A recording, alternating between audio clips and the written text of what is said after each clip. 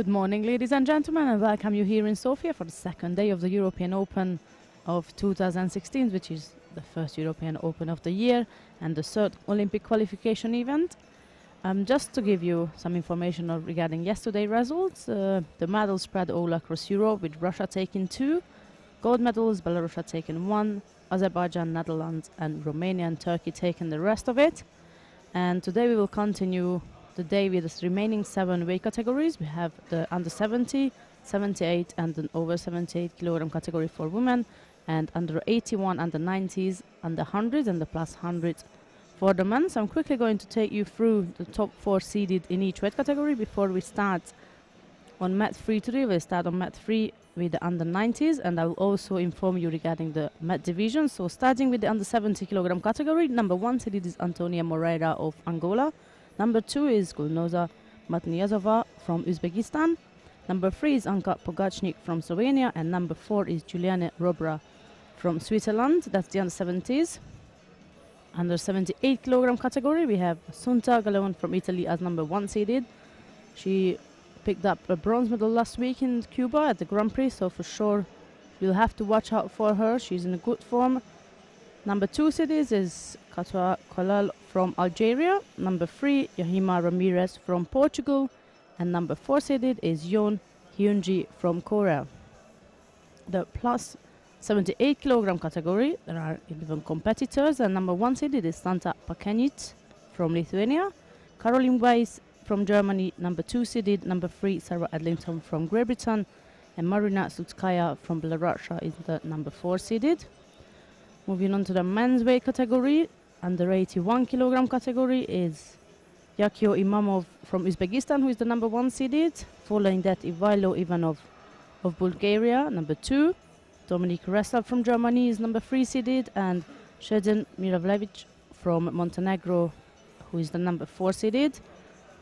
Here under 90s, Karolis Buza from Lithuania, number 1 seeded. Number 2 is Madli Madiev from Azerbaijan. Imad Aquelo from Morocco is number 3, and Eduardo Battoni of Brazil is the number 4 seeded. In this weight category, I would like to highlight a couple of other athletes like Alon Sasson from Israel, and we had Gogo Churi from Georgia. We also have to watch out for these 2 athletes in this weight category. Under 100s, 28 judokas today in the under 100 kilogram category, with number 1 seeded Ramadan Darwish from Egypt. Number 2 is Liaz Boyakob from Algeria. Luciano Correa from Brazil is number 3, and Michael Correll of the Netherlands as the number 4 seeded. Plus 100 kilogram category, David Mura from Brazil taking a spot on number 1 as a number 1 seeded. Daniel Natao of Romania, number 2 seeded. Or Sasson, number 3 from Israel, and Marius Paskevicius from Lithuania is the one who taken a spot as number 4 seeded. Regarding the mat division today, mat 1 you can follow under 78 kilogram category and plus 100 kilogram. Mat 2 will view under 100 and under 70 kilogram category. Mat 3, as I said, it will be the under 90s. It's where we are going to start.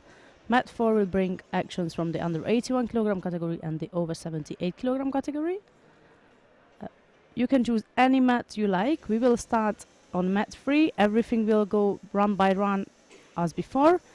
And for you, those of you who will not be able to watch us for the whole day, the final block is planned to start at 4 o'clock. If any changes, of course, we'll update you. Just sit back and enjoy the action for now. And we're going on mat 3 immediately to begin the competition.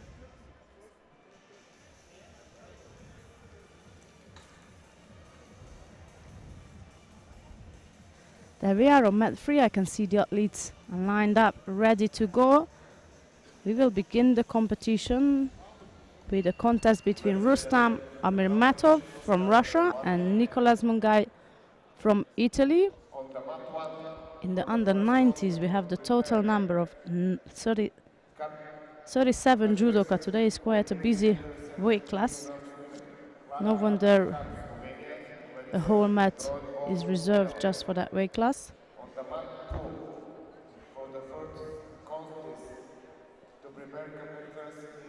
Just to give you some heads up, on mat 1 you will have the first contest between Clara Potekar of Slovenia and Larissa Gromwald from the Netherlands. That's mat 1 first contest. At 2, third contest will be Jalil Shukurov from Azerbaijan versus Avaskov Tuidumarov of Uzbekistan. So that's mat 2 under 100. Mat 3, as I said earlier, it's Rustam Amirmatov from Russia versus Nicolas Mungai of Italy. And on number 4, you can follow the actions from the under 81 kilogram category, where the first contest will be Bojan Dozen of Serbia versus Nikolai Kesiov of Bulgaria.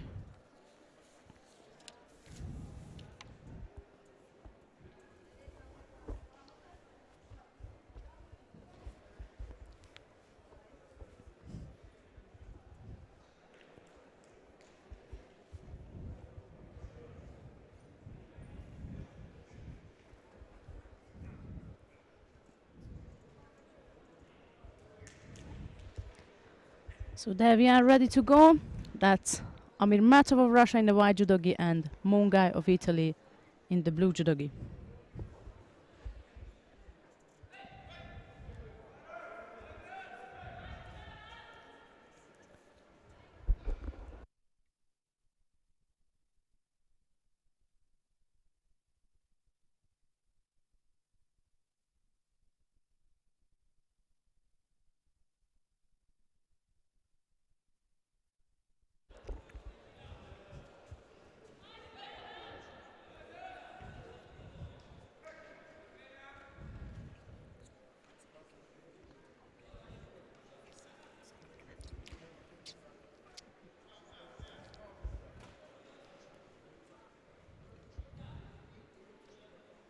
Players are always more cautious, or at least most of the time when they have the first contest of the day. Same with Amir Matov and Mungai just tapping into the contest. Is Mungai picking up a penalty?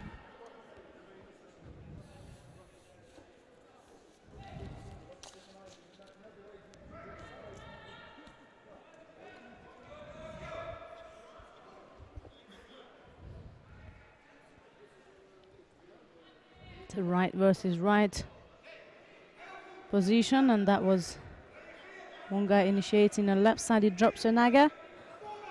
Hips was a bit far out.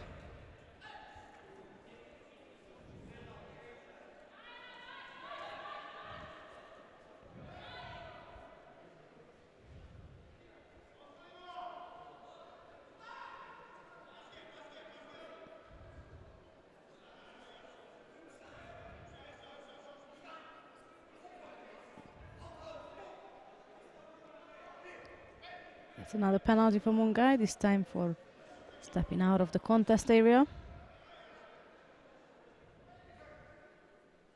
So again, our Matov taking a strong top right-sided grip.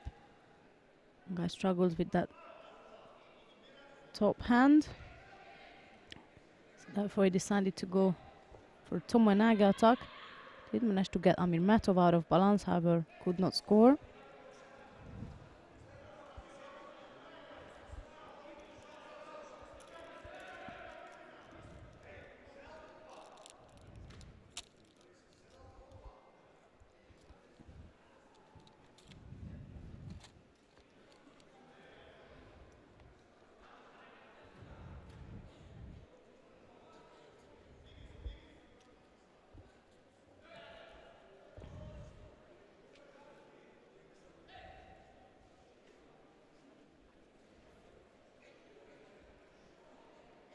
There was another Tomonaga attempt, and Mungai is trying hard to flip Amir Matov on his back.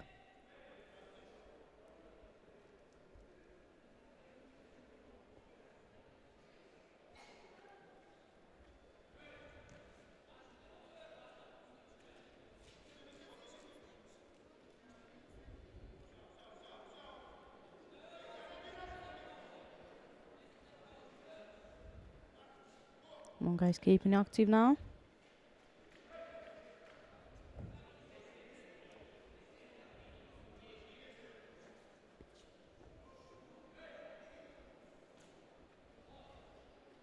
Penalty for Matov this time, 2-1 on penalties in favor of the Russian player still.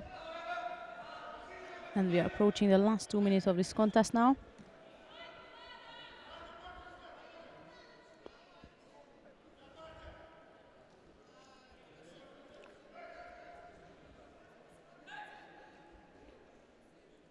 Matov, the one who attacking this time.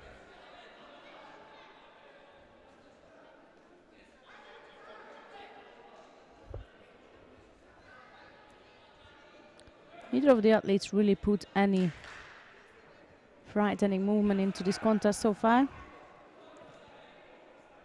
The Kosoto from Mungai.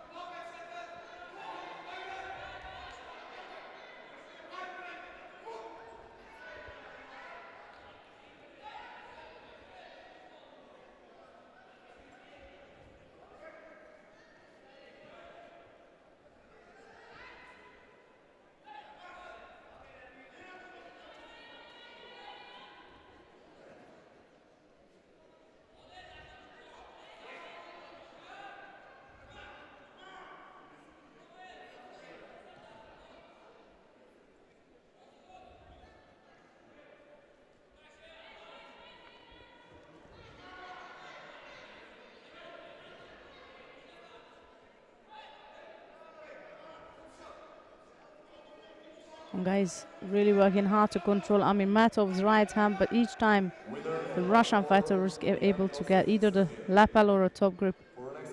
And so you can see that Mungai struggles with that grip. Decides to go on the right side for drop Sonaga.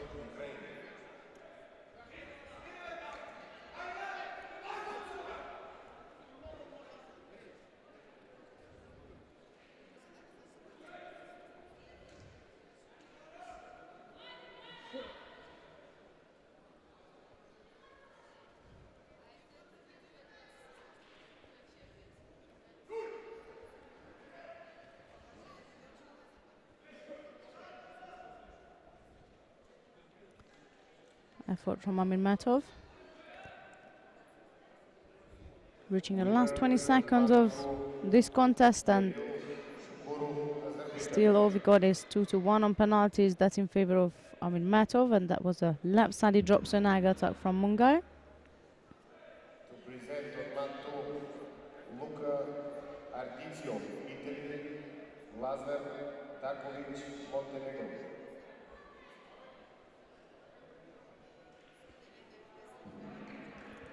And that's the end of the first contest in the 90 kilogram category, with Rustam Amirmatov going through to the next round, and he'll be up against Tural Savguliev from Azerbaijan. To present on mat 1, Anastasia Turchik, Ukraine, Barbara Bandel, Germany. Coming up next, we have Oliver Nelmark from Denmark versus Ryan De Russell from New Zealand. That will be our next contest.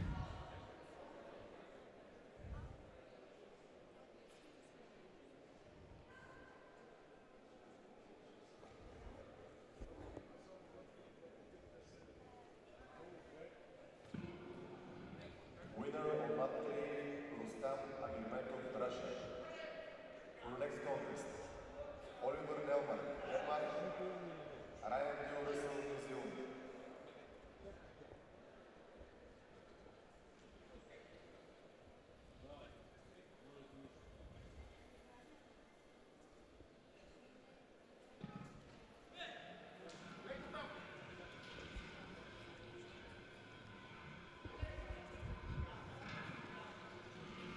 Right lead to right for the next contest.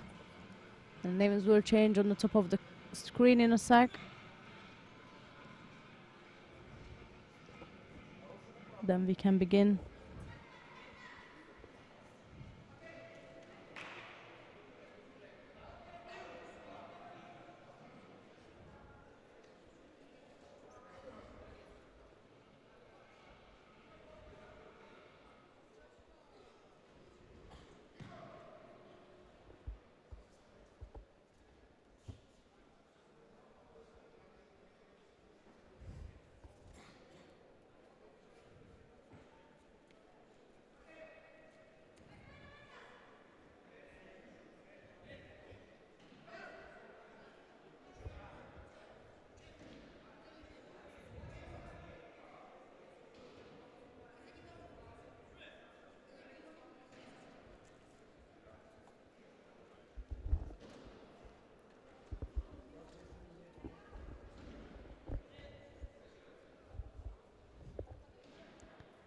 quick fix on the scoreboard is what we're waiting for.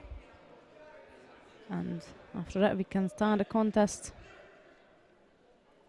on mat 3.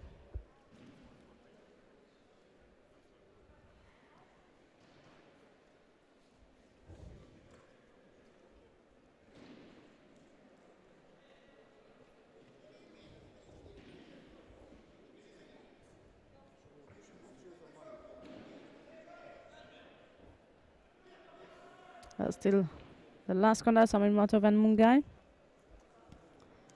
Maybe does for a couple of seconds hopefully, and then the team who's in charge will be able to fix this.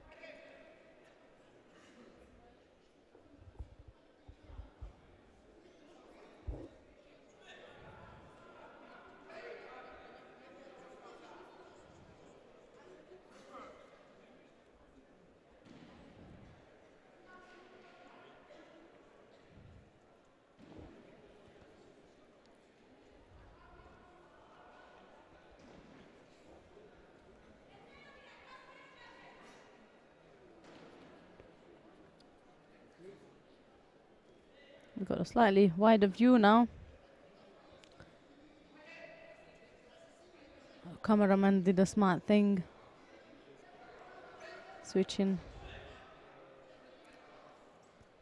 turning the camera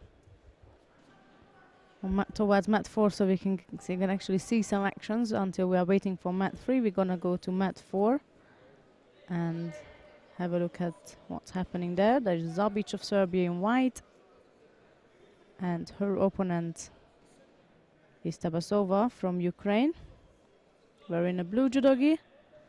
As soon as the technical issue is fixed on mat 3, we are going to continue all the actions there.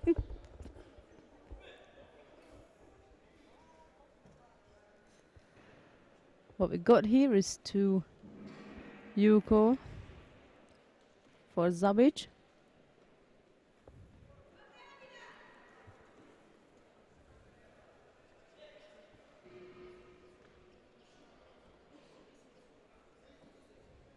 Winner on mat 2, Luca Rizio, Italy.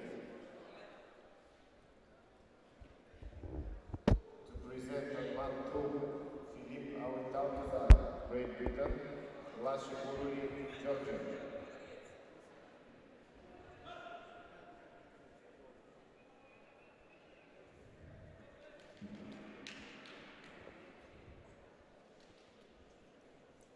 The end of the contest here mat 4, and I just had a quick look on mat 3.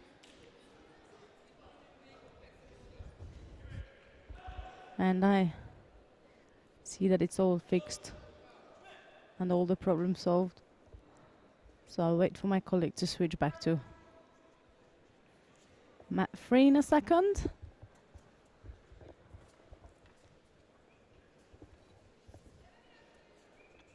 So now that everything is solved, we're gonna go back to mat 3 and continue all the actions of the under 90 kilogram category. Here we have Nelmark from Denmark in white, and Duracell's from New Zealand, the blue judogi.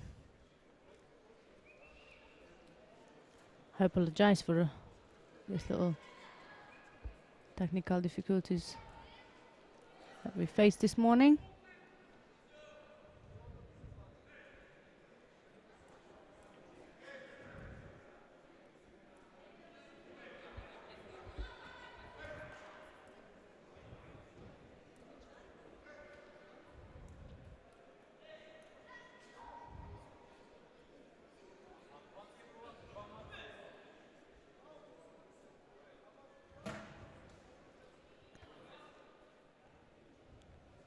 Dear Russell is a little bit in a defensive position there. Got his arm that straight. Not to let Namar close to him, but yet it's the Danish fighter who picked up a penalty for passivity. There is Namar trying to reach for the sleeve. He's got now an inside grip in opposition to the one before where he got to grip over the top. Got his elbow inside now. You can see that Dil isn't aiming to actually score, but rather just putting pressure on Namak. He's done the job well for sure. Second penalty for Namak. This time he decides to go over the top, pressure his opponent. It's a slightly better position for Namak, and now you can see that Dil Rasa is stuck in his arm inside to keep the distance from the Danish fighter. The Sutami Vaza attempt from Dil Rasa.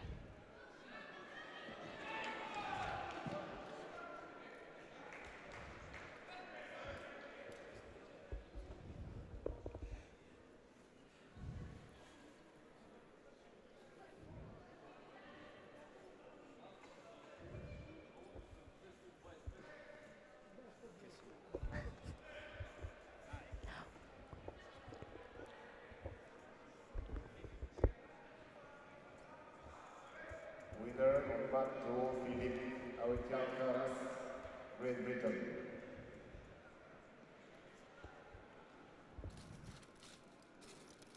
To present on mat 2, Andriy Bovan, Ukraine, Renato Oboli, Hungary.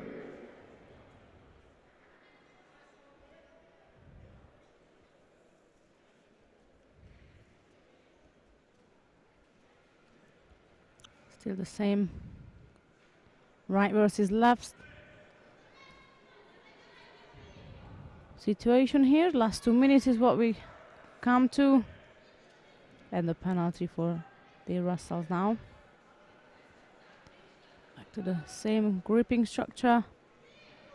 Left inside grip, and Namak is aiming to reach across to take the sleeve, pull it in on the right and start working.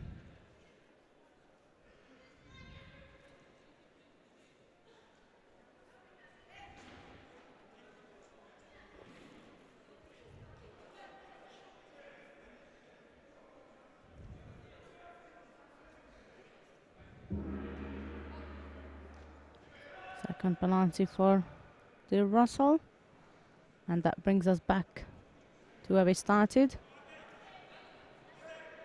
That's another Sutamiwaza attempt from the New Zealand judoka, and Namak not only defends the attack but gets right on top in Navaza, and the referee called in the Osai Kumiwaza. That's the end of this contest.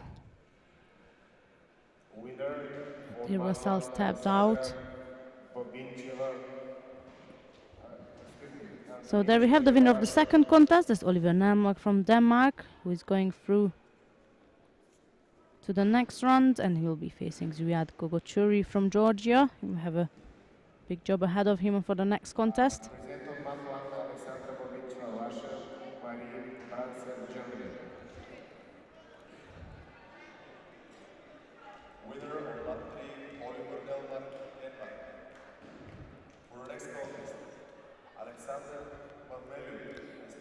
Coming up next, Alexander Marmayuk from Estonia versus Dominik Wenzinger from Switzerland. That will be Marmayuk in the white judo gi and Wenzinger in the blue.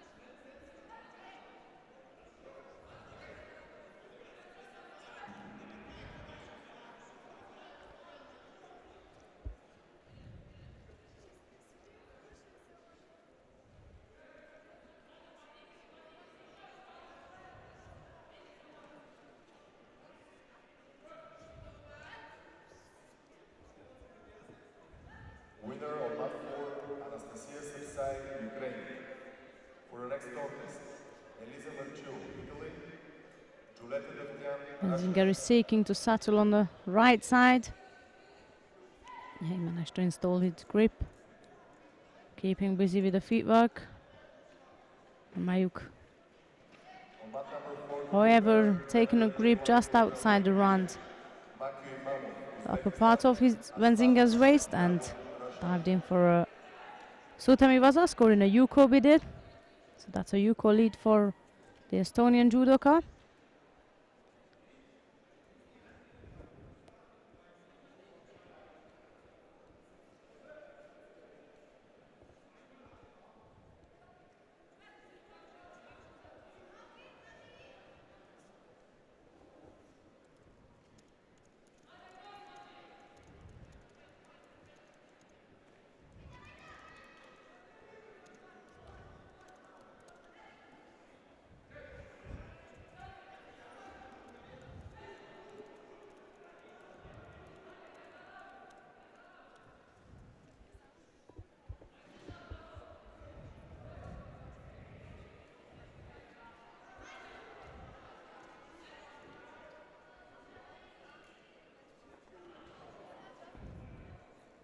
Quick fix of the outfit for Marmayu before we can continue.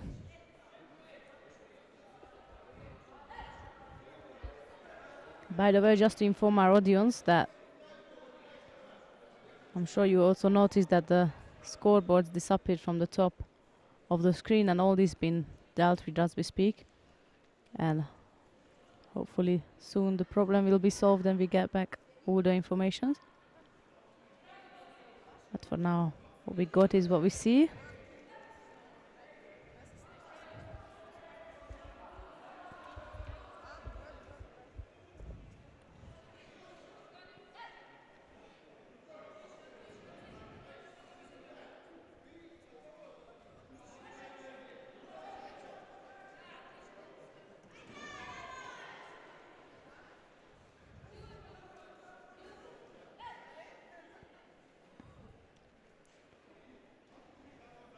Marmayuk was under a bit of a pressure there at the edge of the mat.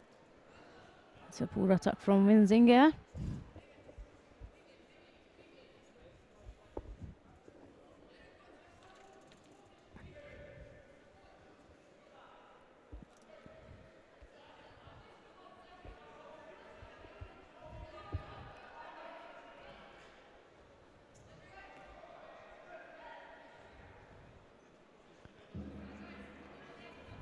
Past half of this contest now. There's still a Yuko lead for Marmayuk. That was a more promising attack from Wenzinger. Lost control.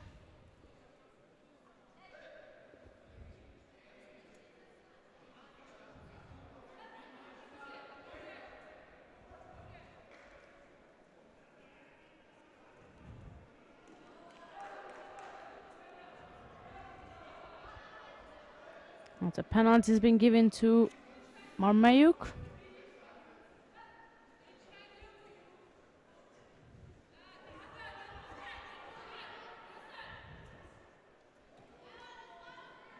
winner on mat 2, Andrei Boban, Ukraine.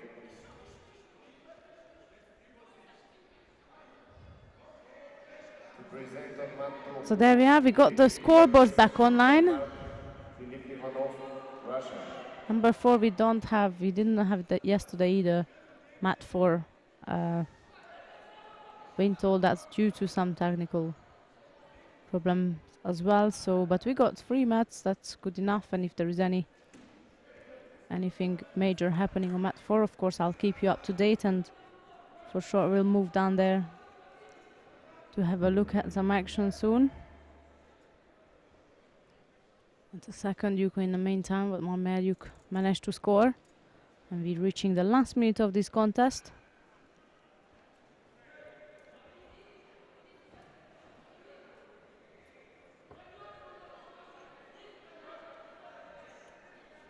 Winner on mat 1, Marie Branson, Germany.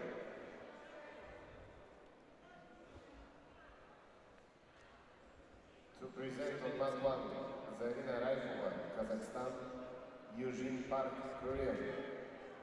Marmayuk is holding on to the sleeve of Wenzinger. That's one thing that causing difficulties for the Swiss fighter. He wants to get close towards Marmayuk, but he's holding on to his right arm and his right sleeves.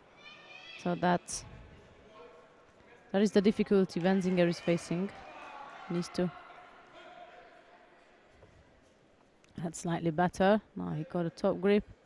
Going for Kosoto, and Marmayuk try to counter-attack him with an Uchimata.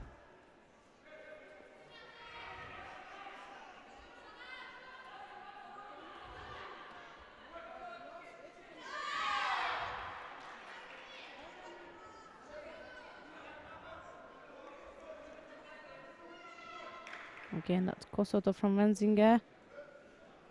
And he managed to score a Yuko with it. He's got 11 seconds to do another one.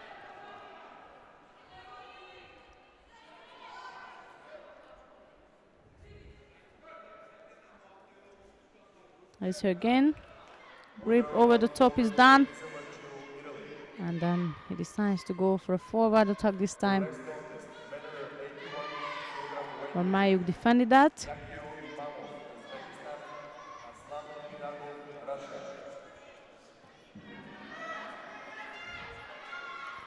And that's the end of this contest between Marmayuk and Wenzinger. Something that must have happened with the Swiss fighter. He's limping a bit. The winner is Alexander Marmayuk from Estonia, and he will be facing Lee Kochman of Israel in his next contest. And our next contest will be Predrag Stanjevic of Montenegro versus Pata Gwiniashvili from Georgia. That's still round one of the under 90 kilogram category.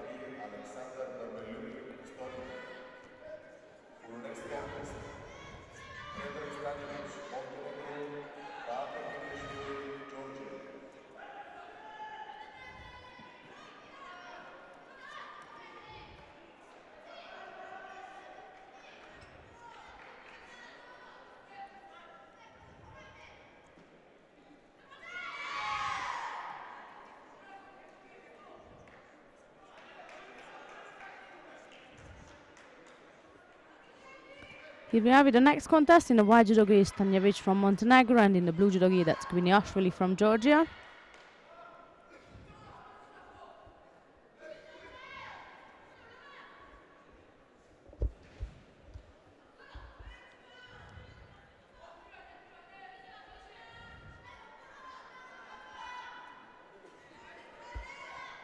Gwiniashvili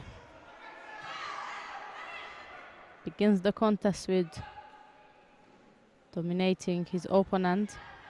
He picks up a penalty. There it's again Gwiniashvili. Top right-sided grip, putting Stanjevic under pressure.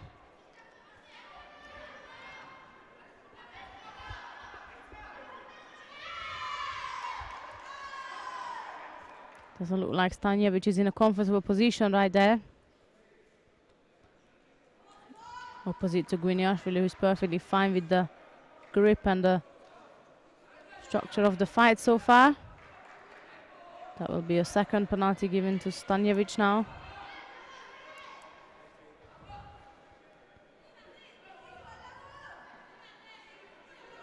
Looks like a bit of a strength difference there. Top right-sided grip, bit of a Nashiwaza from Gwiniashvili. He's climbing back again to take his favorite position. Right-sided Uchimata, Yuko score.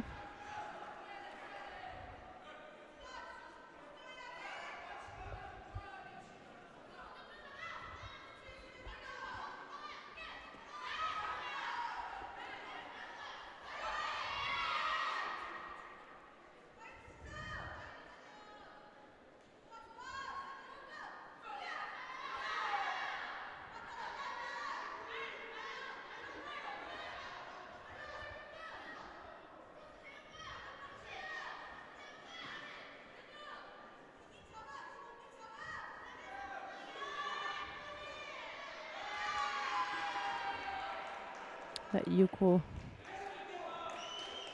hasn't been given. So still that two penalties on the side of Stanjevic. 2 minutes pass by, and Gwiniashvili is still controlling the contest. This kumikata structure is what we thought. He's picking up a penalty. Back to that top right is looking much more promising for the Georgian. Present on mat 1, Lucia Tangore, Italy, Yarden Less Marathon, Israel. fortunate for Stanjevic though. He's still trying to make the most out of that. Another Uchimata. And this time the Yuko has been given, which Mr. Bazar is more reasonable. Now there's a Yuko and a Bazari, so they just changed it, they finalized it. It's a Bazari lead for Guiniashvili.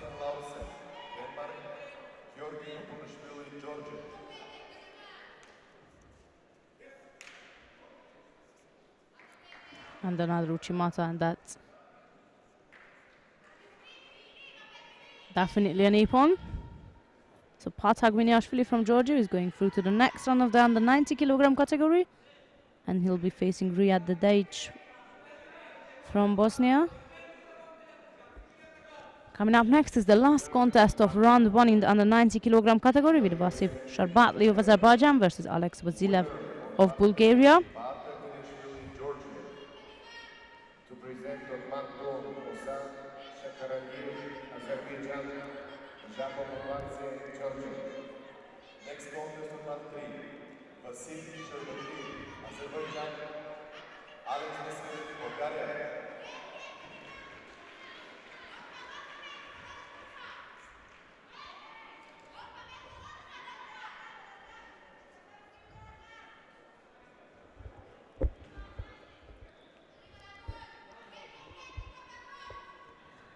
There we are, Sharbatli of Azerbaijan in a white judogi and Vasilev of Bulgaria is in the blue judogi.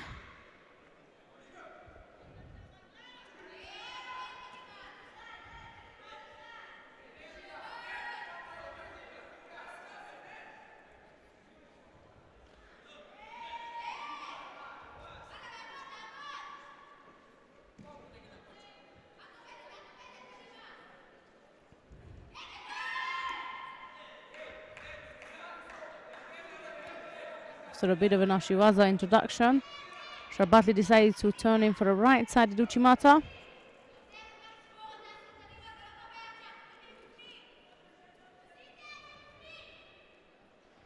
And that's now Vasilev on top. He was aiming to figure out how to turn his opponent over.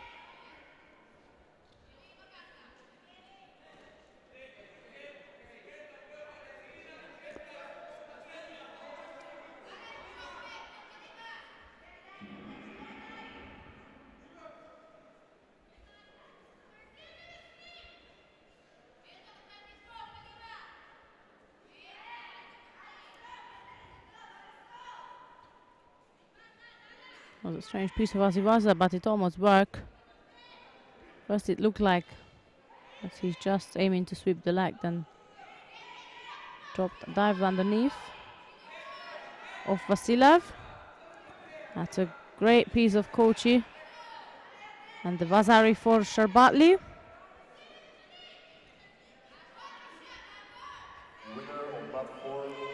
So the beginning, he was just warming up with his Ashiwazas, but now he means business here and he's using his skills to actually score. That's an Osoto on the right from Vasilev. Felt the danger, came back immediately. Right side Uchimata from Sharbatli. And our cameraman just woke up to follow the actions. Vasilev defended again that right side Uchimata.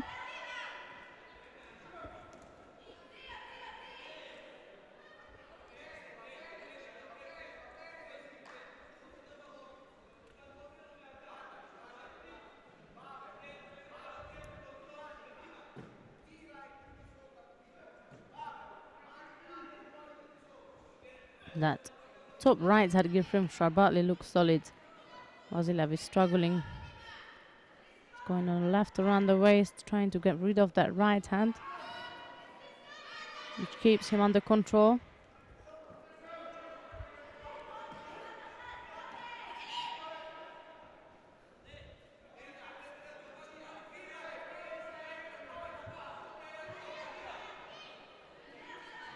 Vasilev initiated an attack on the right side, and Sharbatli decided to counter-attack his opponent.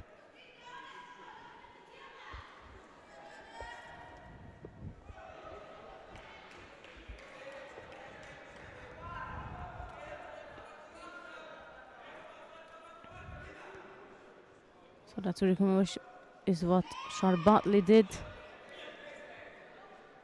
Throw Vasilev it. No control over that. So therefore there is no score. Vasilev is still fancy with the thought of going for the right-sided Osotogari. This time he really commits to it. And not only for an Osotogari, he decided to go for Haragoshi, and Sharbatli picked him up. Stunned him with the Uranaga, so that's Vasif Sharbatli of Azerbaijan who is going through to the next round, and he'll be facing Ion Urtavazian of Romania. So that's all the actions from round 1 of the under 90 kilogram category. We are staying here on mat 3, and we're going to continue with round 2. Some exciting finds coming up in this weight category, but if you wish to follow the remaining others, please feel free to switch. We will be switching later on.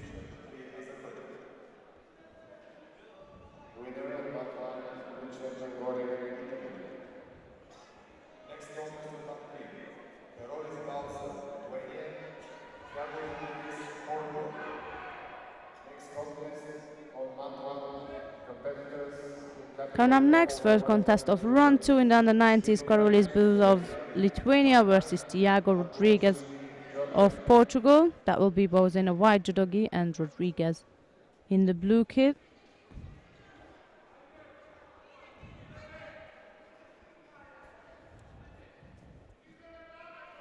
That's obviously Bauza, who is number 1 seeded in this weight category.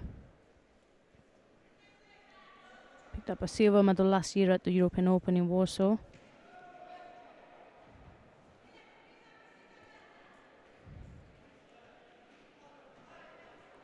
And finished 5th place at the Grand Prix in Tashkent in Uzbekistan. That's also the result of his last year. And he starts off this contest with a Vasari score.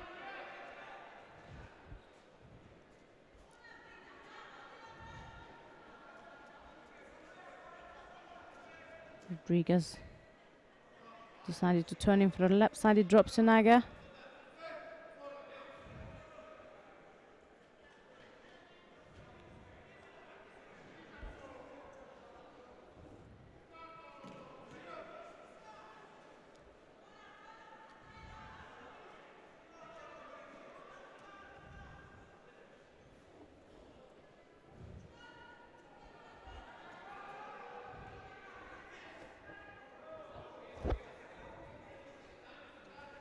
Rodriguez is fighting against Boza's right hand.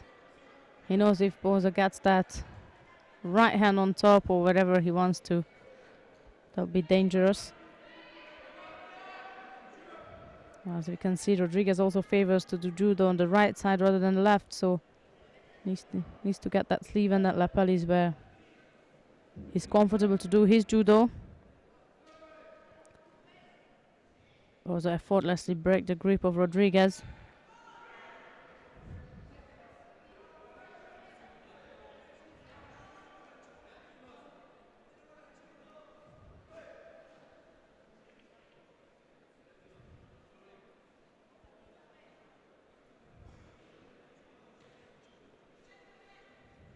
Was that right-sided drop Sunaga from the Lithuanian judoka. And Rodriguez picks up a penalty.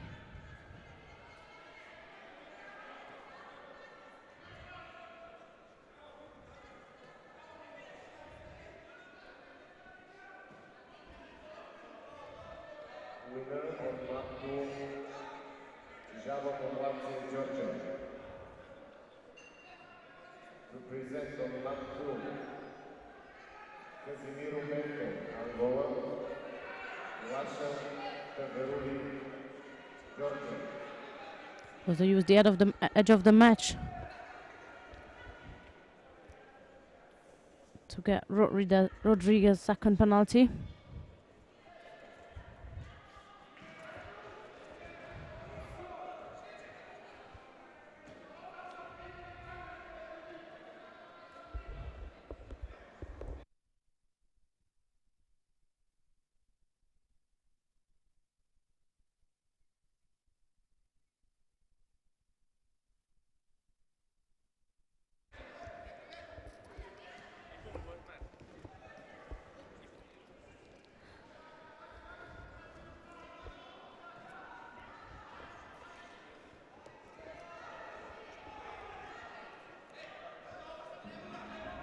Rosa taking the opportunity to hold down Rodriguez. Couple of seconds left before he can come to the end of his first contest and go through to the next round of the under 90 kilogram category. So that's Karolis Buza of Lithuania is going through to the next round, and he'll be facing the winner of the next contest, which is Boris Gorgiev of Bulgaria versus Tornike Ugali of Georgia.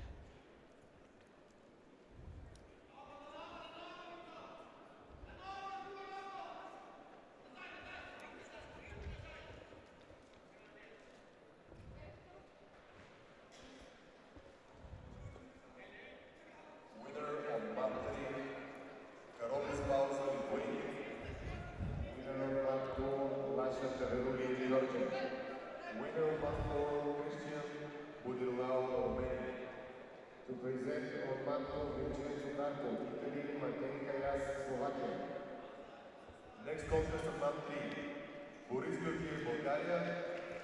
So there is Georgiev of Bulgaria in a white judo gi and Ugali of Georgia in the blue judo gi. Contest on mat 4, Vladislav Zlatanov, Bulgaria. Artem Kravchenko, Ukraine.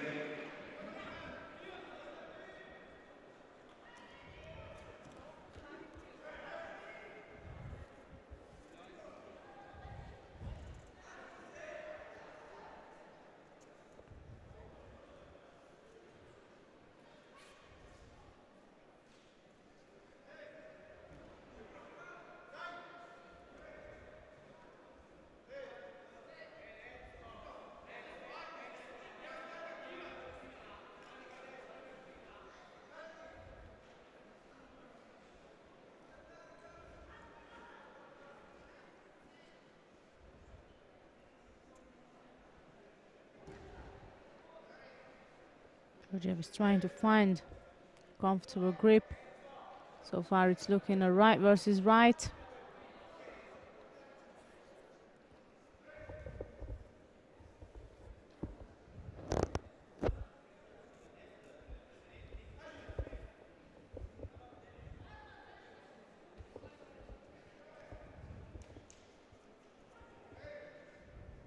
Winner of mat 1, Vidin Dragic, Slovenia. To present on mat 1, Nodar Machutanцы, Ukraine, Denis Pasov, Bulgaria. Ugali who picks up a penalty here.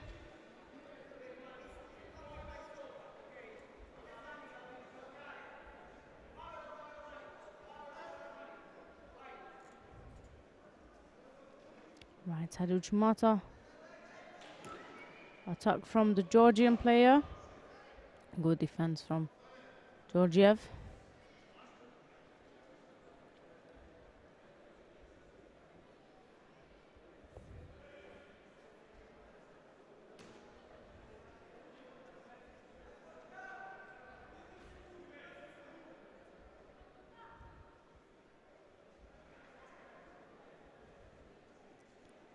Top right-sided grip and much of a pressure is what Ugali is giving to Georgiev right now. Before he let him to take also a right-sided grip, but this time he said, right, this is it, it's me now. Taken a double sleeve grip and turn for so the attack on the right side, and Georgiev picks up a penalty, so that equals up the fight now.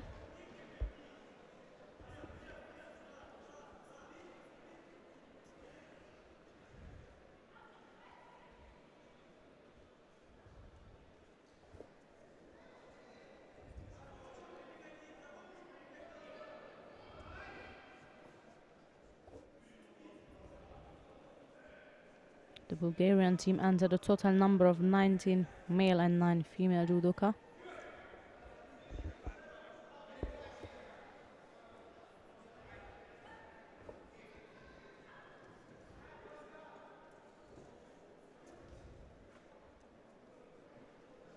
Almost double amount of from the Georgian, 28 male competitors from Georgia competing across the 2 days here, and 4 female. And now we got 2 minutes left here, and all we got is a penalty each up to now when Georgia picks up another one.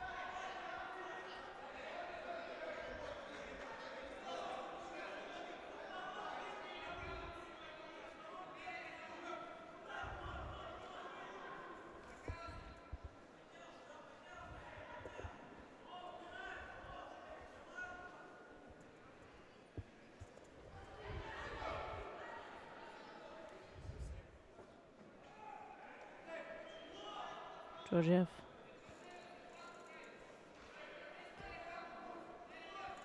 Had the attack there.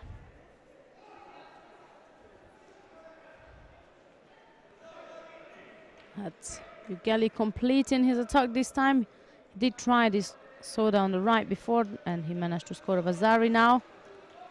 Going straight into Nevaza, lost control over the Shimevaza. That's a Vazari lead for Ugali now. And 1:15 to go.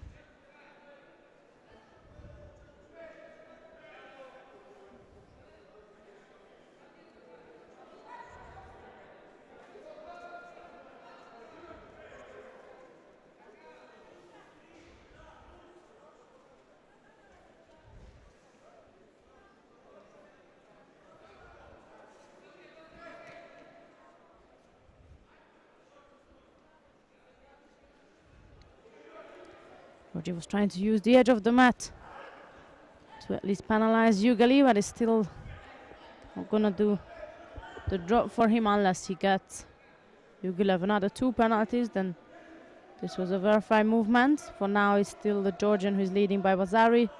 3-2 on penalties is what we see, and that's also in favor of the Georgian fighter. That was a good attack from Georgiev.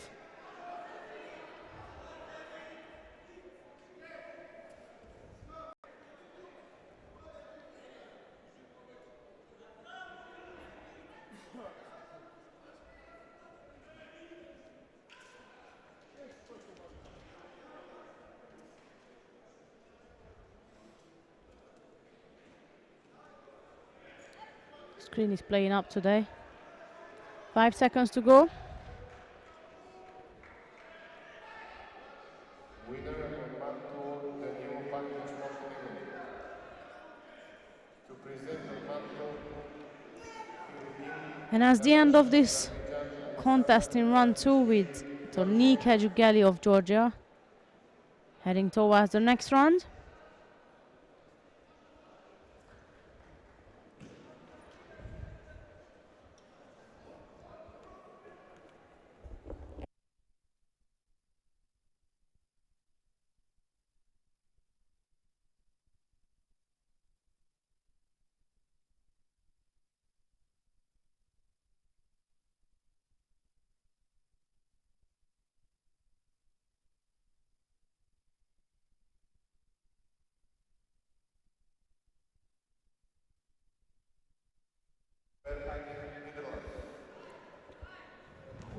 Coming up next, round 2 of the under-90s, Alon Sasson of Israel versus Michael Verhagen of the Netherlands. Sasson finished 3rd place here in Sofia last year, and no doubt he's here to make a better place on the podium. So there is Sasson of Israel in the white judogi and Verhagen of the Netherlands in the blue.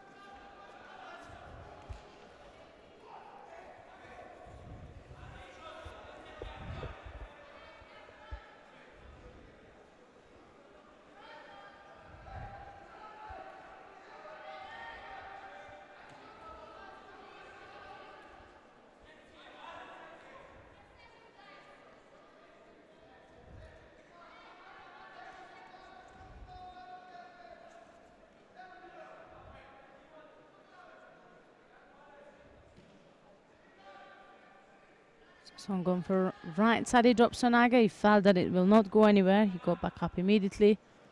Verhagen blocked the attack. And this time he's decided to go for right side Uchimata. The same situation. He felt that this is not gonna go for a score. Got back out again. That's a tight Toshi on the right side from Verhagen. A block from Sasson straight into Nevaza.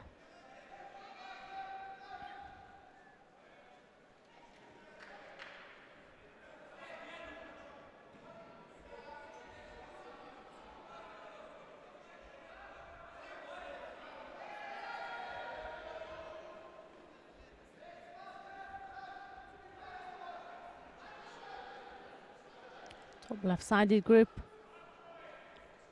So Sasson hands it off now.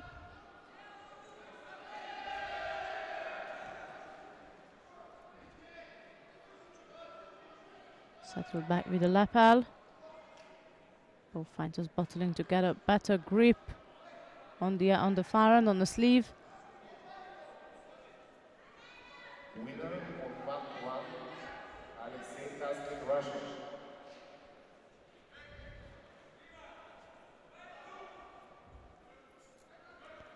Penalty for Sasson for the start, and we approach. We're into now the 3rd minute of this contest. Sasson gone right on top with the left. Verhagen escaped again. There he is with the right Uchimata. Sasson back with the top right on the lapel this time.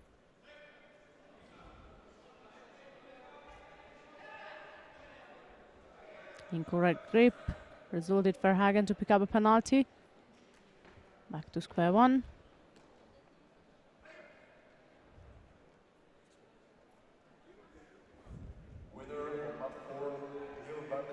Verhagen still fancy with the thought of throwing in a right side Uchimata. Sasson blocked it.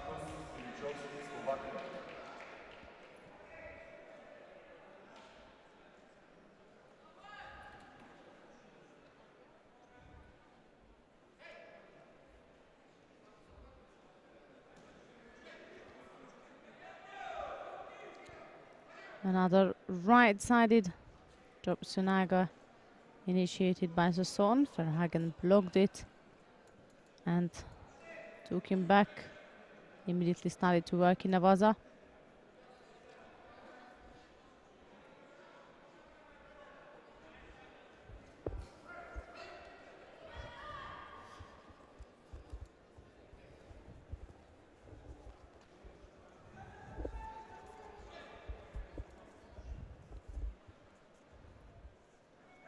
Coach given the instruction for Sasson that maybe he should take the lapel instead of hunting the sleeve. He did indeed try that at the beginning. He's back now on the left side, seeking to get an inside grip on the lapel. Lost control over his grip, and Verhagen used that moment to go for another right-sided Uchimata.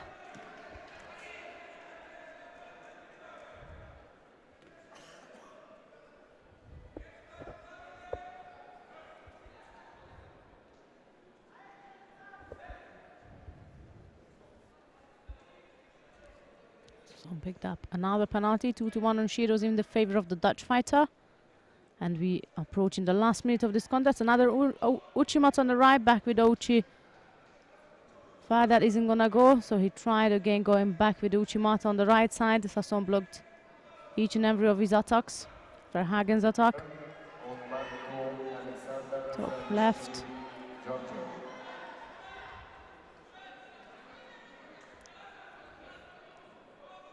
Top right Sonaga from the Israelian.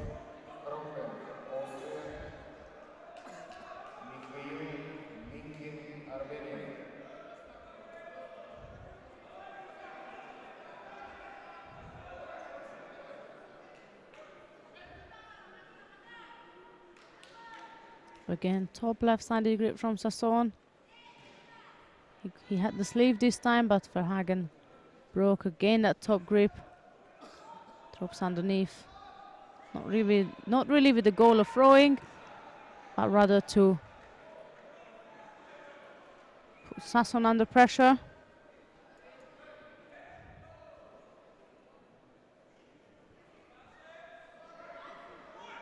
That's a good Kosoto attempt from the Israeli. We have 15 seconds remaining on the clock. And still we got 2-1 on penalties.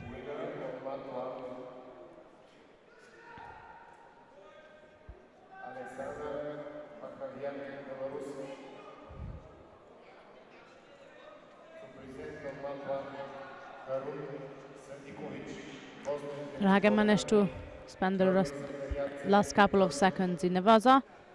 So that's Mikael Verhagen of the Netherlands, who is going through to the next round. And he'll be facing the winner of the next contest. That will be Tural Savguliev of Azerbaijan versus Rustam Amirmatov of Russia.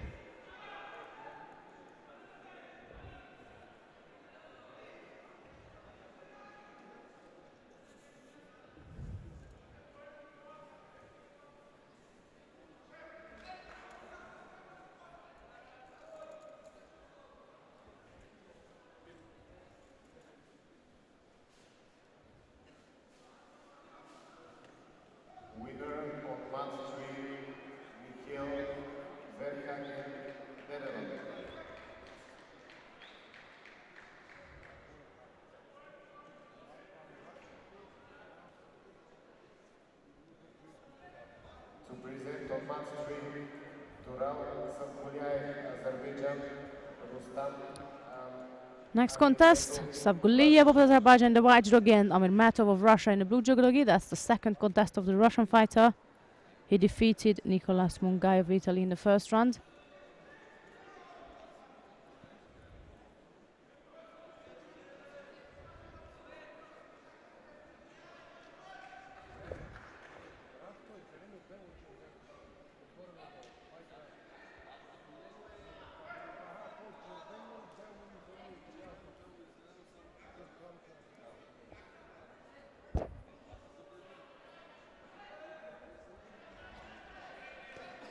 Right versus left now.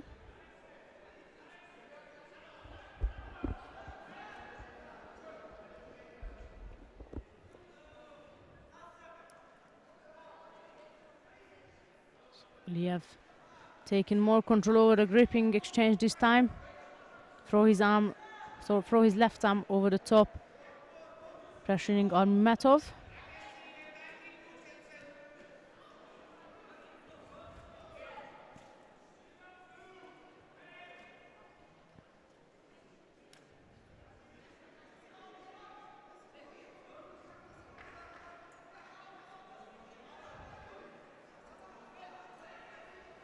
That left-sided Uchimata is looking good for Savguliev.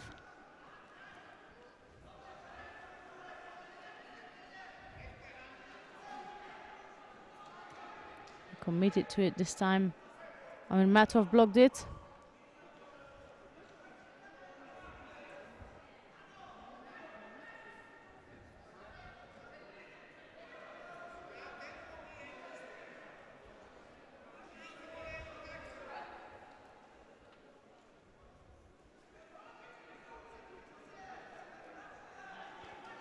That was a full drop Sernaga attempt from Savguliev. Not much Amirmatov had to do in order to block that attack.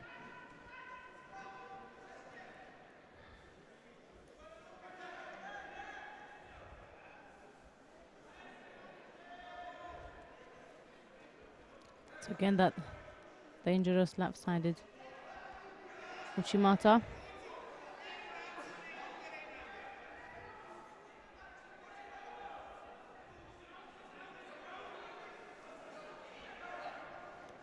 Tayatoshi from Amirmatov. He turned back. Savguliev used that moment to go for the Uchimata again.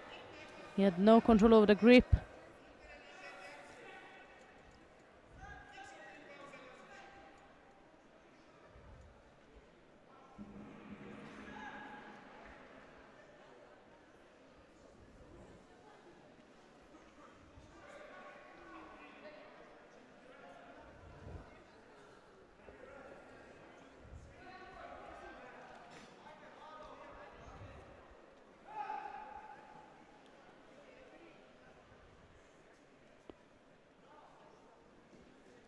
That was a really good right-sided drop to Naga from Savguliev.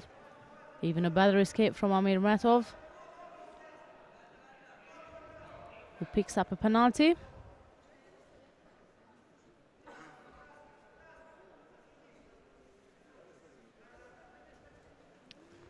This time Savguliev commits to that left-sided Uchimata more than before and managed to get a Yuko on his side. If there was a bit more control over the grip, that could have even gone further for Avazari or even more.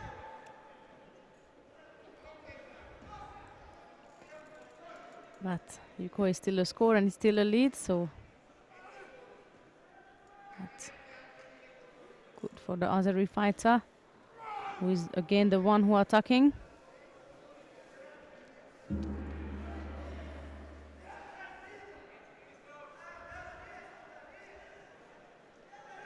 That was a good combination from Ahmed Matov. Right, Uchimata back with Sumigashi.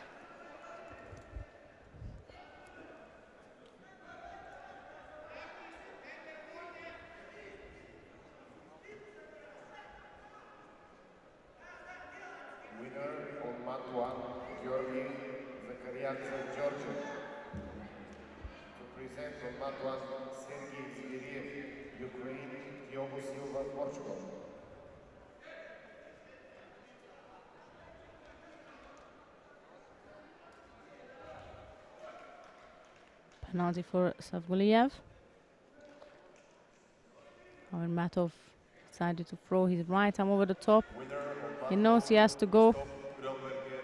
He's not in the driving seat right now.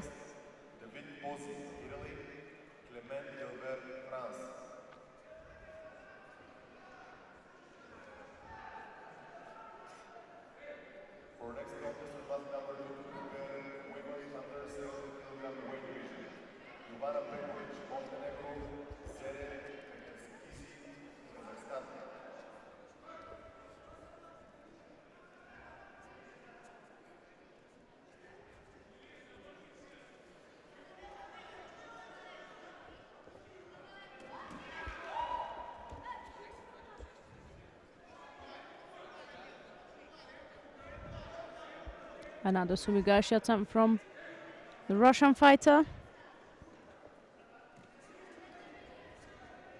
Desperate to throw. Savguliev. 38 seconds left to go. Still a Yuko lead for the Azeri fighter, and all he wants now is just to get this last couple of seconds to go.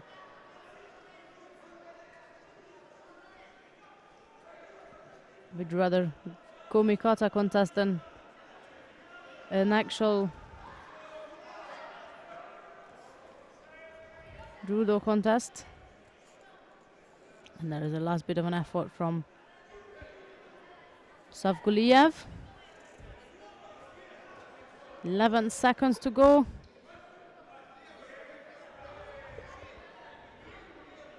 And Amir Matov is eager to score. That's not a bad Uchigara he did there. And that's the end of the second round. Not the second round, but at least the second round for Amir Matov, who has to say goodbye to the tournament, and Ural Savguliev is the one who is going to face Michael Verhagen.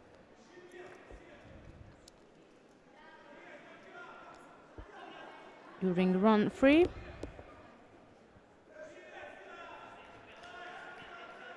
And we're moving down to Pool B. Coming up next will be Eduardo Bertoni of Brazil versus Rico Harder of the Netherlands.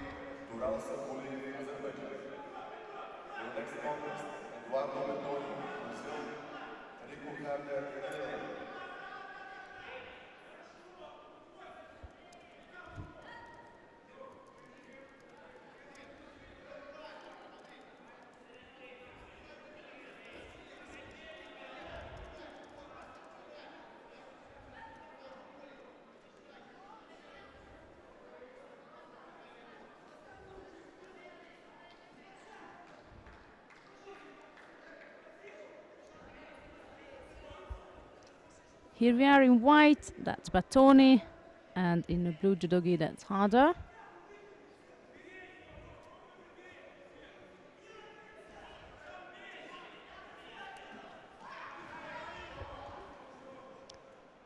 That was a good right-sided Ochigari from the Dutch fighter. Lost control over the top half of the body, so Battoni was able to escape from the attack.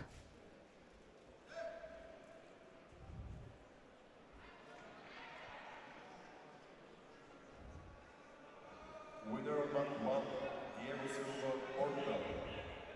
For the next contest, Adler's got the control all over Battoni. Assunta Galeone, Italy, Clara Apotecar, Slovenia. Looking to attack on the right side. That's also to Gary attempt. Another good escape from the Brazilian.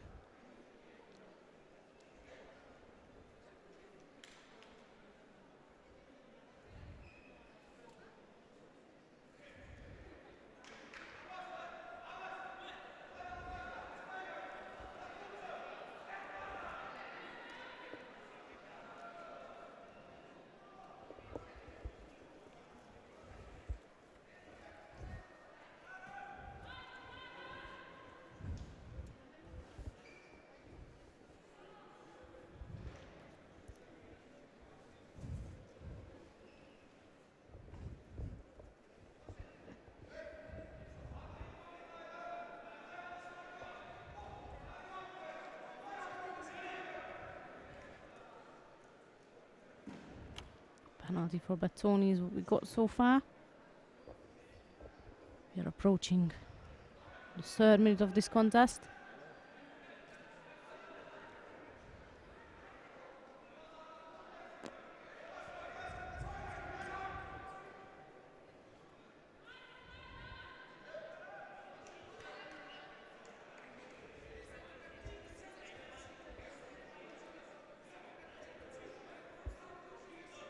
Battoni find a solution to go over the top on the right side, which is what he was seeking right from the beginning.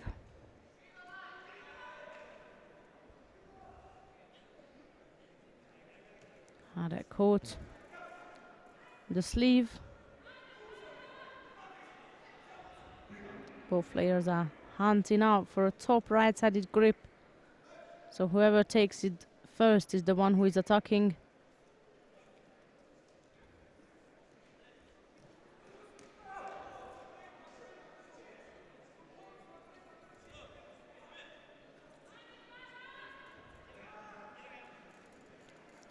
Right-sided Morota, drop Morota attack from the Brazilian. Winner of round 4, Alexander Stevchenko, Belarus. For the next contest, Victor Propuka, Ukraine, Siena Mazov, Azerbaijan. There we go, we got mat 4 on the screen as well now. So you can keep up to date on all the mats. So we had it until now.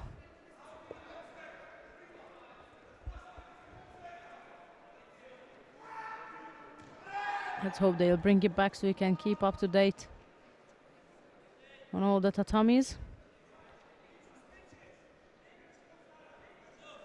We are into the last 2 minutes of this contest. Still a Judo on the side of Battoni and the battle of righties here.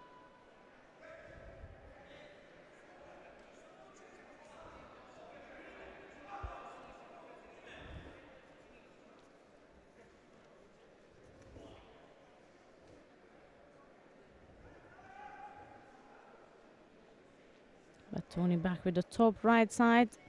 Lovely Uchimata attack. Couldn't drive through for a score. For next contest, 270 kg weight division, Ivana Pekovic, Montenegro, Zere Bektaskizi, Kazakhstan.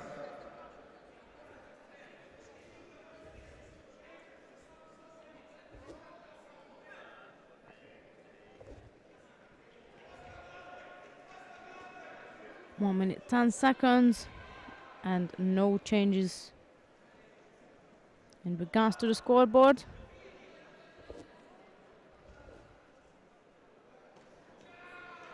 Up to now, when Bertoni scores for Yuko, managed to finish off his Sonaga attempts. He was putting them in since the beginning. Now he finds a solution. Instead of going the right top, instead of going over the right with the top grip, he goes across with his right hand and go immediately for Sonaga attack. And what a pity that he was leading by Yuko and he still wanted to throw and wanted to attack, and also did so.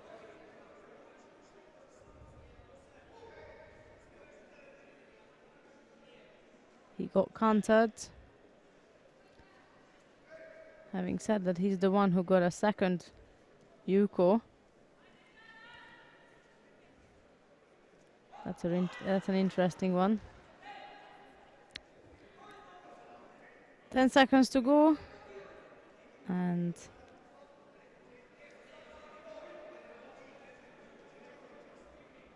Harder is in need of score. Penalty for Bertoni.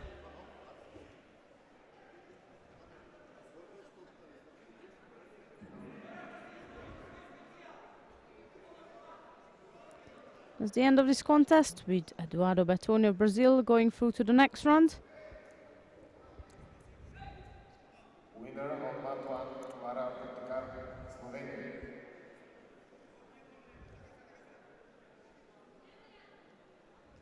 To present on Mat 1, Albina Amandieva, Kazakhstan, Barbara Barbara, Germany.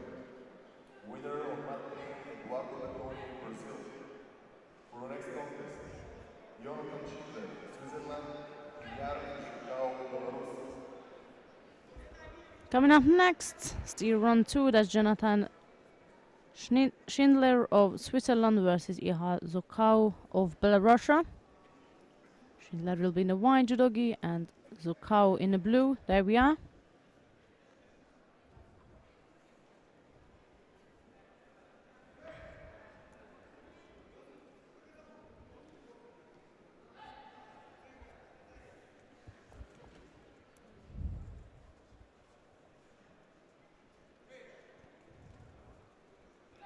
Looks like another right versus right contest.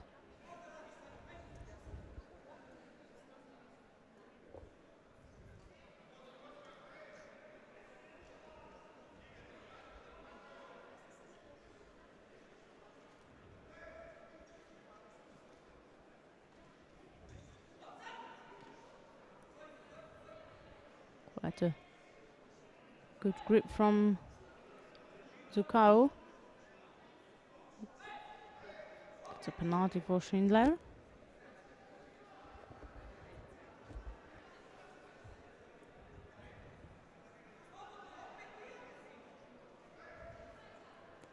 A good piece of Nevaza work there. That's definitely Osaikomi.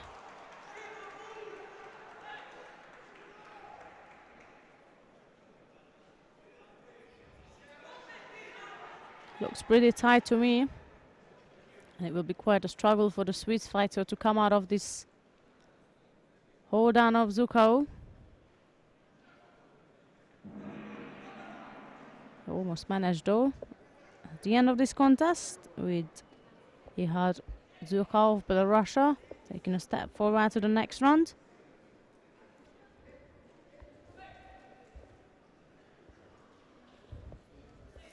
Coming up next will be Zviad Gogochuri of Georgia versus Oliver Nelmark of Denmark. Haven't seen Gogochuri match in 2015, but in 2014 he won the Grand Prix in Budapest and also in Tbilisi.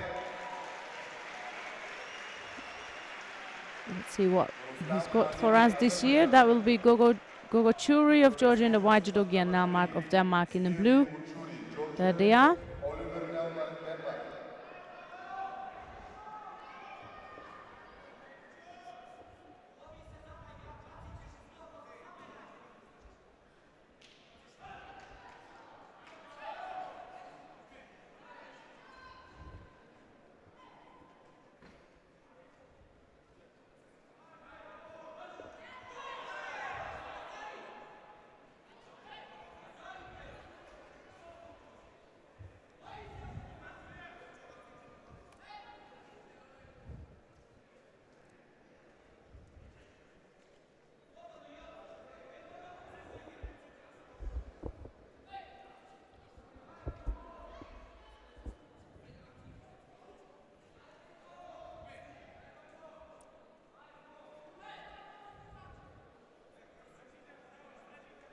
Looking like another right versus right.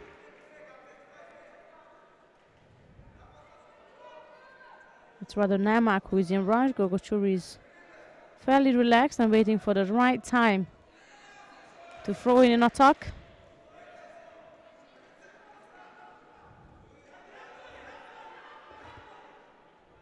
It's a penalty for the Georgian.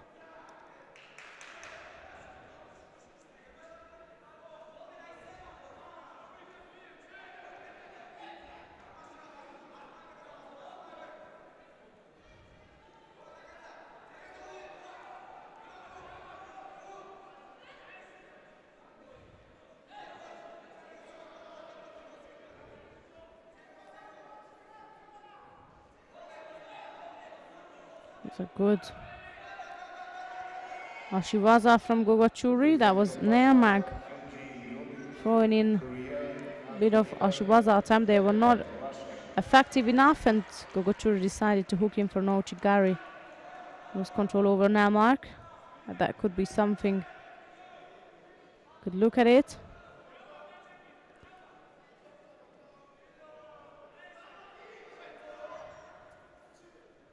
Again, back with the top. Right-sided grip, right versus right.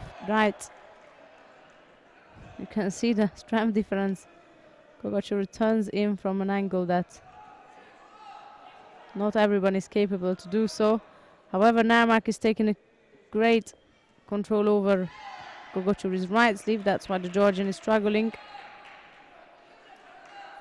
The minute Namak is going to give the chance to Gogochuri to use that right arm.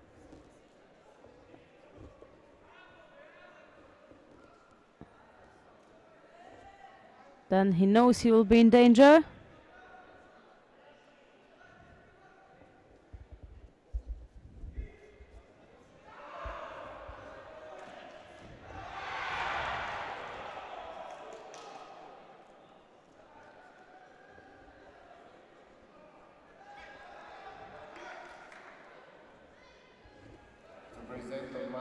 Competitors in category under 70 kilograms. Ivana Pekulic, Montenegro, Zeni Baktaskizi, Kazakhstan.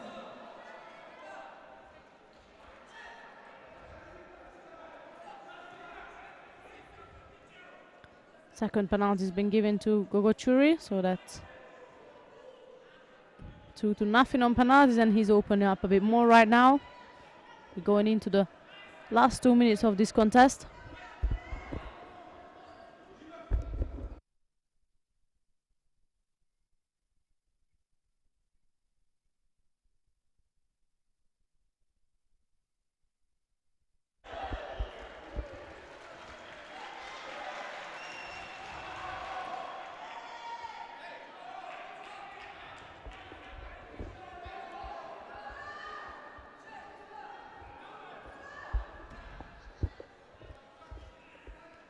Slightly better grip for the Georgian. Mark is backing up now.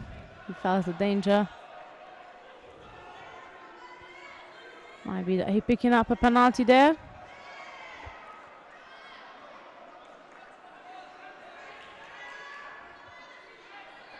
That's a more promising situation for Gogochuri. But it's still Nermark who's putting in the effort. Right-handed Haragoshi attack. No score, but get Gogochuri out of balance. Not only a little.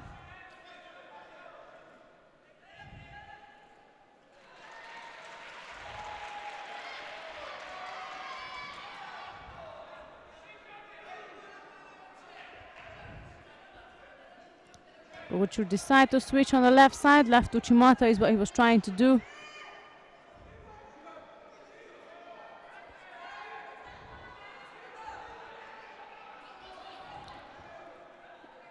Exactly a minute left of this contest. 2-1 on penalties in favor of Nelmark.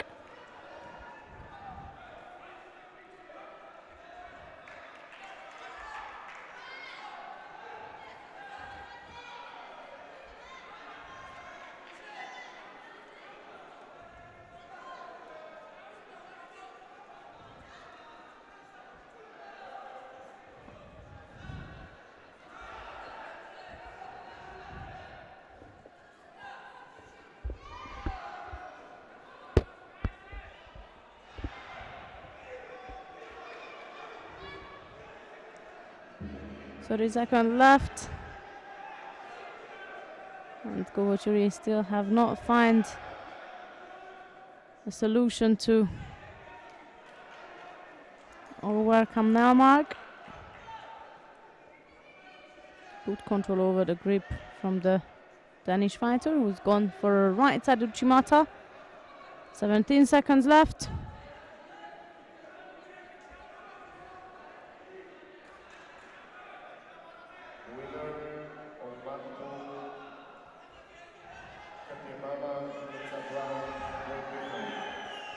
Bit of an effort with a Kosoto from Gogoturi. Even if Namar gets a Shido, that's already not a bad thing for the Georgian, but the time is up now, and that's the end of this contest with Oliver Nelmark of Denmark going through to the next round, and he'll be facing the winner of the next contest, which will be Marko Buvanja of Montenegro versus Yevgen Katayev of Ukraine.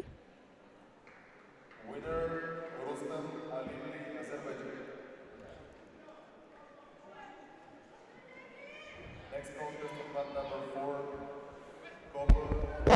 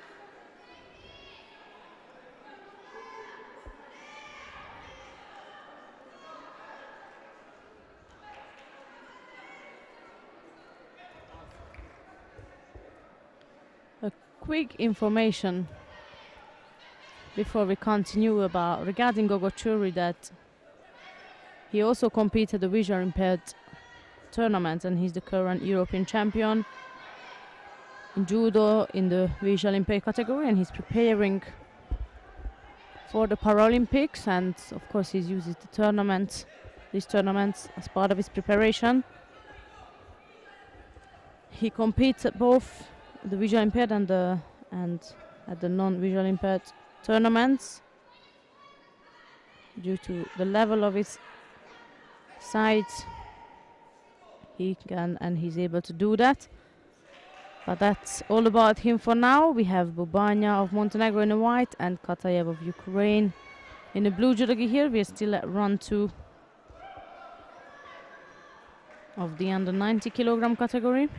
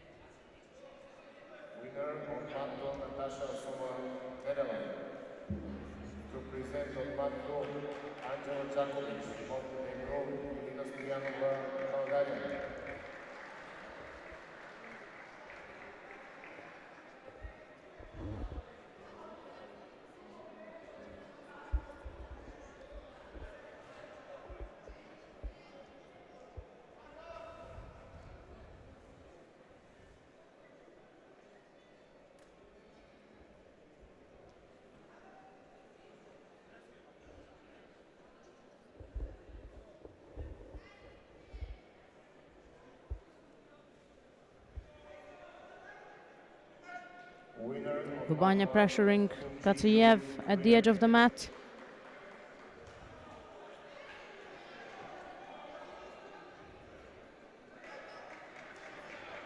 Katayev picks up a penalty. To present on mat 1, Ouattar Oualau, Algeria, Marie Branson, Germany.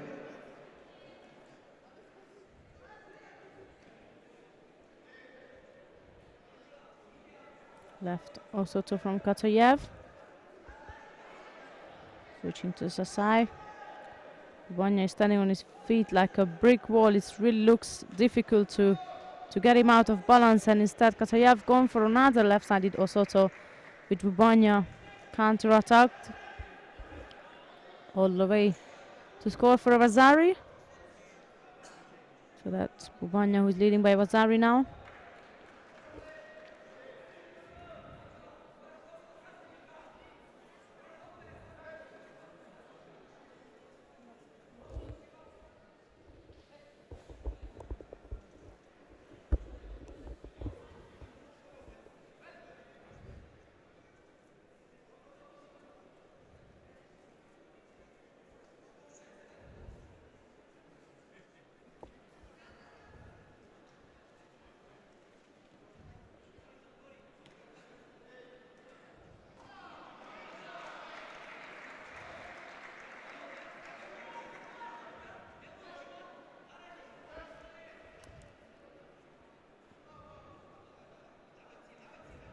Winner of mat 4, Koba Georgia. For the next contest, Ivica Pavlinic, New Zealand, Benoit Collet, France. Bubanya quickly come to the end of this contest, scoring a final marking upon, so that's Marco Bubanya of Montenegro. He's going through to the next round, and he'll be facing Oliver Nelmark from Denmark, who has shown us some good performance today, so anything can happen in between of these two.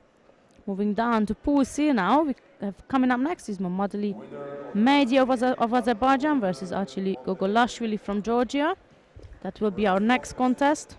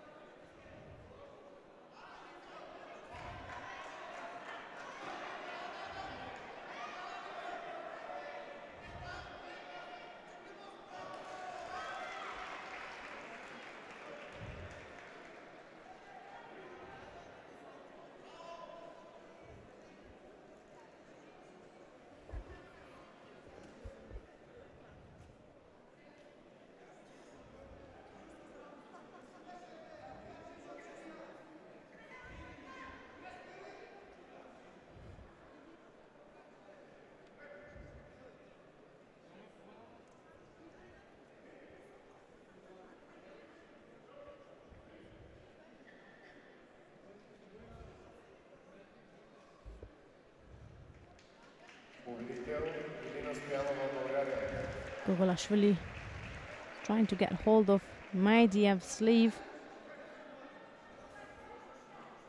At least he's more eager than his opponent. There we go, the left versus right. Now Gogolashvili managed to get the sleeve and immediately attacked. Lost control over that. He got back up.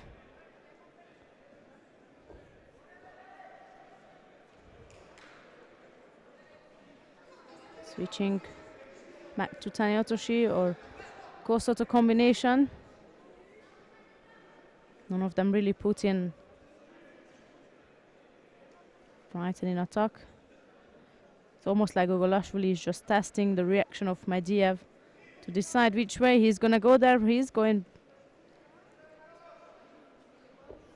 for the red side, and in the meantime, 2 penalties already on the side of Mehdiev.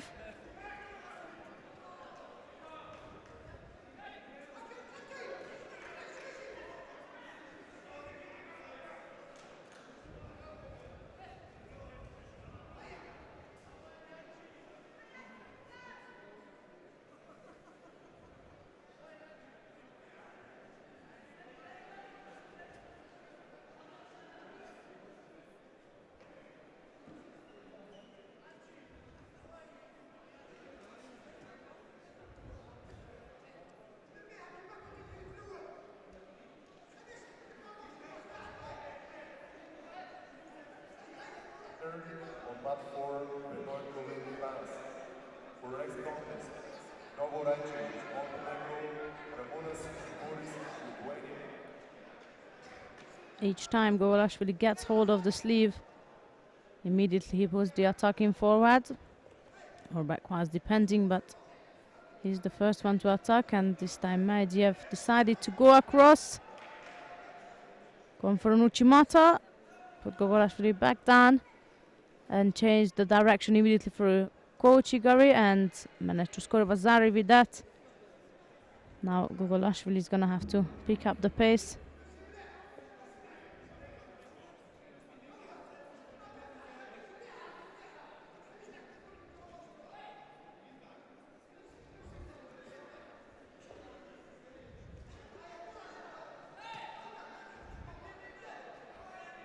Instead of having a grip around the waist, Gogolashvili is slowly moving up his hands. There he's back again. The grip around the waist. Picking up a penalty as well.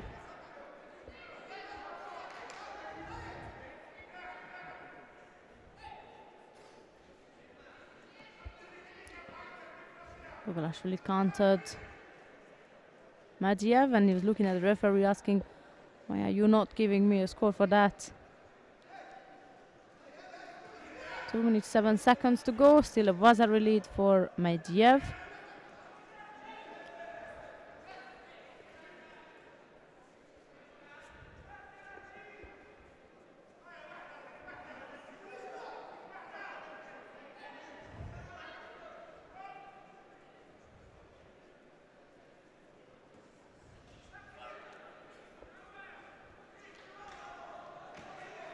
Another good switch from Uchimata to Sumigashi.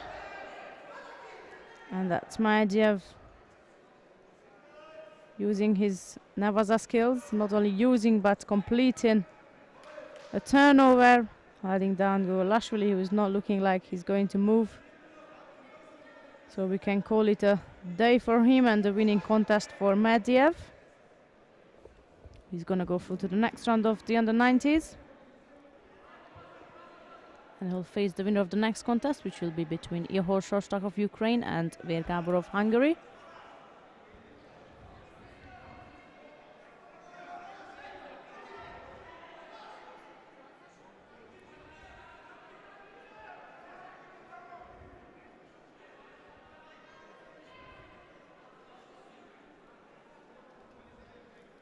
Winner, Mamadali Nikki, Azerbaijan. For next contest, mat number 3, Yuri Shtoshnak, Ukraine, Gaborver, Hungary.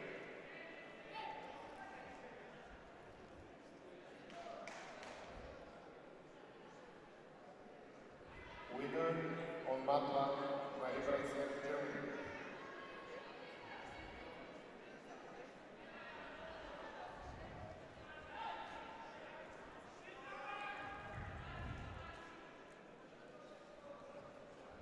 To present on mat 1, Sofia, Belgium, New Zealand, Korea. There we are, Shostak of Ukraine in a white judo and Ver from Hungary in blue.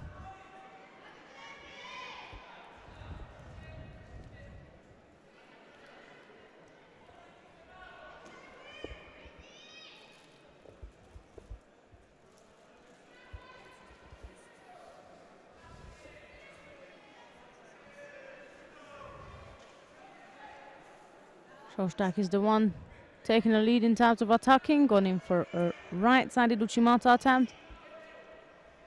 The Hungarian controlled the situation and blocked the attack of Shostak.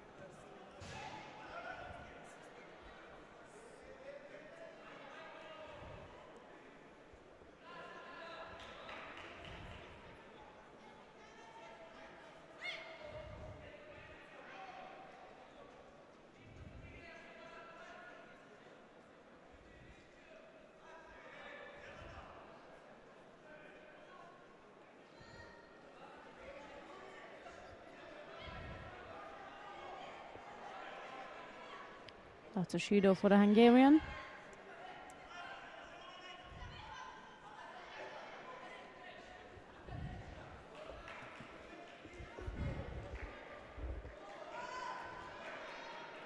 There's taking control over the grip now. Before, Shostak was the one throwing his right arm on top, but now Versad right. I had enough. I'm gonna take control over that right hand. Not letting Shostak throw in any attacks, even though they are not the most frightening ones. The Judo for the Ukrainian now. So that equals up the contest.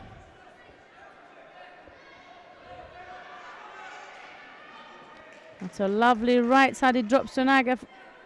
Pardon me, left-sided drop Sonaga from the Hungarian. Scores a Wazari immediately and had the good opportunity there to complete something in Navaza.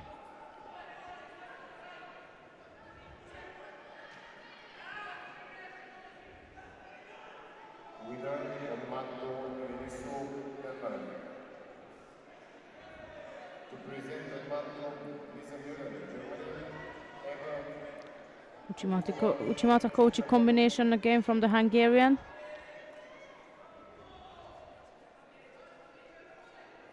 Definitely taking the lead in this contest right now.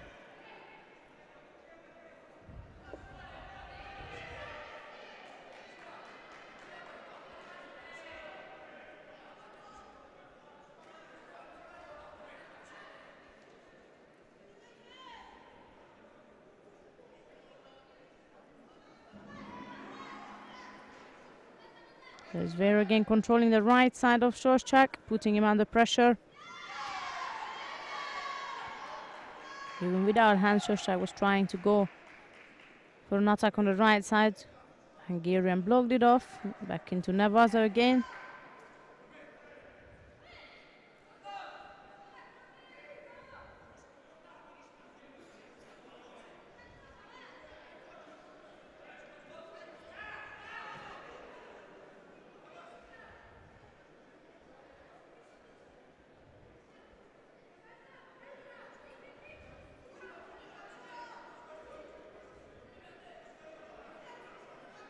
Wasn't a bad effort at all from Shostak. Satoshi on the right side almost managed to roll Ver into a score.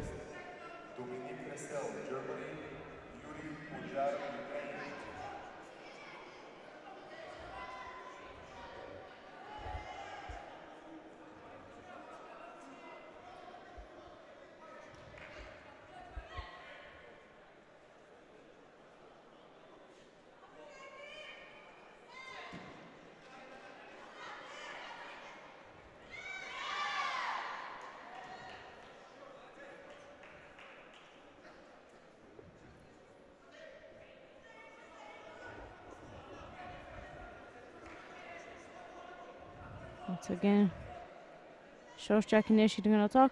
Ver controlling the situation, aiming to score in Navaza. That trap leg is slowly coming out. Referee called Mata on it. Minute 27 left and still a Wazari lead for the Hungarian.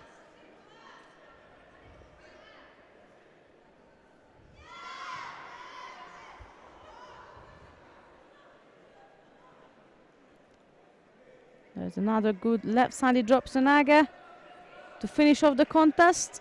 So that's Wazarev Zatibon and the winning contest for the Hungarian Ver Gabor, who is going through to the next round and will be facing Madli Mediev of Azerbaijan.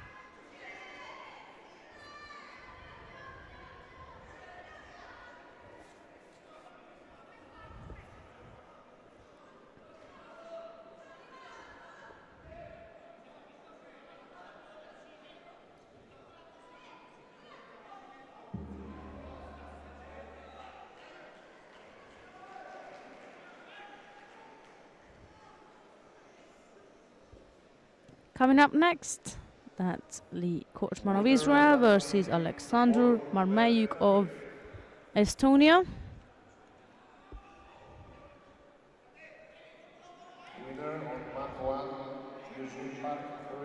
We got 6 remaining contests from round 2 of the under 90 kilogram category.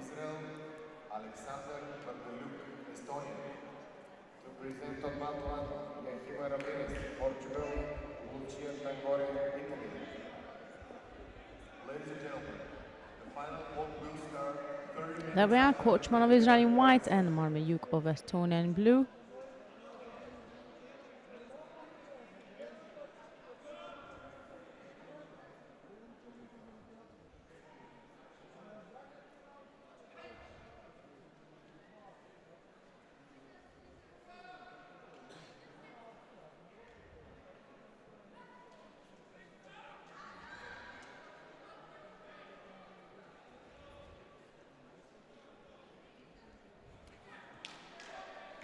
That's Coachman receiving a penalty.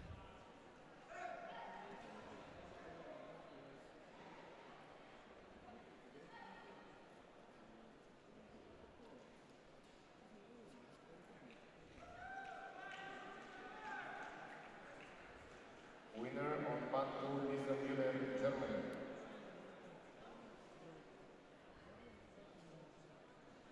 For the next fight on mat 2 to present competitors in category under Marmayuk is trying to get close to Coachman, but he keeps a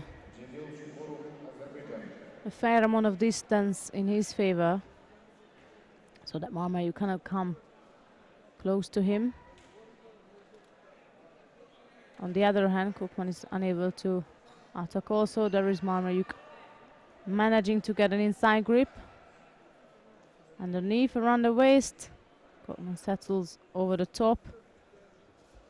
Now we just have to wait and see who is going to attack first. But instead of that, there is a Judo given to Marmayuk, so we won't see that. We have to wait for the next until they engage again with the gripping. There's a distance from the Israeli again, but a lovely solution from Marmayuk.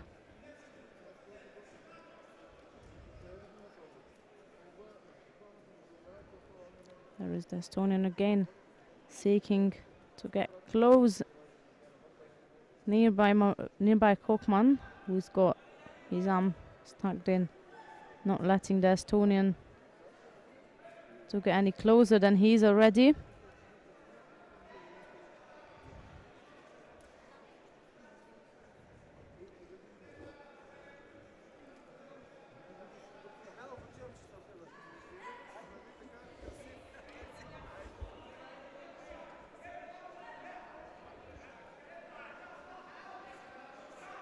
Another penalty for the Israeli judoka. Now back for better gripping again, and that's Marmayuk immediately attacking with Sumigashi. Almost managed to get Coachman on his side at least. No score, 2-1 on Shidos, and that's still in favor of Marmayuk.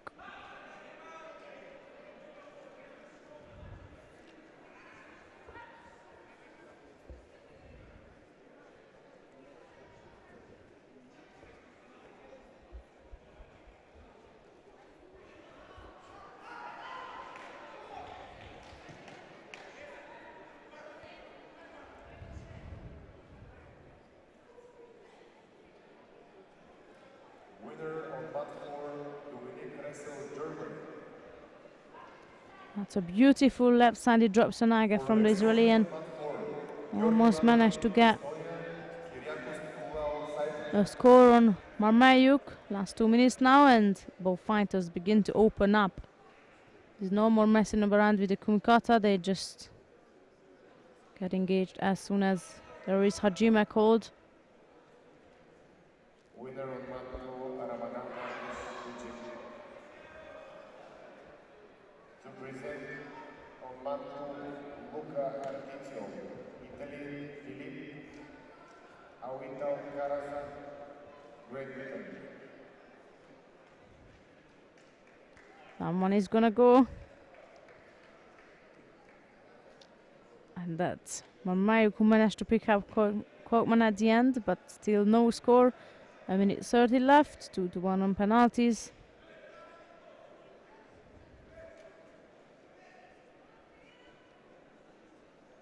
That's a lovely Kosoto. Marmayuk drives through the attack for Wazari.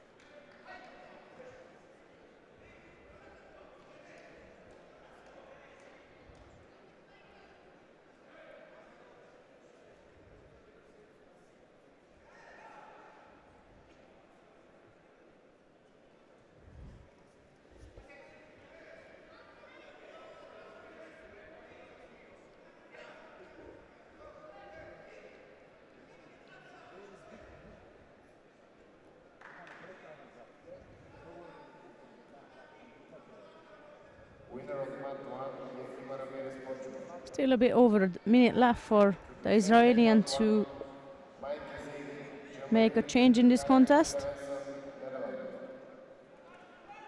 The question is whether he'll be able to do so. Please, the leader of Azerbaijan team to present on the main stream. Please, the leader of Azerbaijan team to present on the main stream.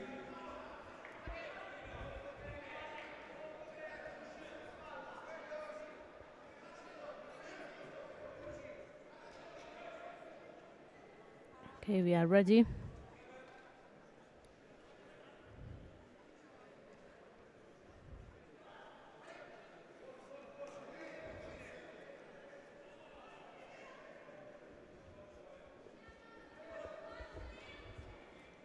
Once again, Mamayuk going for an attack.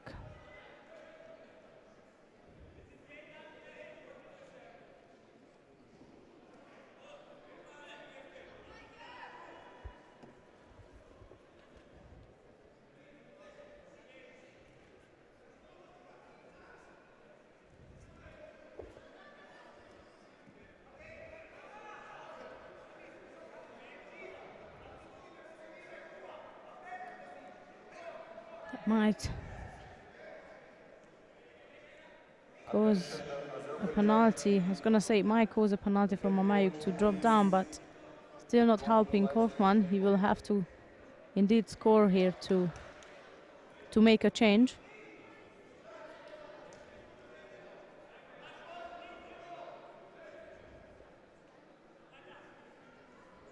Mamayuk knows exactly why he's doing what he's doing.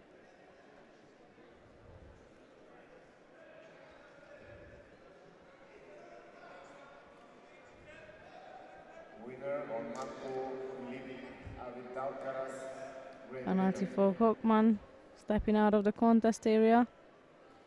And that's,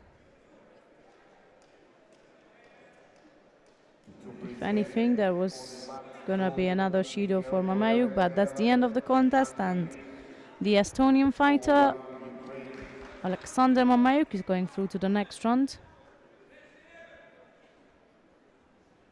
And he'll be up against the winner of the next contest, which is Dario Kurbievich Garcia of Germany versus Dax Biesbroek of the Netherlands.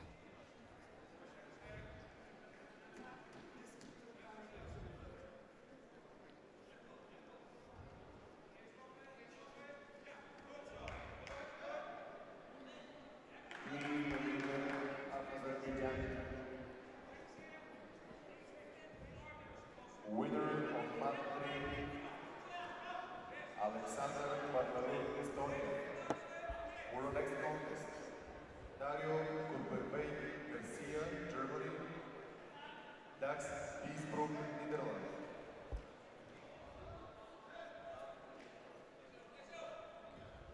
So that's Kurberbeit Garcia of Germany, the white judogi, and Biesbroek of the Netherlands in the blue judogi.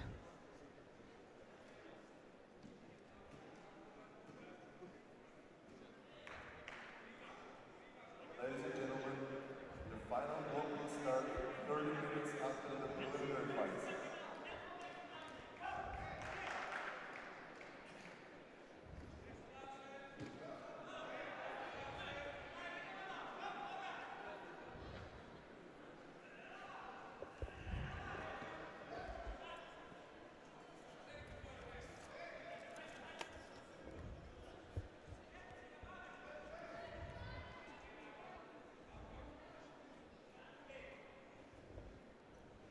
This is the first contest for today for both competitors.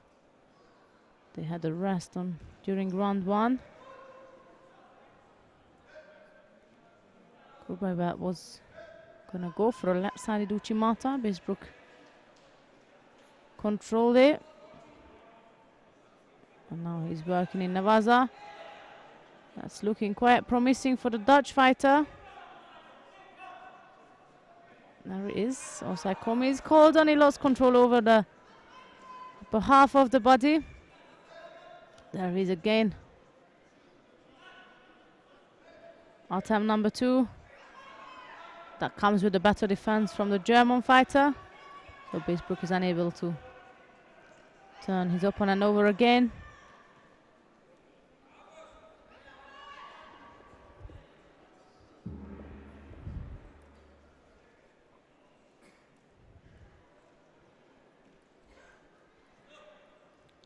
Top right-sided grip from Beesbrook. And so Grubjevic is aiming for exactly the same.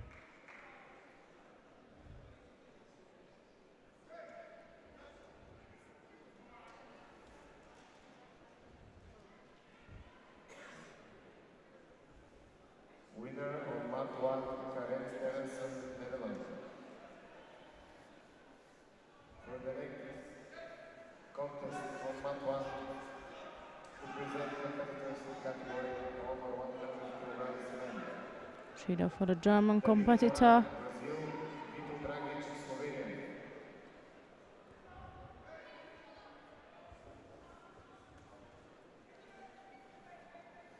Beesbrook taking a top right-sided grip again, putting a bit of an Ashiwaza. Attempts there, not the most serious one, but enough to get Kurzbuch out of balance, and then he continues with his Ashiwaza work, taking down his opponent for a Yuko score, and we're back with the Navaza.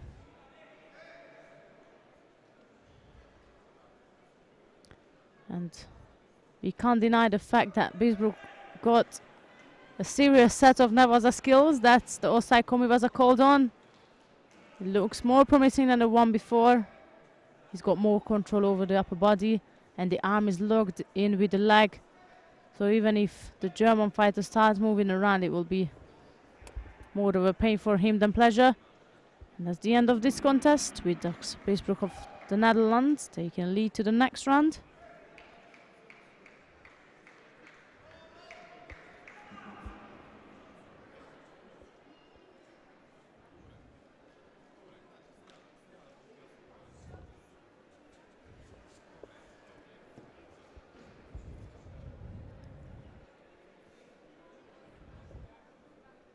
Coming up next, we got 4 contests left of round 2 of the under 90 kilogram categories, and there we have Imad Abdello of Morocco coming up next, and he'll be facing Dmitro Berezny of Ukraine. That will be Abdello in the white judogi and Berezny in blue.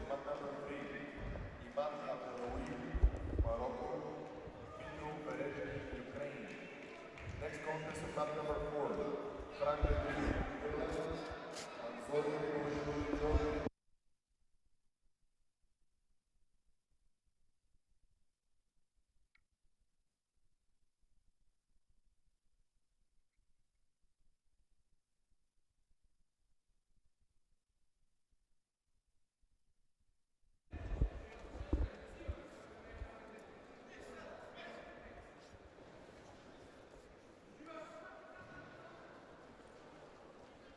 Right-sided Uchimata for a start from Berezny.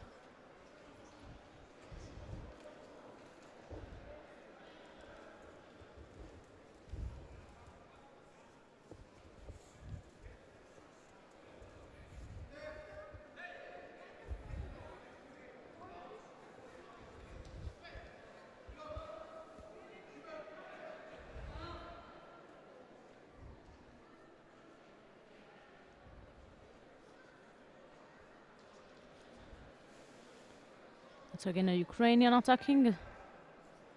It's a bit more poor effort than the one before. But we've seen more from him than Abdullah so far.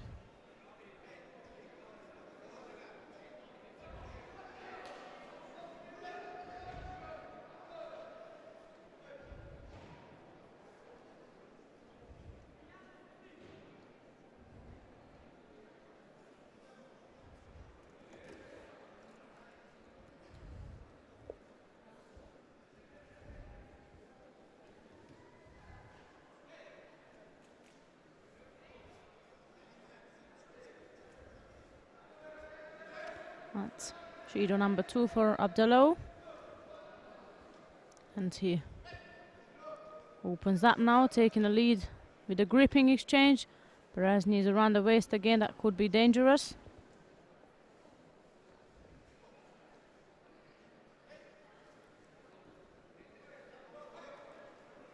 The battle for the sleeve is what we are witnessing. Berezny's got a sleeve, but Abdallah was holding on the wrist of his opponent. He was unable to reach the judogi to actually take a decent grip.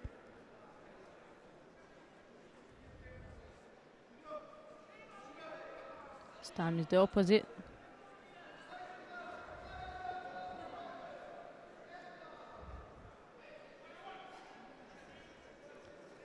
Berezny broke his kumikata, or his opponent grip actually, by using his leg, which is forbidden. Therefore he picked up a penalty, and that was a good counter-attack from Abdallah, who is gone right into Nevaza.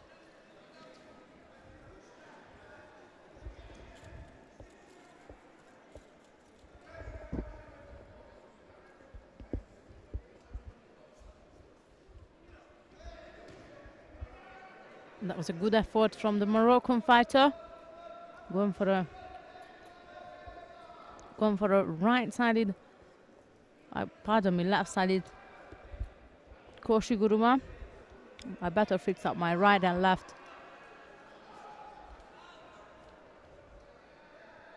Only two things I have to remember. Still managed to mess it up. 2:30 to go. And 2-1 on penalties. That's in favor of Berezny still.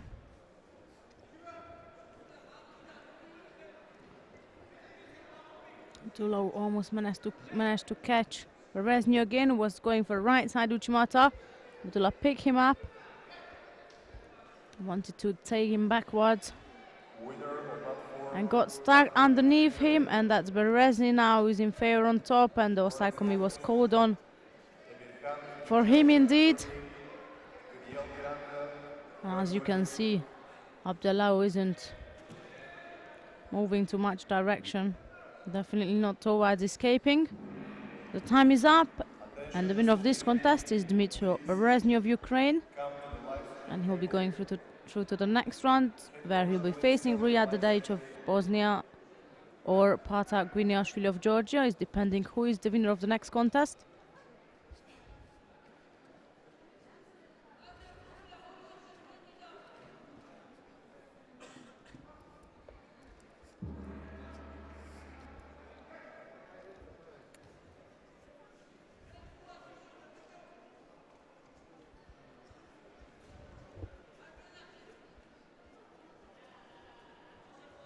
As you probably heard earlier on at the background, that the announcer mentioned that the final block today will start 30 minutes immediately after the preliminaries. So depending on when we are finishing with the preliminaries, then we'll start 30 minutes later with the final block. Of course, as we go along, approximately we'll see when we're supposed to or we should start. But for now, we have Dadaic from Bosnia in white and Gwiniashvili of Georgia in blue.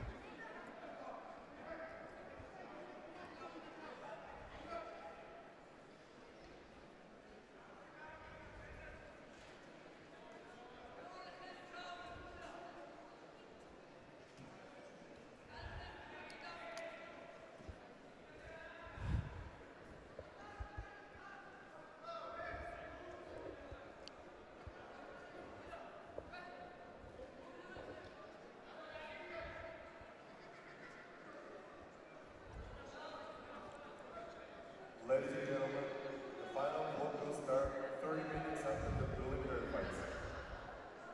There is that again, the information regarding the final block. That was an almost score for Gwiniashvili. Winner of Mantu, Georgis.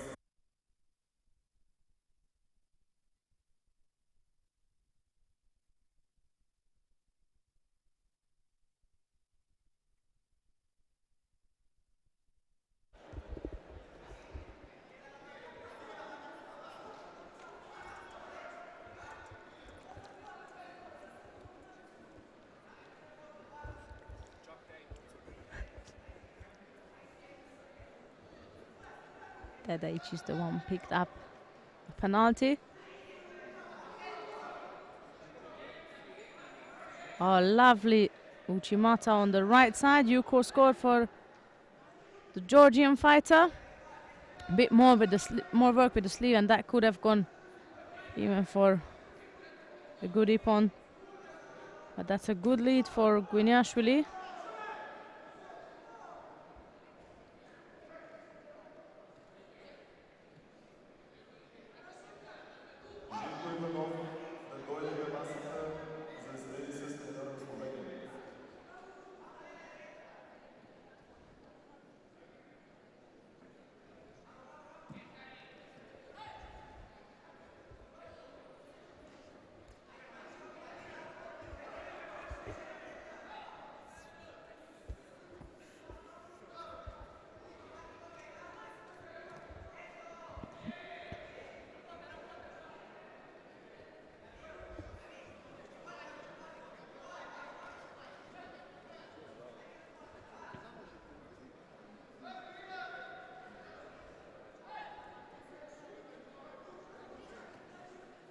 That's Tadaichi on front now.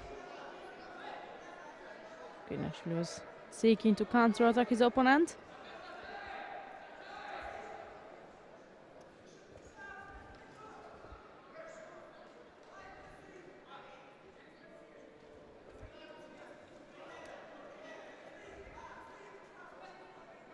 Also, if there was a bit more control over the upper body, that could have gone for a score as well.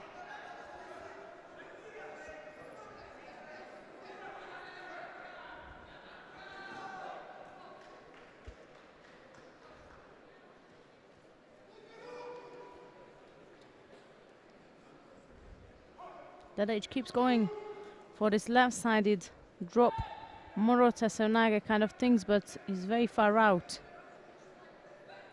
with his hips and with all his body. He needs to get a bit more front of Guiniashvili.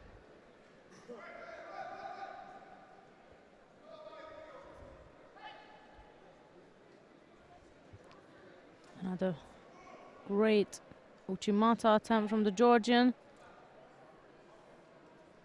Didn't manage to drive his opponent through for a score, but it was definitely a good attempt. On mat 1 to present Marius Maskevicius, Lithuania, Alesso Maschetti, Italy.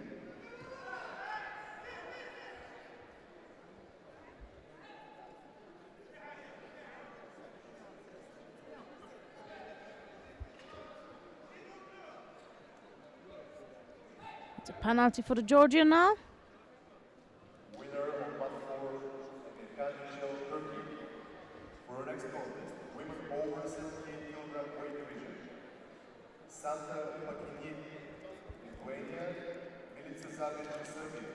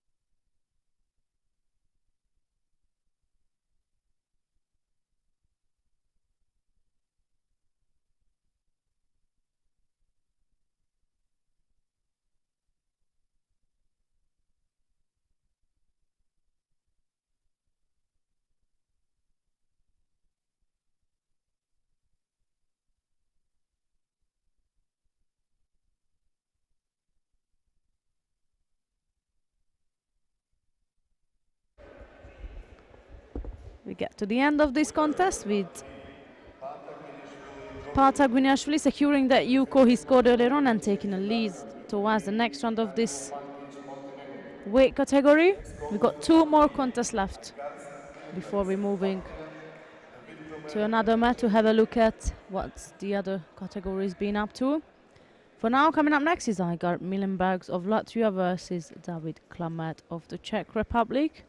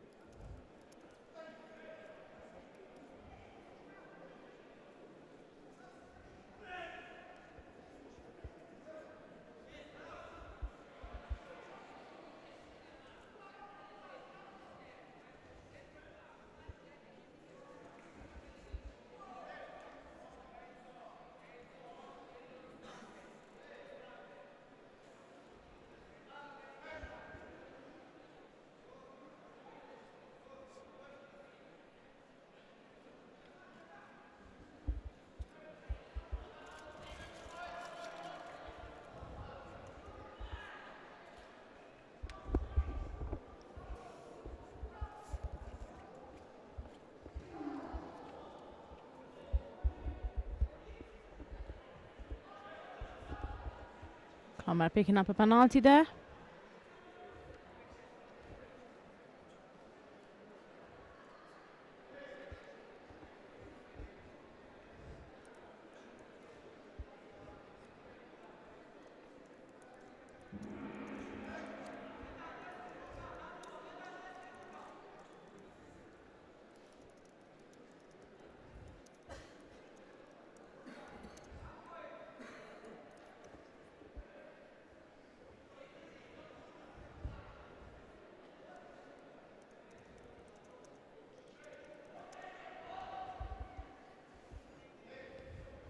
Winner of Mat 4, Santa Bacchini, Lithuania. Winner of Mat 1, Alessio Pascetti, Italy. Continuously Milenbergs who is controlling the gripping exchange, so therefore Klamet already got 2 of the penalties. Mehdi Elmalki, Morocco. Georgi Mazuashvili, Georgia. Ladies and gentlemen, the final block will start 30 minutes after the preliminary fights.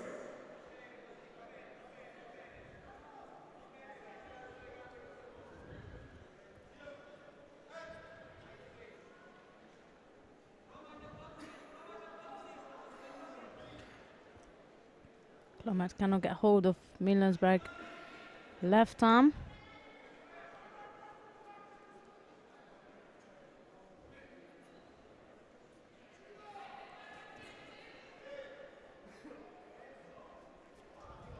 That making him look less competitive.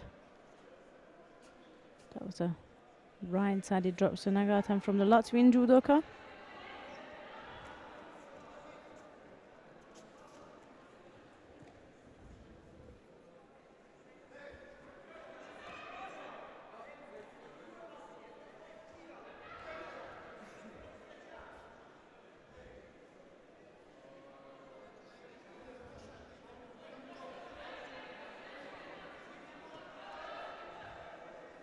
Klamet is gonna have to go now. He's got 3 penalties and there is still plenty of time on the scoreboard. And that's again Milenbergs who initiates the attack.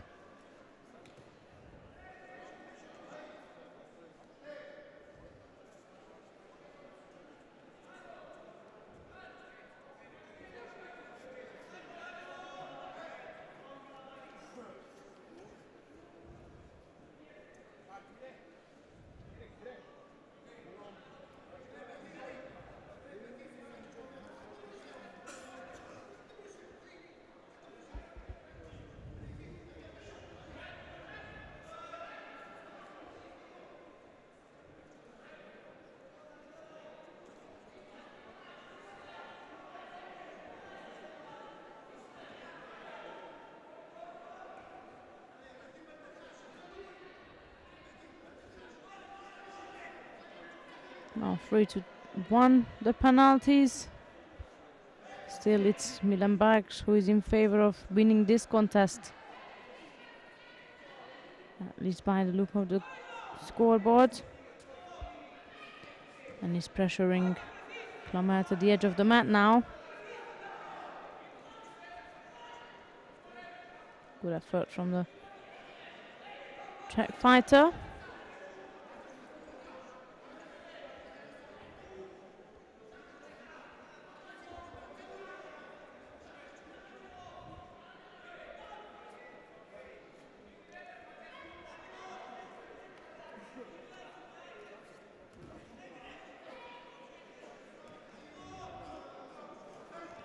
Clamart is dying to get a hold of Milenbergs every time the Latvian judoka puts his left arm onto Clamart's lapel.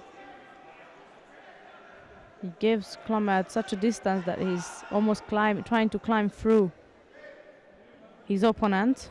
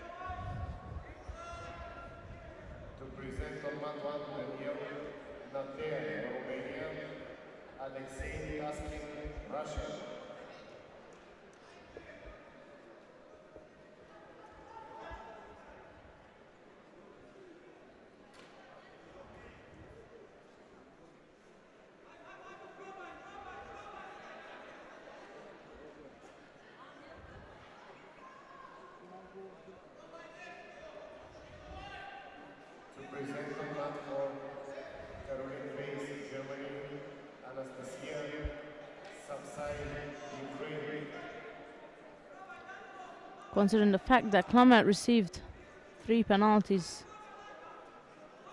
halfway through to this contest, he managed to get stuck in and hold on to the fight and carry on until the end.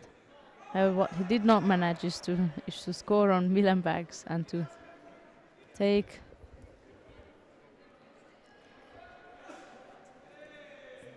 the lead to actually win the contest.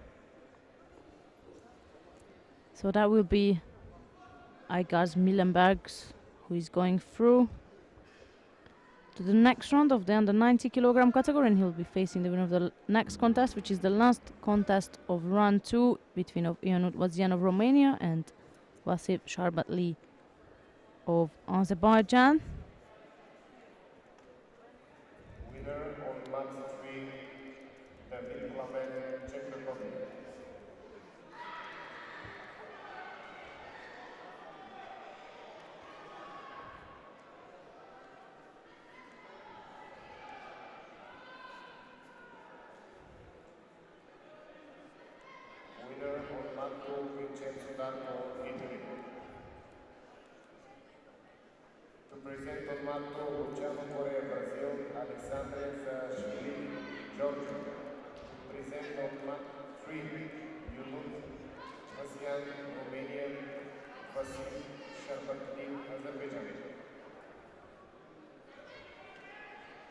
That was Jan of Romania in white, and Sharbatli was Azerbaijan in blue.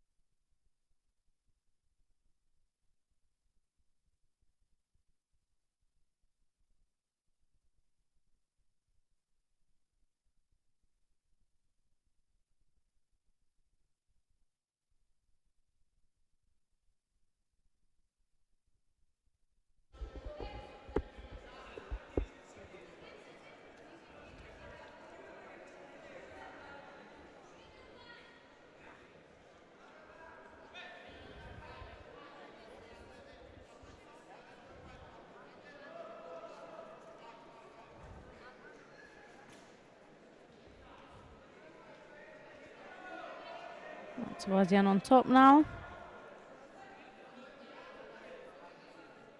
Trying to get through Sharbatli's arm so that he can work in Nevaza.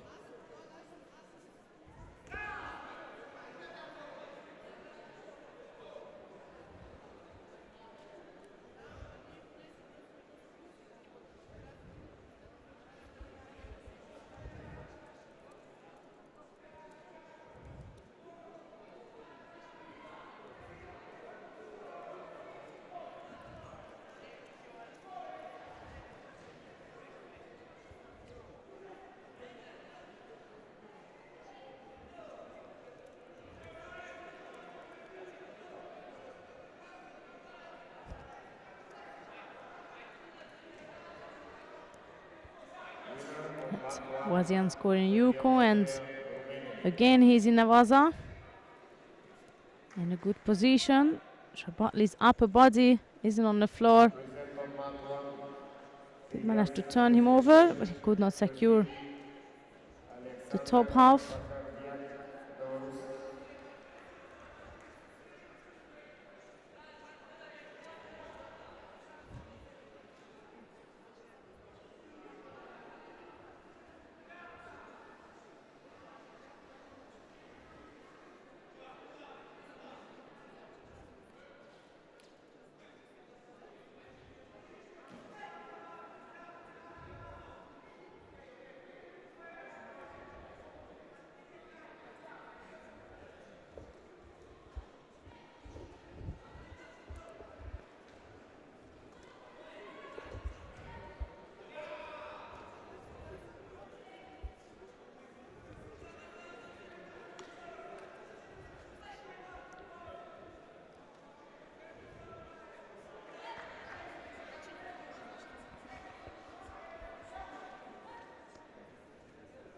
It's two Yukos in favor of the Romania. Wazian is leading now.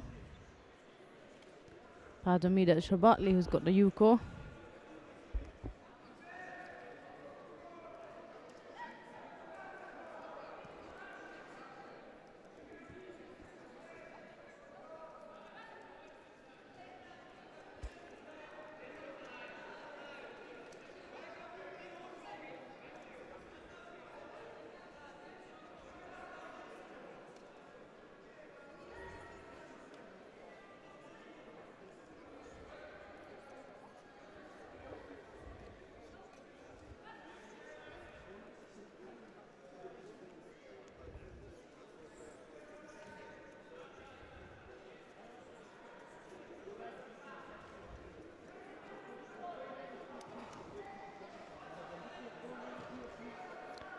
And that's again Wazian initiating an attack. Going straight into Nevaza.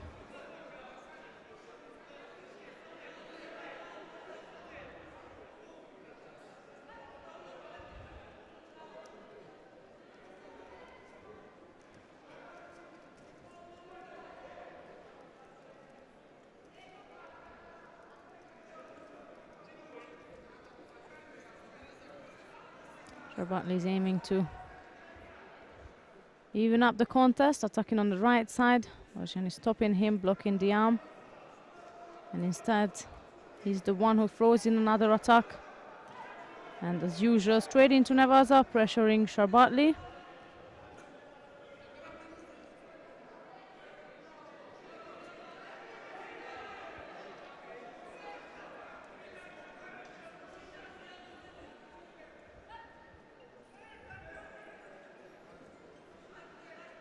And that's yet again Wazian, who's the one keeping up the pace of this contest.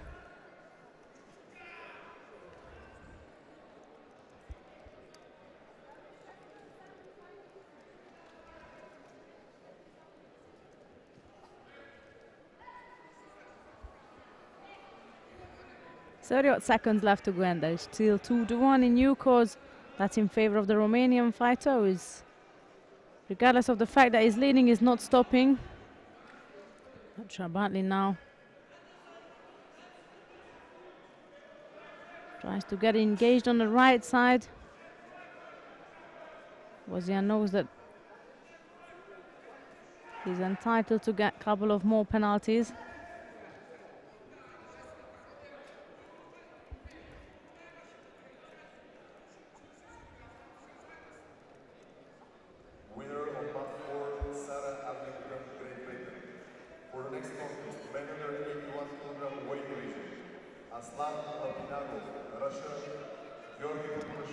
That's a good effort from Sharbatli right at the end. Slightly more control. He could have thrown Vazian either for Vazar or Nippon. But the time is up now, and there is no score or no other score for Sharbatli. Therefore, Ionut Vazian of Romania is going through to the next round of the under 90 kilogram category. We are going to go down to mat 2 now. If you want to continue watching the under 90 kilogram categories, please feel free to do so. I'm jumping onto mat 2 now and following the contest between Luciano Correa of Brazil and his opponent is Zalishvili of Georgia. This contest also just ended with the winner of being Correa of Brazil. As you can see, there was a Yuko score of the difference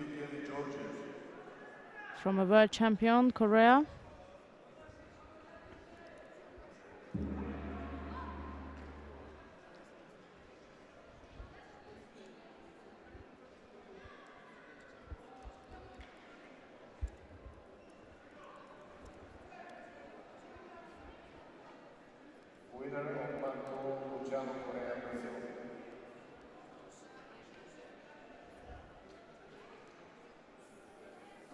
He won the World Championships in front of the home crowd in 2007 in Rio de Janeiro, and he also picked up the bronze medal before in 2005 in Cairo, so double world medalist and world champion. Career is going through to the next round of the under 100 kilogram category, but here we have the next contest coming up. That's Christopher Kronberg of Austria in a white judogi versus Clement Delvert of France in blue. And that's a contest also for a spot into the quarterfinals. That's Kronberg in white and Delvert in blue.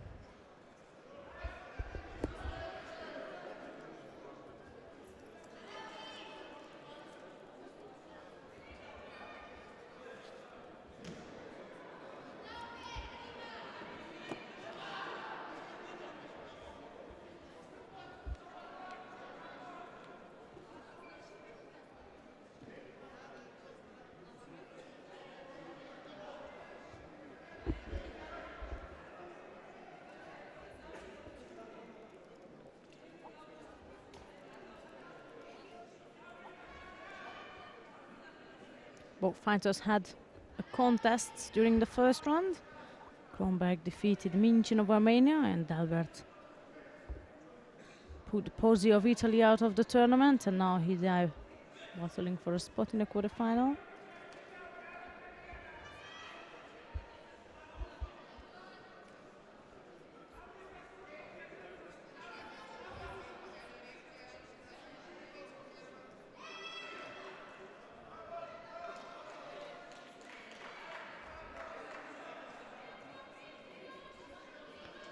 It's a right versus right again.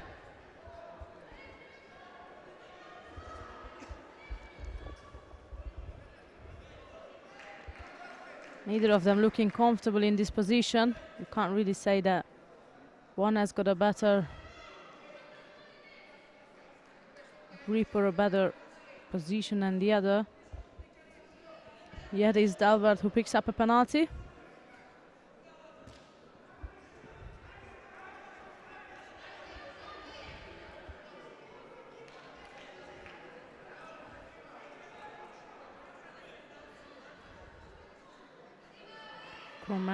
Sato's on the left now, seeking a gap to throw his right arm over the top. Delvert isn't having any of that. He stays on the right side, controlling the grip. And there is Kronberg. Managed to fight his way through the left side of Delvert.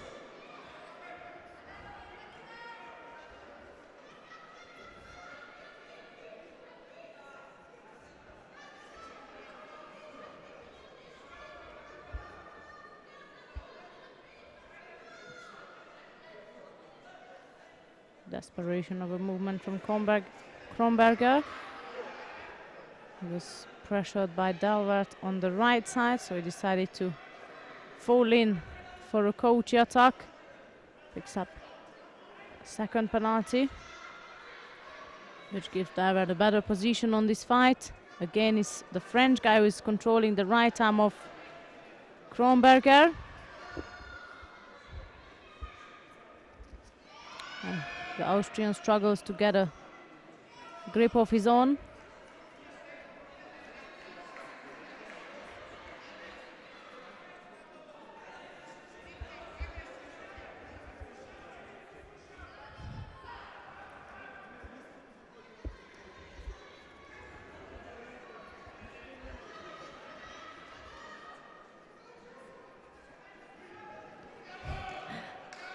He needed only one good grip, Kronberger.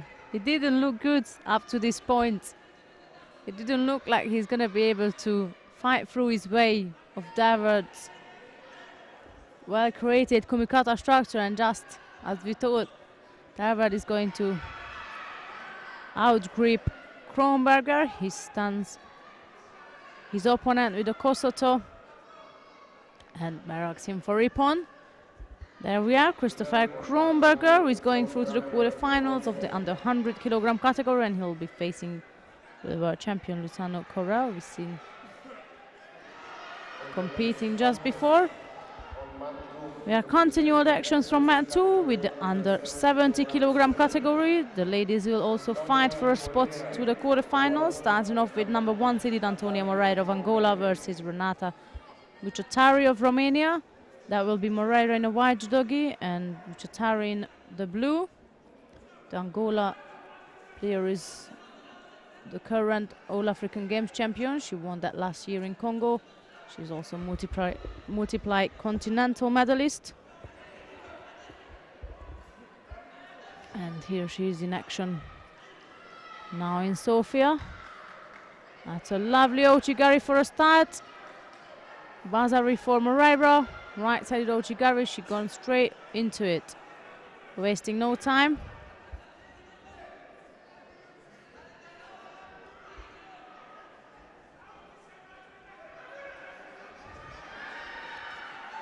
Chitari probably did not expect that.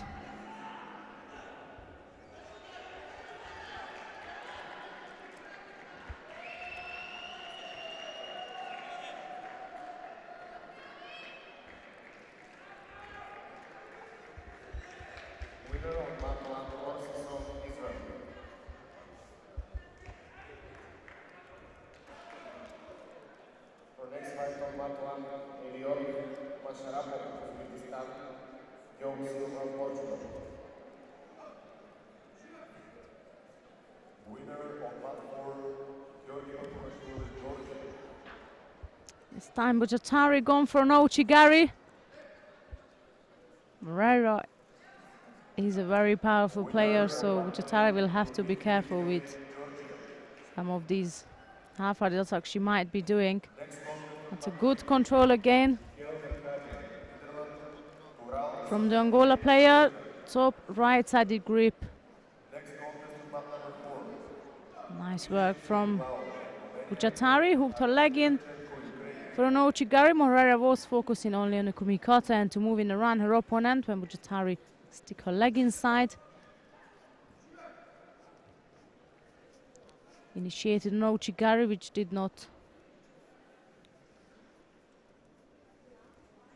end it to be a Nippon, neither a score or anything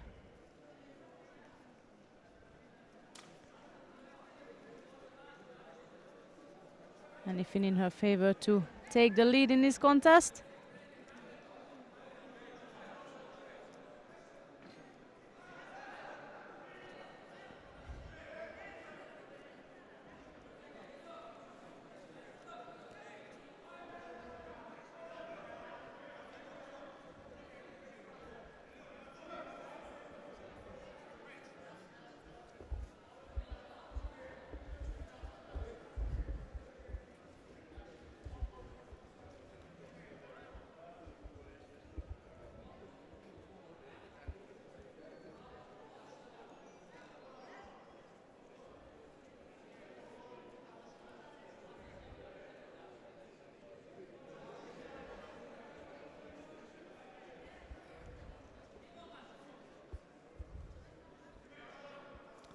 Now Buchatari is the one who managed to block the right arm of Moreira. Begun to take control over the contest, at least in terms of quick kata exchange, and there is Moreira receiving a penalty. She might not be too fast about this, as 1:20 to go. Another beautiful Ouchigari from the Angola judoka, and could have gone for a Yuko. Buchatari immediately works in Navaza and had the chance of taking the arm.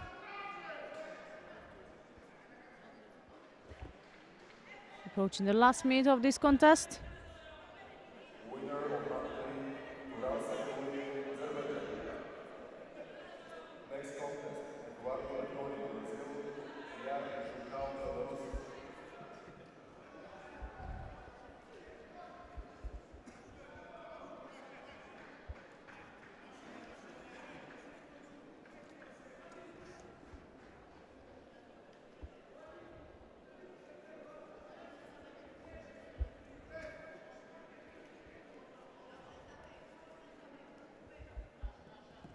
So 30 seconds left to go, and second penalty for Moreira. Bit of an accident there. Buchatari was aiming to take a strong grip. As strong as smashing Moreira by mistake.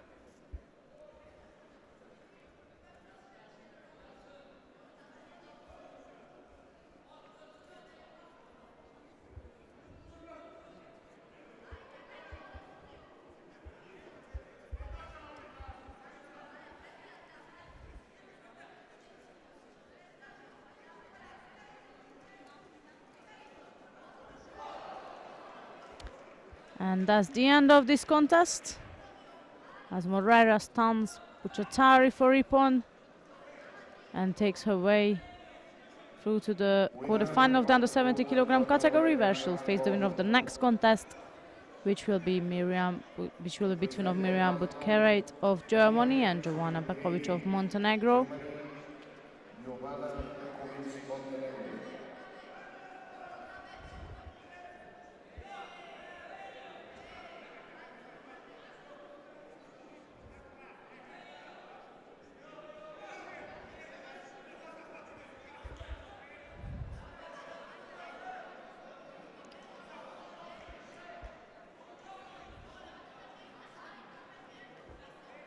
Here we are, Butkereit of Germany in the white judogi and Pekovic of Montenegro in blue. Butkereit had a free round. This is her first contest. Pekovic already defeated Baktashkev of Kazakhstan.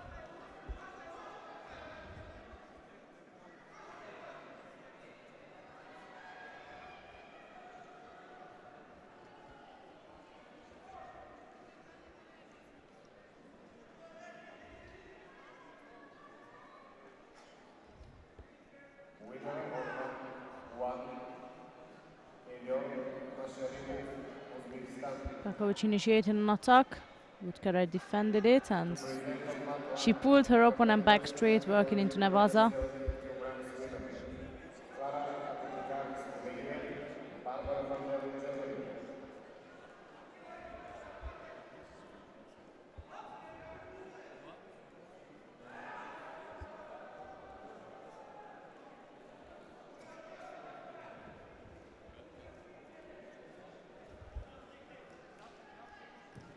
Pekovic put in a good effort with her Koshiguruma attack.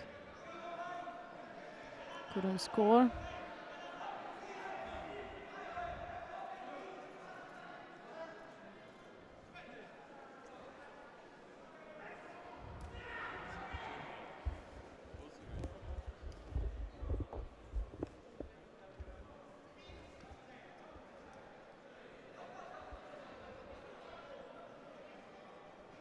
Right, it's a Uchimata Kochi combination from Butkereit.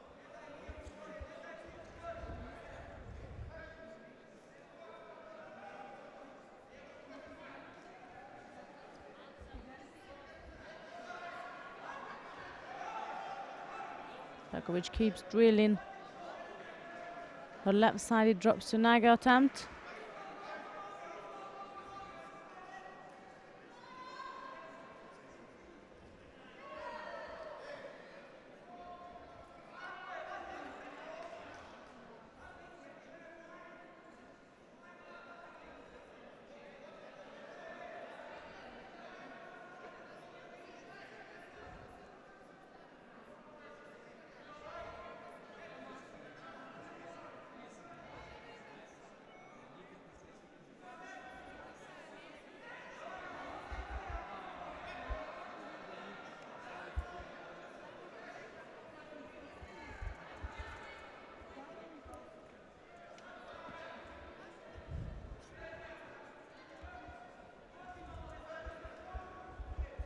All we got so far is a Judo for the German fighter. And we are reaching halfway through to this contest.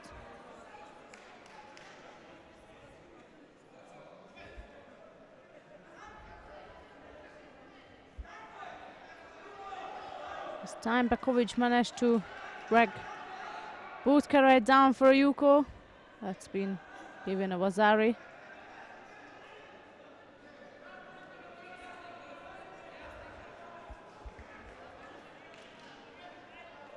Down to Yuko now.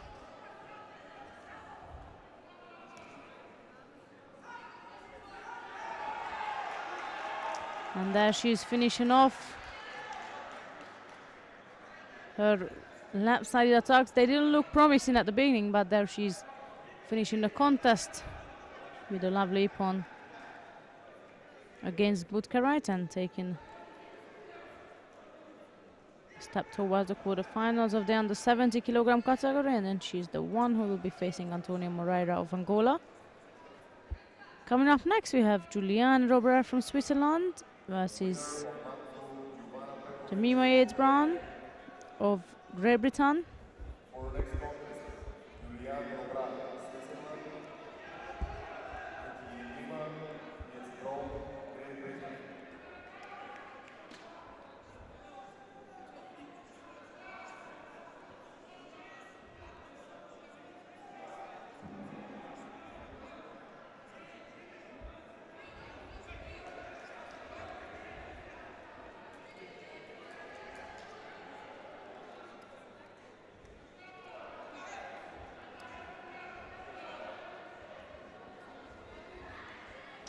So that's Robra in a white judogi and Yates-Brown in blue.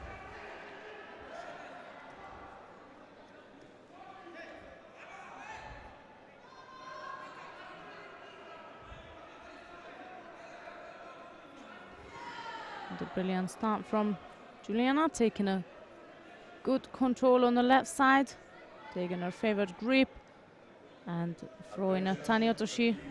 Initiated to or pretended to go forward. She stepped behind Yates-Brown for Tani Otoshi. The British player escaped. And now they are working in the Vaza, well, at least Robra.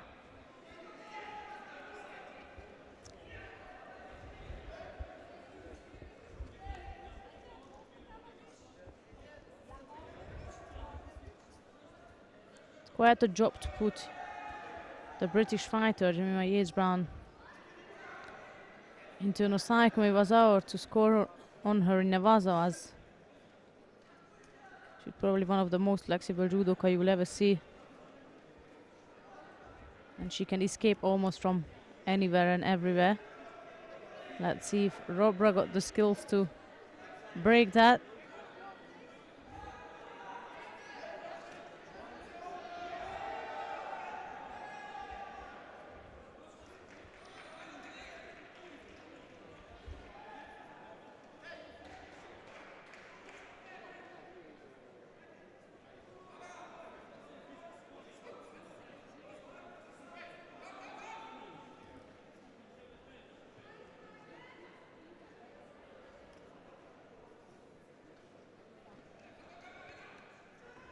Another effort from Robra.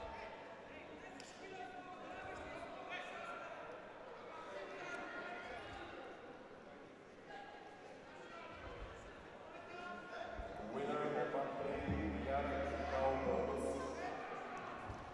For Albania, Montenegro.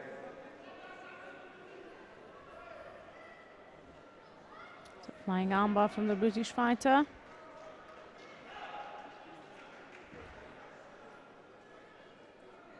That's Robber on top again.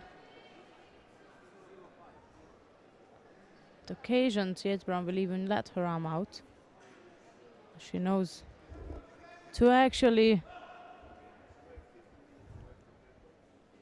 Winner on that one, Clara Apotekar, Slovenia.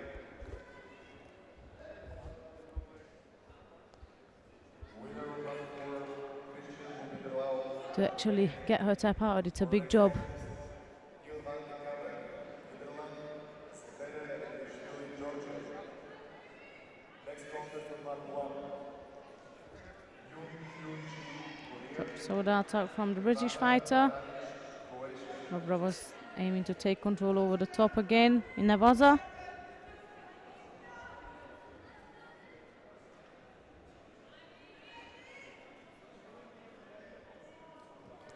That's a lovely Ouchigaru on the left side from Robra.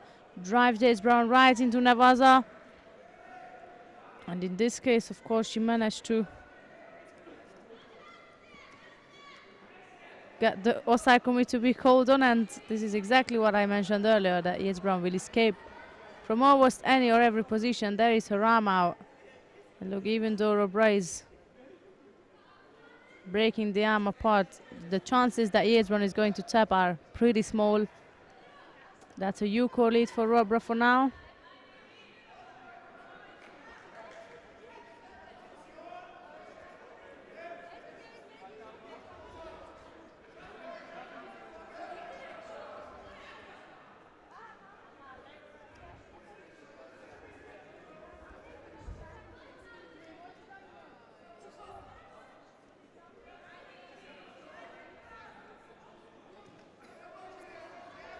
Tuck from Robra again on the left side.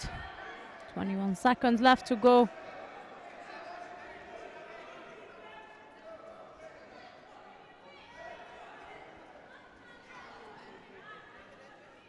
And Robra's got still more than enough space on the scoreboard to take penalties. There is one coming her way. There is a flying armbar from Yates Brown to try the last bit. A couple of seconds left. That's the end of this contest, with Juliana Robra of Switzerland taking the lead to the quarterfinals. And she'll be facing the winner of the next contest, with Giulia Cantoni of Italy and Natasha Asma of the Netherlands.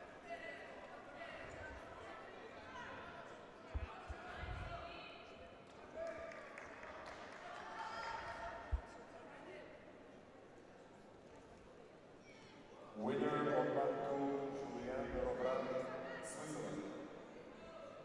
For our next contest, Giulia Cantoni, Italy, Natasha Ausma, Netherlands.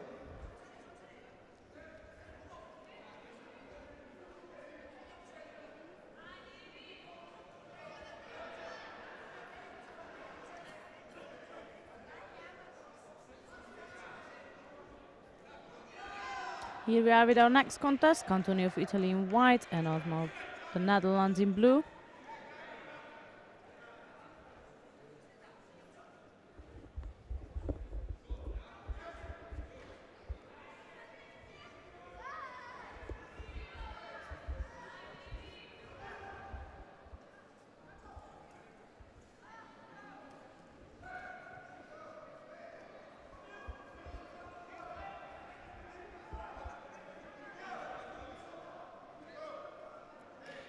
Asma is taking the lead with the Yuko, with a combination of Shimata Kochi. The Yuko just been withdrawn. So we're back to no score and no penalties.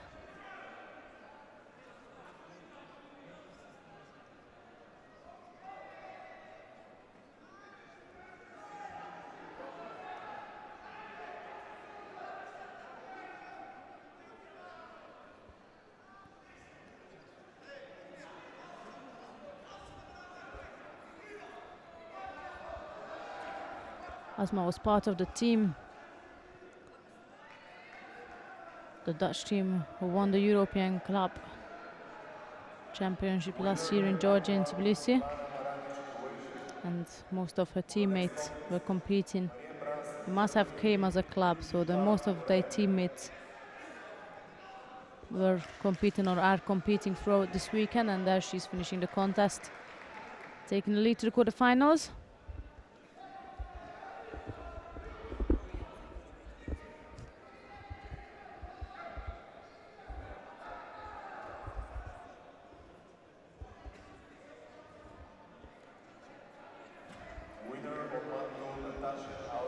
So the second quarterfinal will be Juliana Robber of Switzerland versus Natasha Osma. And now we're moving on to Pool C, where we have Gulnoza Matiazova of Uzbekistan versus Valentina Maltseva of Russia. As the next contest on mat 2.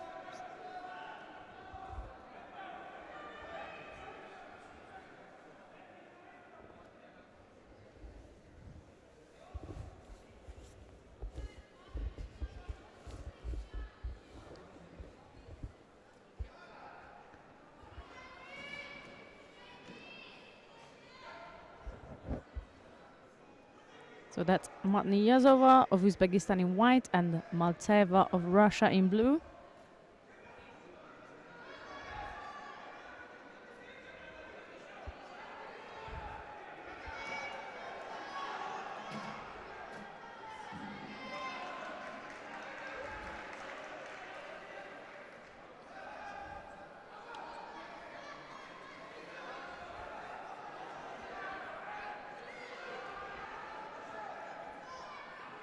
Great effort from Matniyazova on the left side. Drop more to Sonagri is what she started with.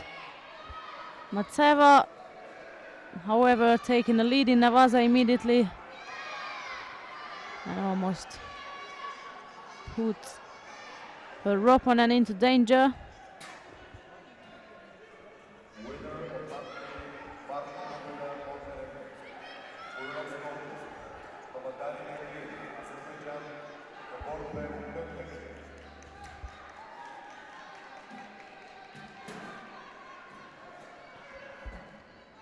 Another flying armbar here as well.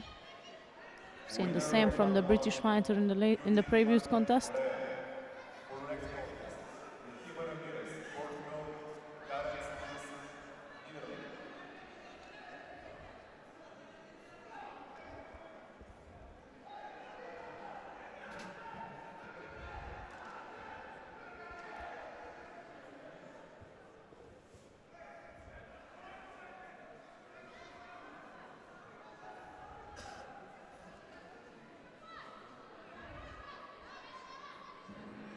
Left-sided also to Gary.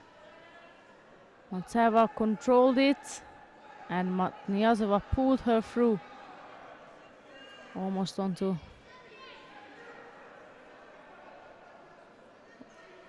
the back of Maltseva. Judo for the Russian player now.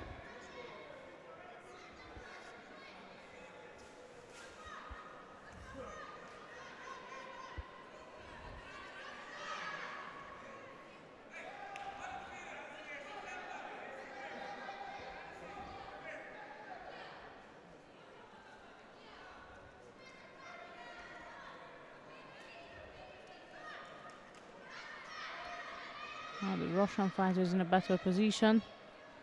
Going for an Osotogari. And Matniyazova left her arm out, as you could see. Maltseva was going for a left-sided Osotogari. Comeback on the right side. Stepped in with a sort of Uchimata attempt. But the key thing was here that Matniyazova's arm was completely free, so Maltseva used the opportunity to just step over and armlock her opponent. So there will be Valentina Maltseva. We'll see her again in the quarterfinals, and she will have the opponent of the winner of the next contest, which is Patricia Broj of Slovenia versus Iljana Stoyanova of Bulgaria.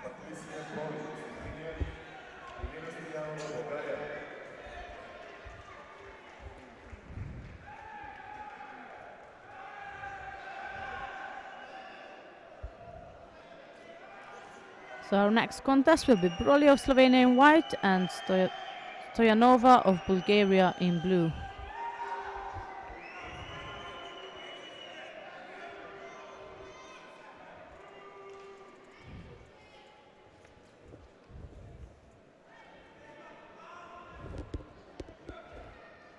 Winner of mat 4, Netherlands.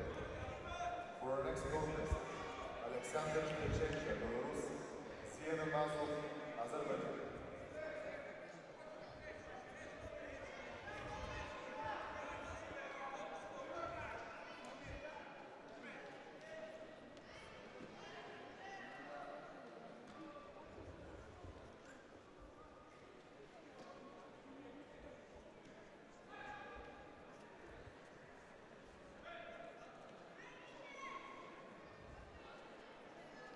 That was a good switch from Broly.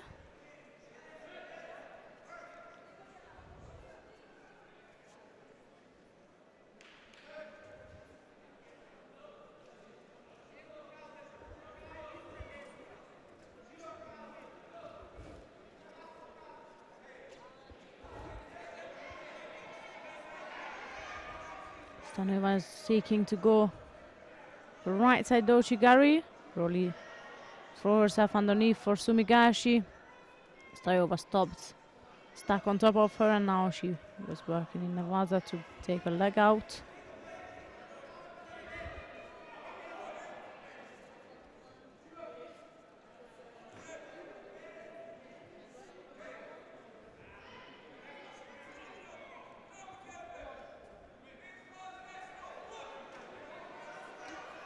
That's Stoyanova again across on the right side.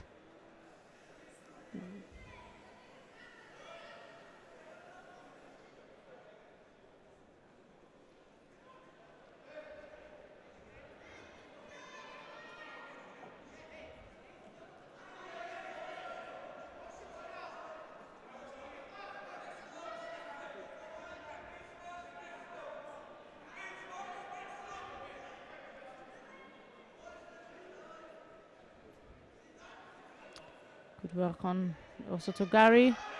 The only thing that Broly had only one hand on. Could have drive Stoyanova in if she had the sleeve as well.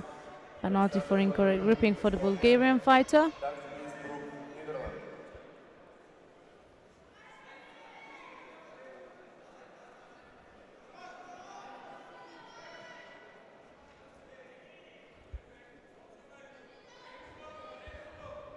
Ladies and gentlemen, the final will start 30 minutes after the preliminary matches.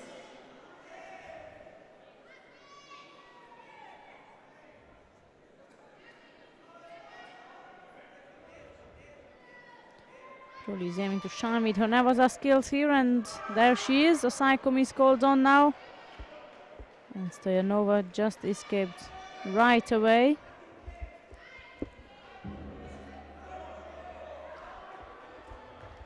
.130 left to go. And all we got here is still that single penalty.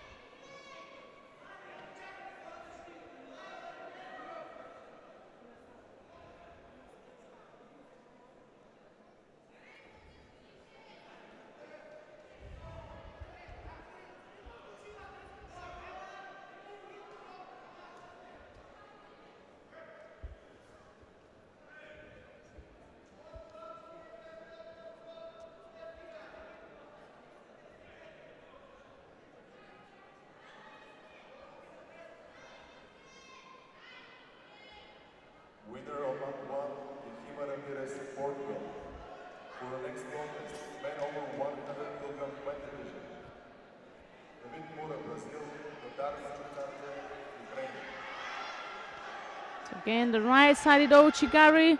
Straight into Makikomi from Stoyanova. For a moment, Broly looked like Broly was out of balance.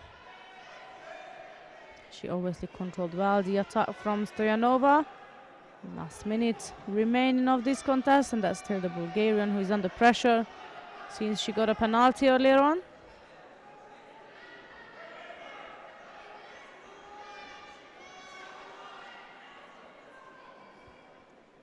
Broly again with the right-sided.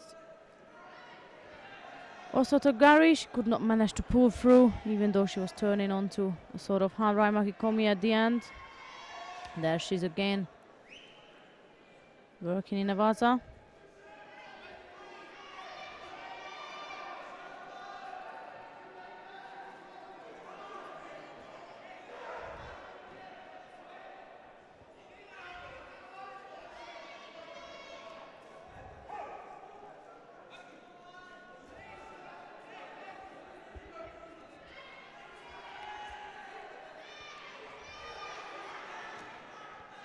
Broly's going on the left this time.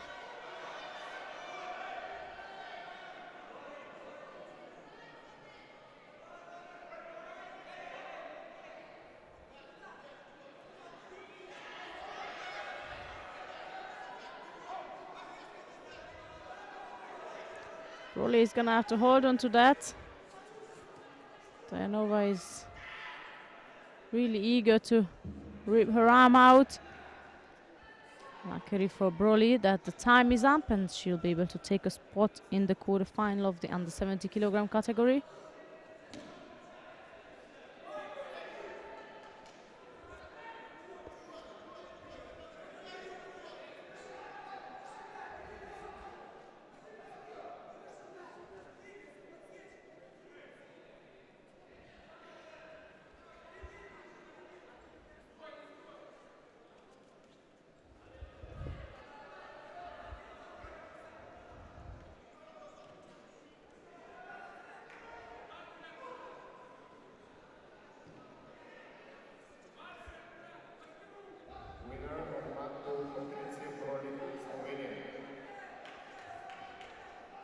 Coming up next, still for a spot in the quarterfinals, Daranka Pogacnik of Slovenia versus Emily Sok of Denmark.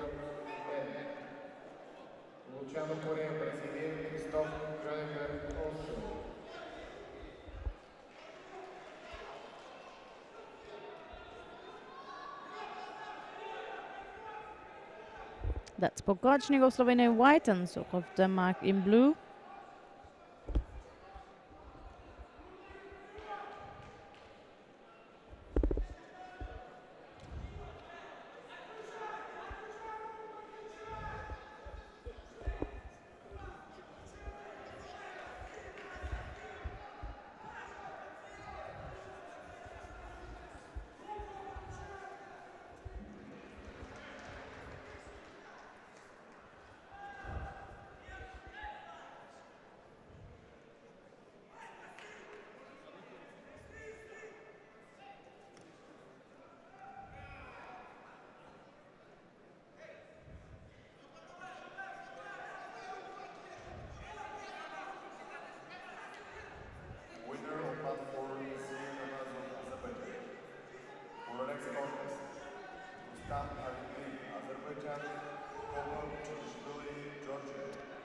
Pogacnik showed a certain initiation that she will go on the left. Sok was waiting for the moment when Pogacnik will turn so that she can block it out and go straight into Nevaza. However, as she was waiting, she looked more inactive, and of course she hasn't attacked yet, so she picks up a penalty. She's now trying to go across on the right side. Pogacnik's got a good strong grip on the lapel that makes it difficult for Sok to go on the right side, and that's Pogacnik scoring for Razari.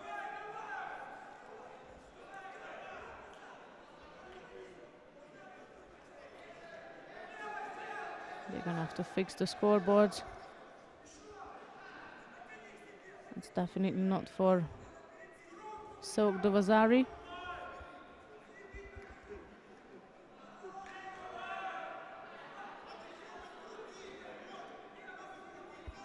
There's another left-sided makikomi, and there is Rosaria Vazataipon. And the end of the contest, that Daranka Pogacnik of Slovenia is going through to the quarterfinal of the under 70 kilogram category. And we have the last contest coming up of the second round, which will see Dilbar Umiralieva of Kazakhstan versus Lisa Miller of Germany. Winner Anna Bukacic, Slovenia. To present the title, BUL, Umiralieva, Kazakhstan, Lisa Miller, Germany.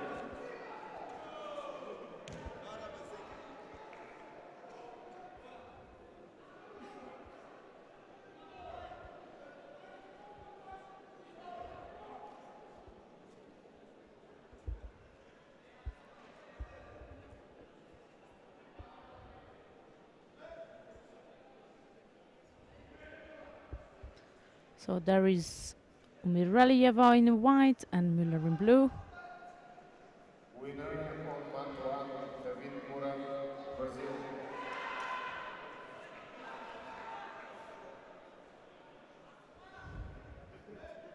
To present on mat 1, Alessio Pascetto, Italy, Georgi Yozoshvili, Georgia.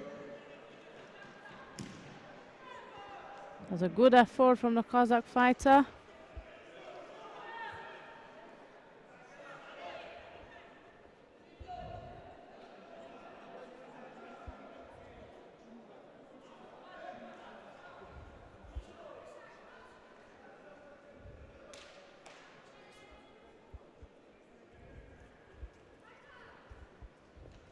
And that good effort of hers resulted for her to have a Yuko.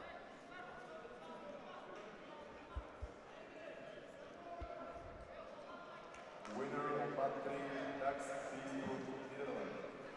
For next contest, Mitro Berezhny, Spain, Bata Milishvili, Georgia.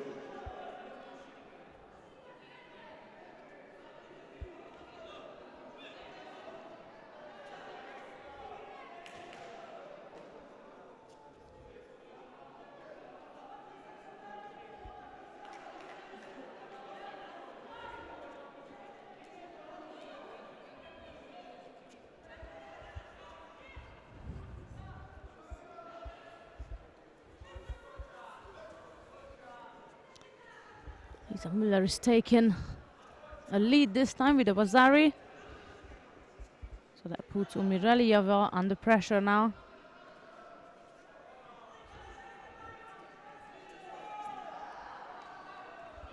There's Müller again. She was seeking to go in front on the right until her opponent decided to counter-attack her.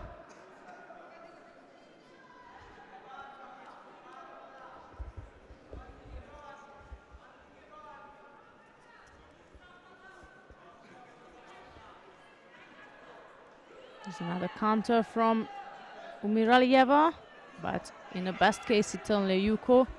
So that's still Müller who is leading by Vazari.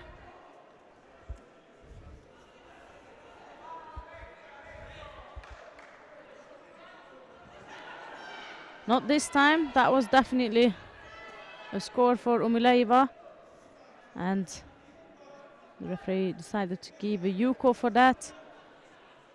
It was a great effort from the Kazakh fighter and definitely something to be aware for Müller. Even though she's leading the contest, we still have just less than 2 minutes to go, and both ladies are eager to go ahead and throw an attack. That's a good counter from Müller. The coach is complaining, he's claiming a score for that or something. Nevertheless, it's still a Vazari for Müller, so nothing to worry for the coach for now.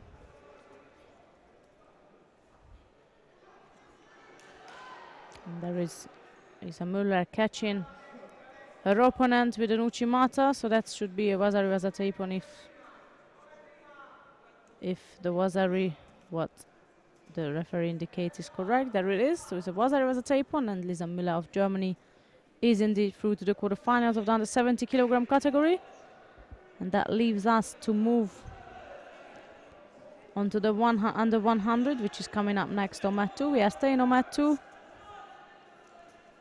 And if you are fancy following other Lisa Müller, Germany. weight categories. Please feel free to switch. On mat 2, to present competitors in category under 100 kilograms. So coming up next is the first quarter-final of the under 100 kilogram category with Ramadan Darwish of Egypt versus Philip Await Alcaraz of Great Britain. That will be Darwish in the white judogi and Awiti Alcaraz in blue.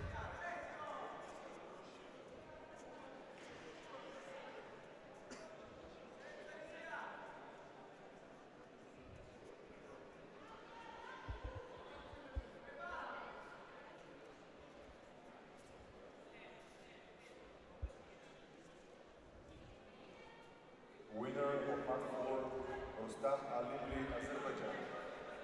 For the next contest, Benoit Odin, France, Ramonas Boris, Lithuania.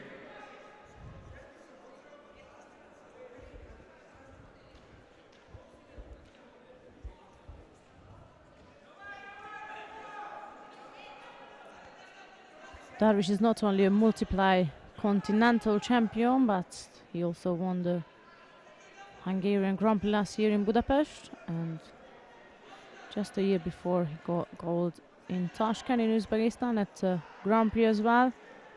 It's going to be a competitive contest, but let's not undermine, of course, Awiti Alcaraz, also a big thrower.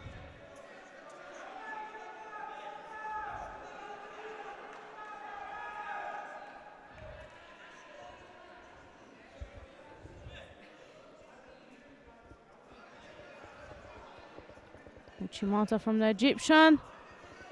It's gonna be something. Shimamaza is what Darwish is hunting down.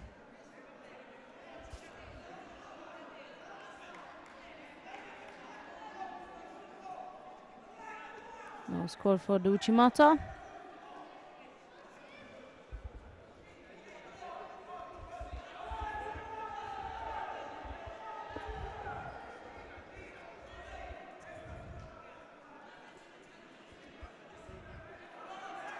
Once again, Darwish going for a left side Uchimata. This time the British fighter was aiming to counter-attack his opponent.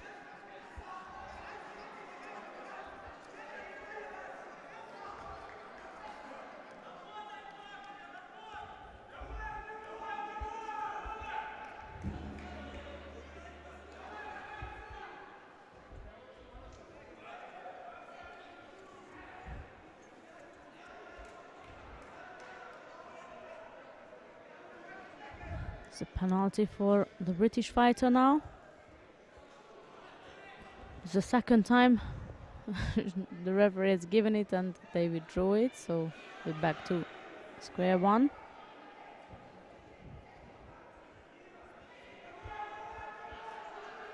Darwish again seeking for a good strong left-sided grip to throw his Uchimata attacks in.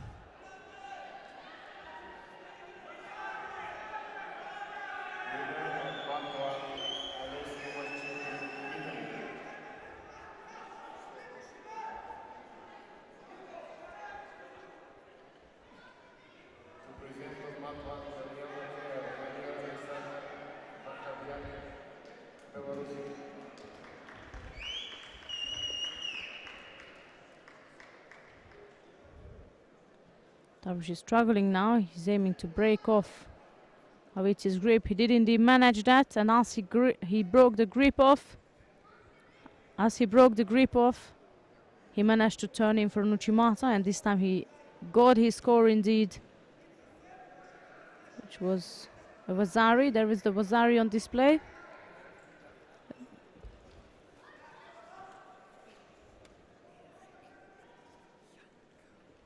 Winner of Mat 3, Mitro Perez, Ukraine.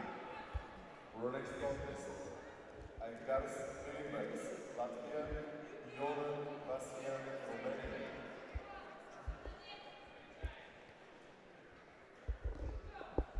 That's the end of this contest. Darwish finishing off.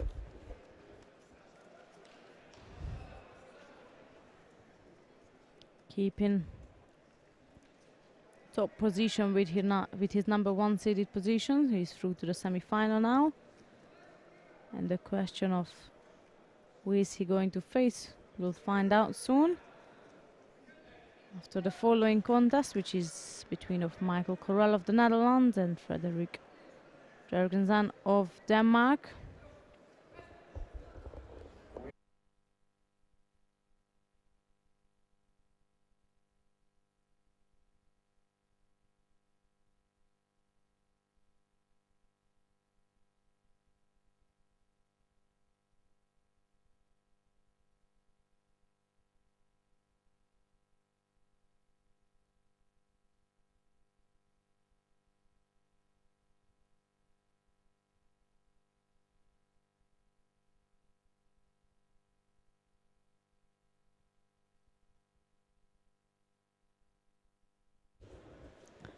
Here we are with the next quarterfinal. That's Corral of the Netherlands in white and Jørgensen of Denmark in blue.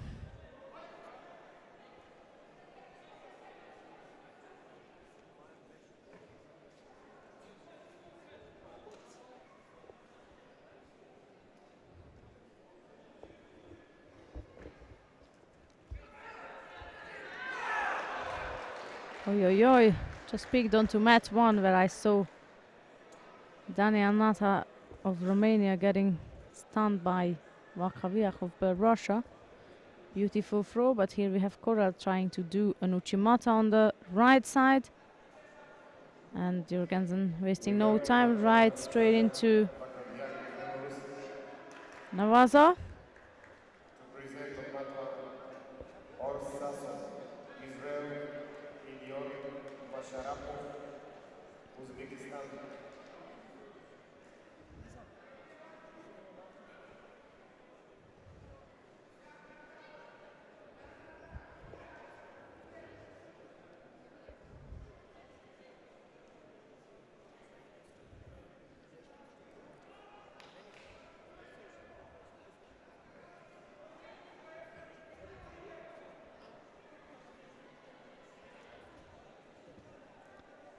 It's a good catch from Corral.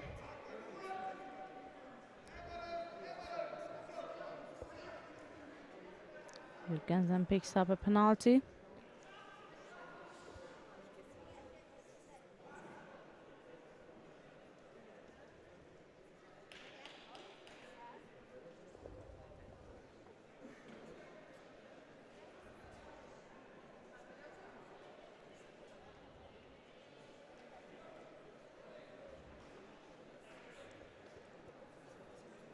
Very cautious players, that's for sure. Neither of them really wants to put in any major attacks.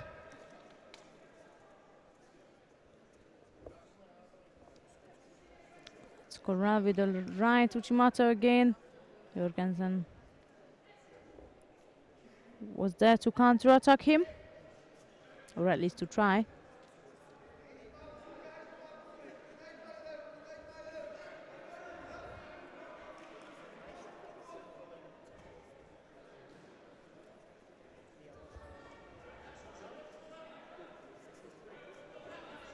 This time Corral managed to catch his opponent with that Uchimata Harai sort of combination, taking the lead with the Wazari. It was so effortless, he literally just rolled Jørgensen on his back. Let's see if he can pull out another one of these. He's got the grip for it now.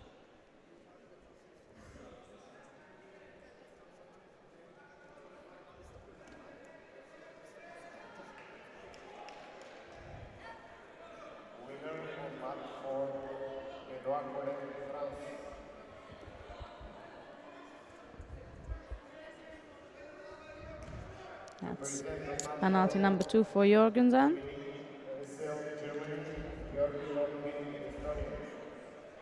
Even though Corral is the one who is leading, he's the one who is dictating this fight still. The tempo of it.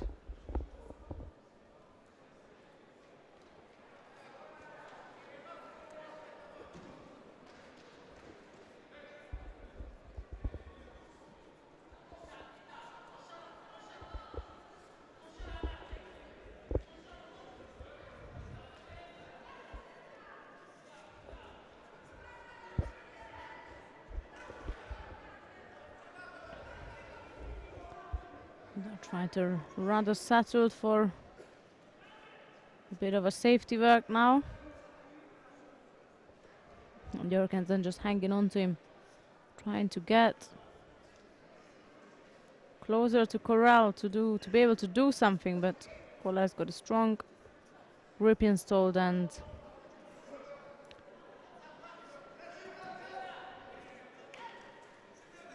both players picked up a penalty now. That's it, Jorgensen. He's got 3 penalties, so he's gonna have to just go forward whatever happens. He's not in a good position right now.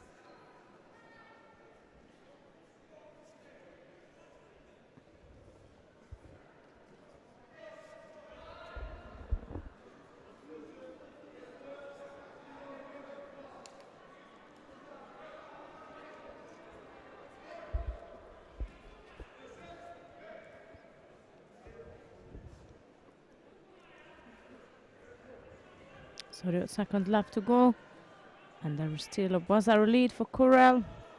Jorgensen's got a couple of Judo as well.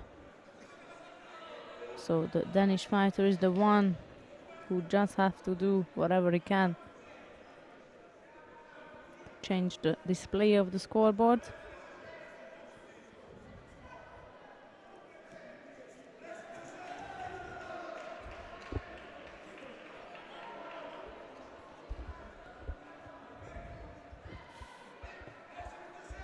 But in seconds left, Jorgensen is running into Corral to make a change.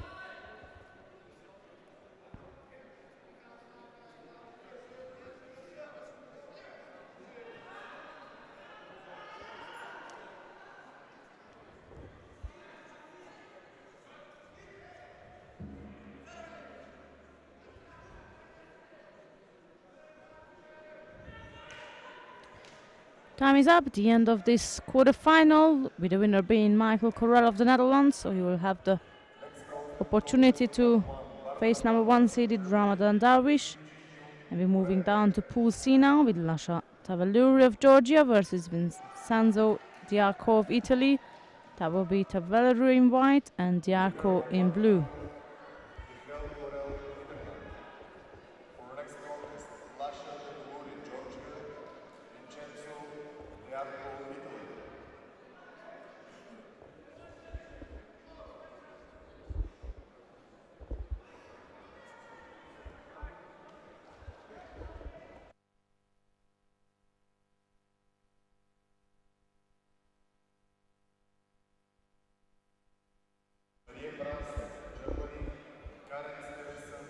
So that's Lasha Tavaluri of Georgia and Vincenzo Diaco of Italy.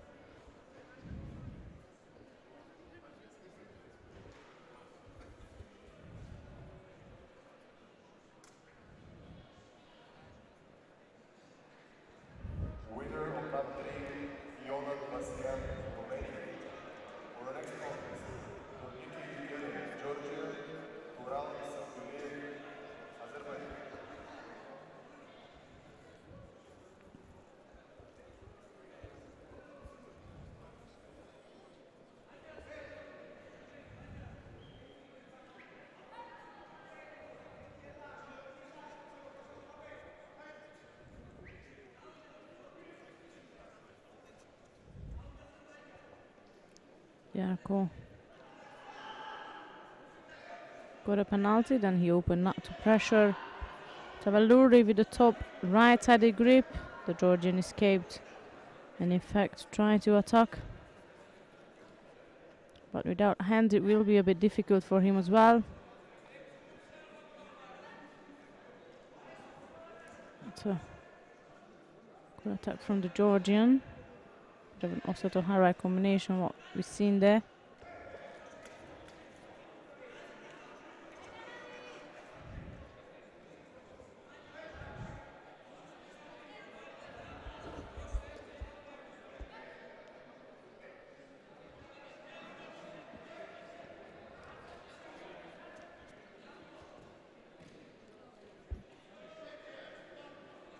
Oops, almost an arm lock. Only if they were a bit more close to the edge of the mat.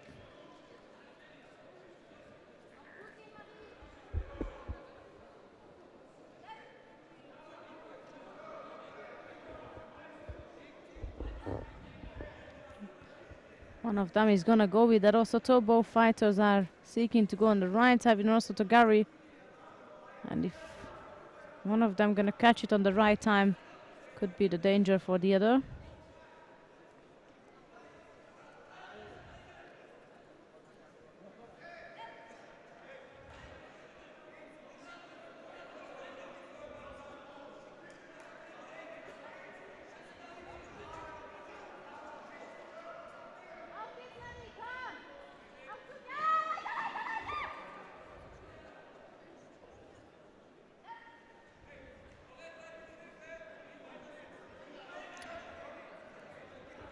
And 2 minutes pass by, and all we have still is that single sheet on the side of the arco.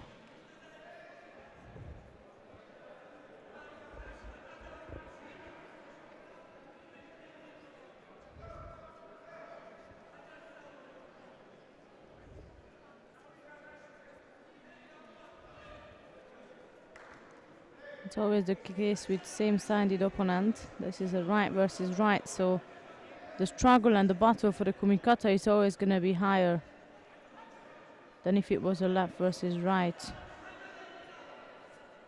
Or so. And this time the arco goes over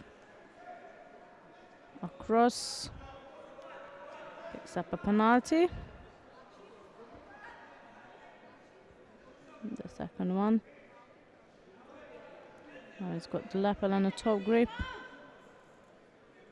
Tavaluri managed to break off the arco's grip. And there is again the battle of the Osoto. The question was, since the beginning, is that who is gonna go and fall off it, and it was Tavaluri who managed to get the arco on his back with the Osoto. And he's the one who's going through to the semi-final of the under 100 kilogram category. Winner of mat 4, Dominique Gressel, Germany. Winner of mat 1, Lasha Teveluri, Georgia. For the next contest of mat 2, Luciano Correa, Brazil, Christoph Kronenberg, Austria.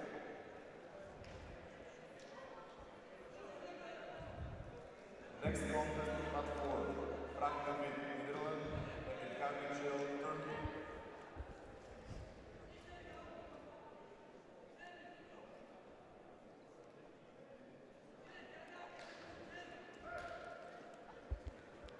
Next contest, Luciano Carrera of Brazil versus Christopher Kronberger of Austria. For those of you who just joined in, Correa won the World Championships in 2007 in Rio. Also picked up a bronze in 2005 in Cairo. Definitely a well-experienced player, but here Kronberger also shown a good performance so far. So that's Correa of Brazil in white and Kronberger of Austria in the blue judo gi.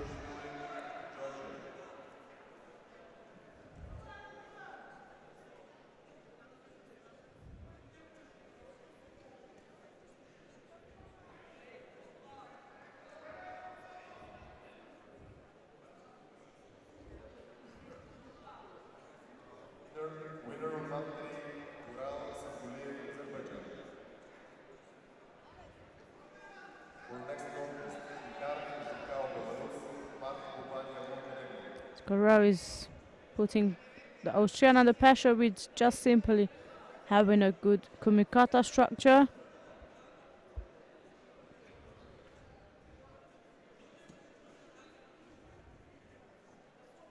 Again, top right-sided grip from the Brazilian fighter.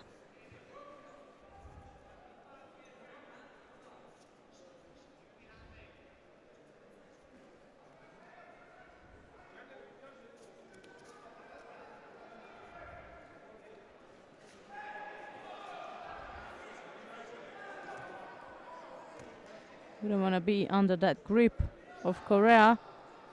Looks pretty strong, and Kronberger is definitely under pressure.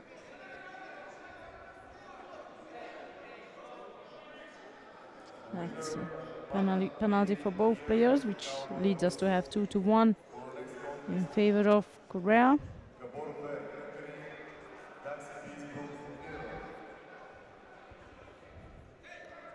Kronberger managed to go over the top on the right. Bear in mind that in Kronberger's previous contest it was exactly the same situation, that Alberto Franz was controlling him. Similar amount of penalties, and Kronberger at 1 minute just came out of the blue and stunned his opponent. Ripon with a Koso Togake, so bear in mind, just because it does look uncomfortable doesn't mean that he can't use it to his advantage. Not like so, definitely. That's third penalty from Kronberger. And the second one for Correa. 3-2 on penalties.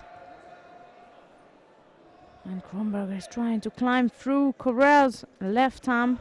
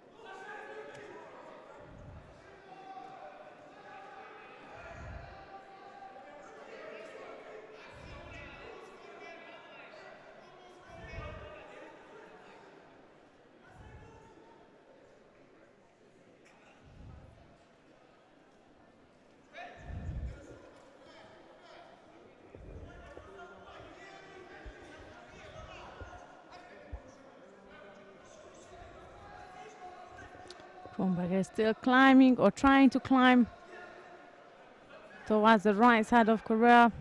Again, right versus right. Just a battle about gripping here. We might come to the end soon with having to deliver a couple of penalties again, even if both gets one. This is still gonna be Luciano Correa of Brazil who is gonna go to the semi-finals. Let's wait and see what comes out.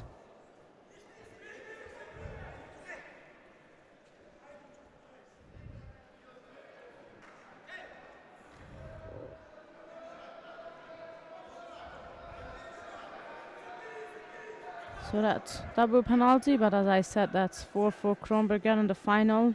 So it leaves Luciano Correa of Brazil. It's going through to the semi-final stage. We're back to the under 70 kilogram category now. Coming up next is the first quarterfinal of the under 70s with Antonia Moreira of Angola versus Jovana Pekovic of Montenegro. We've seen both fighters. It's going to be a tough one.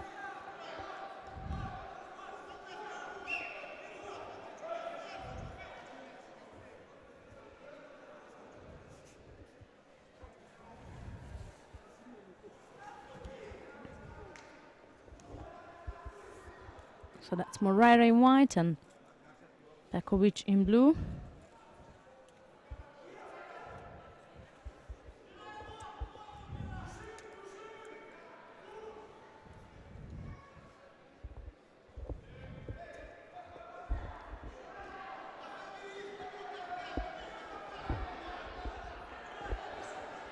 Moreira starts off in style as usual, putting in attacks right away.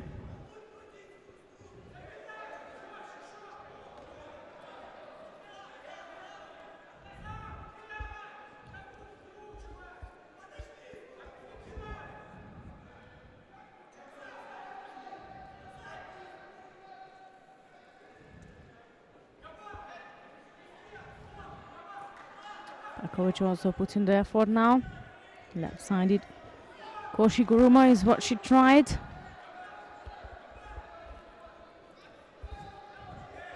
It's again left from Pekovic.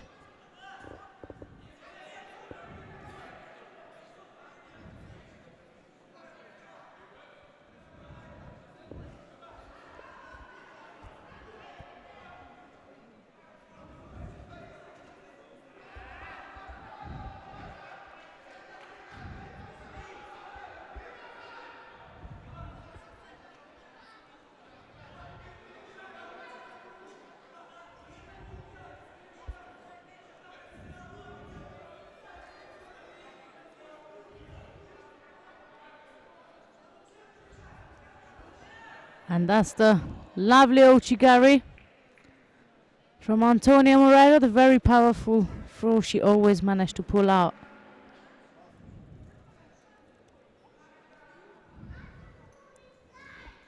That's the expert. She's the expert of these right-sided Ochigaris throughout the majority of her fights. This is what she scores with.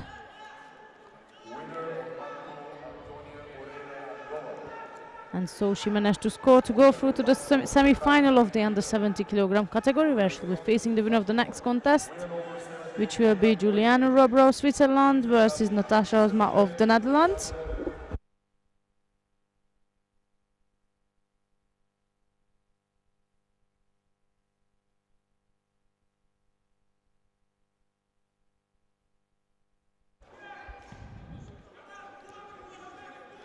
So here we have the next quarterfinal. That's Robro of Switzerland in white and Osma of the Netherlands in blue.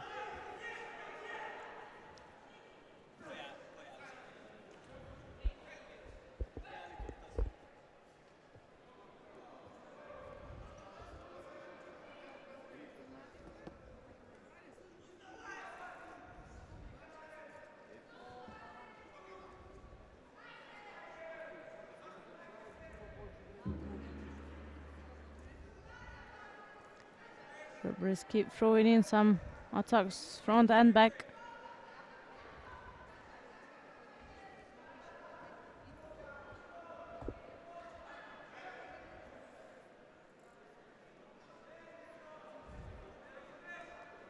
And there is the Sumigashi, which she commits to.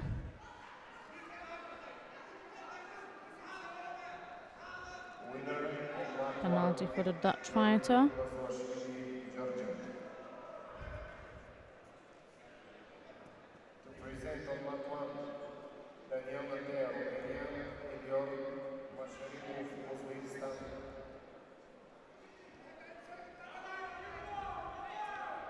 That's Yuko for Robra. That's for the Sumigashi she's done at the beginning of the contest. There she's pressuring Osma really well, keeping busy.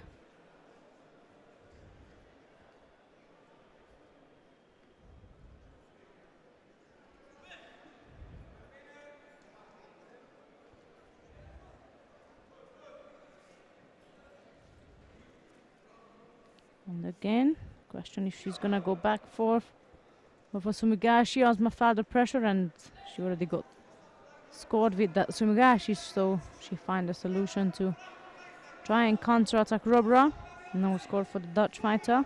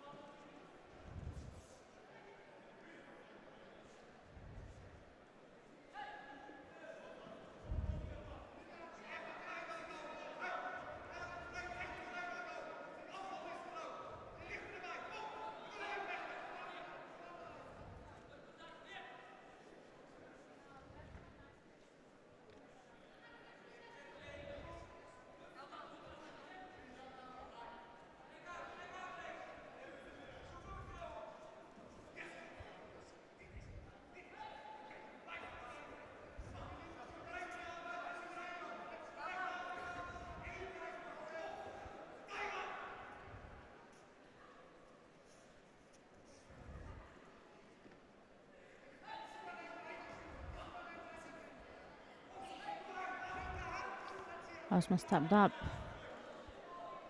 her game slightly, pressuring Robra this time.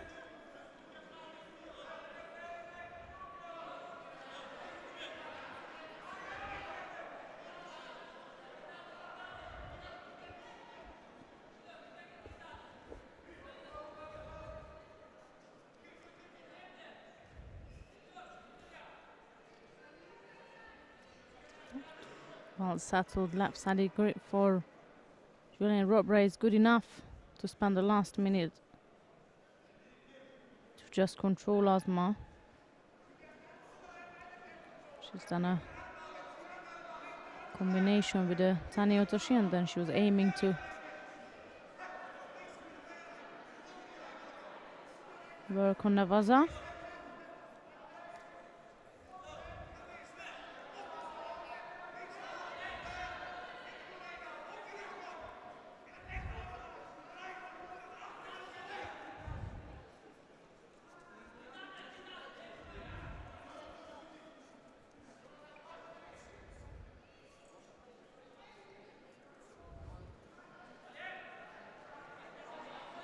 Having the grip outside is not favored for Robra. Just like at her previous contest, she knows that with 20 seconds to go and no penalties on her side, she can pick up as much as 3 and still win the contest. 13 seconds remaining.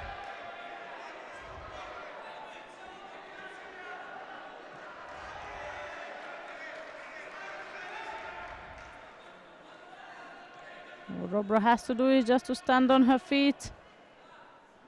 Few seconds left. And that's the end of this quarterfinal, with Juliana Robra of Switzerland taking a step towards the semi-final.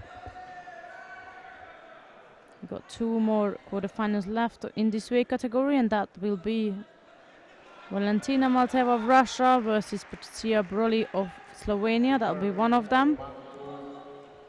Indeed, the one which is coming up next.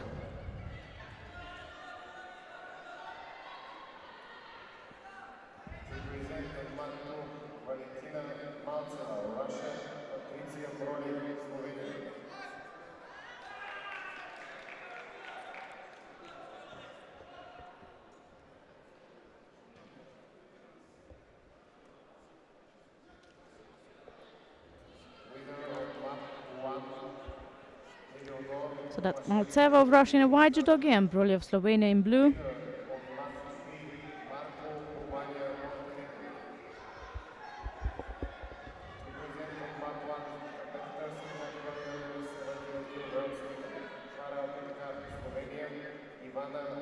Malteva almost managed to drive Broli into a score with her left-sided Koshiguruma Uchimata sort of attempt.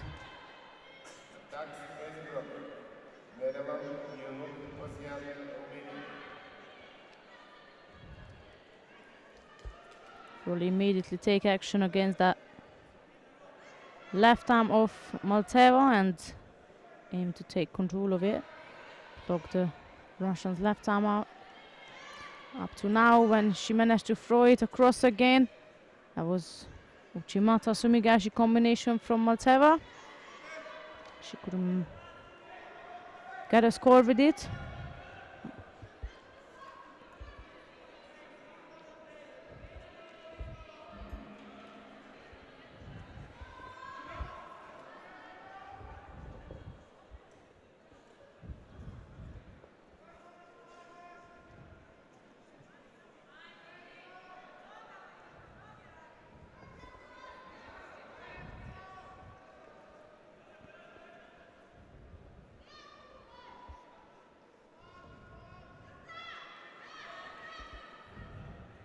And that's yet again Malteva, who is all over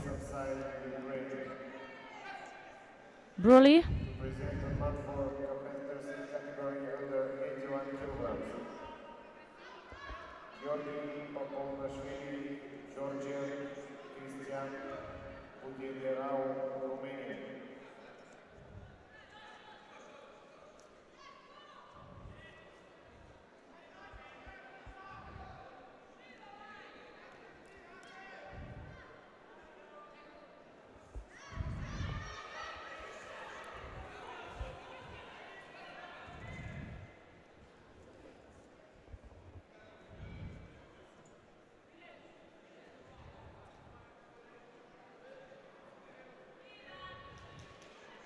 The chance for Malteva in Navaza now. And the referee indeed called on Osaikomi. It doesn't look the most tight hold down you've ever seen, but it does do the job indeed. And managed to get a Yuko in favor of Malteva.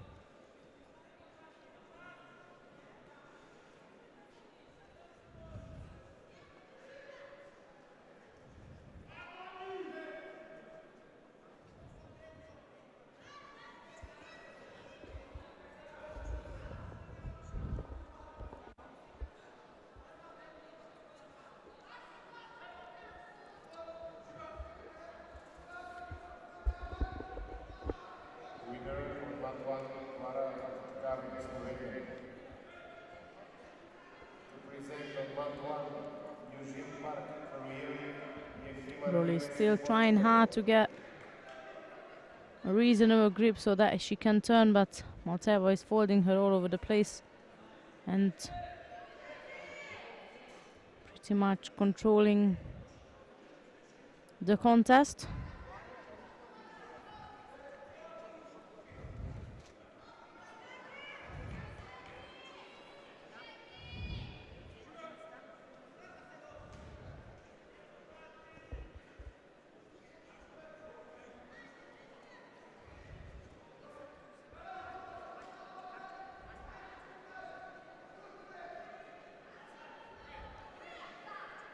Now Broly managed to finally control and get rid of the left sleeve of Malteva, and she immediately turned on the left side.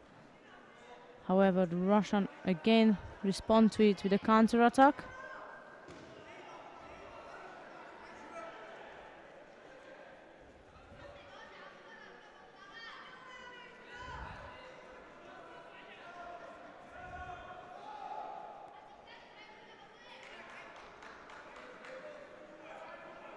But 10 seconds left to go.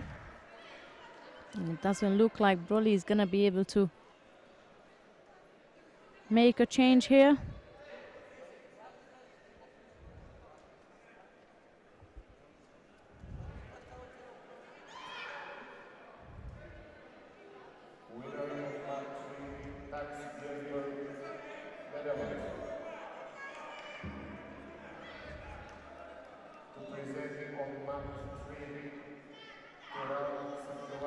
At the end of this quarterfinal, with Valentina Maltseva of Russia winning it, and she will have the opponent as the winner of the next contest, which is between Anka Pogacnik of Slovenia and Lisa Müller of Germany. That's the last quarterfinal of the under 70 kilogram category.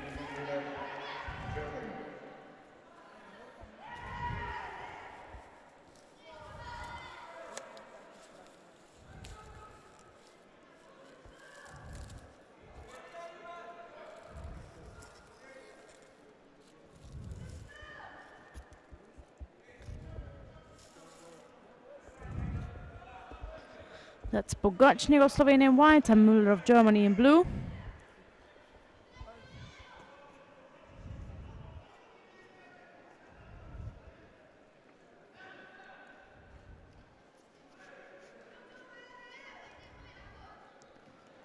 Pogacnik begins with a Wazari score. The left-sided Aramaki Komi.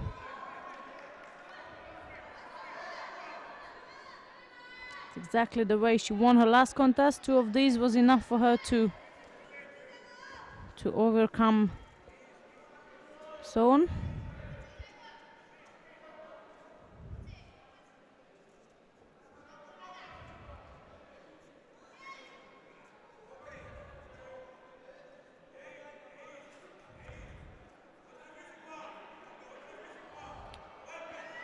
So instead of Wazari, that's a Yuko for Pogacnik.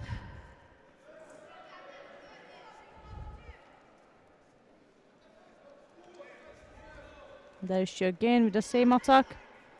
Müller managed to defend it better this time.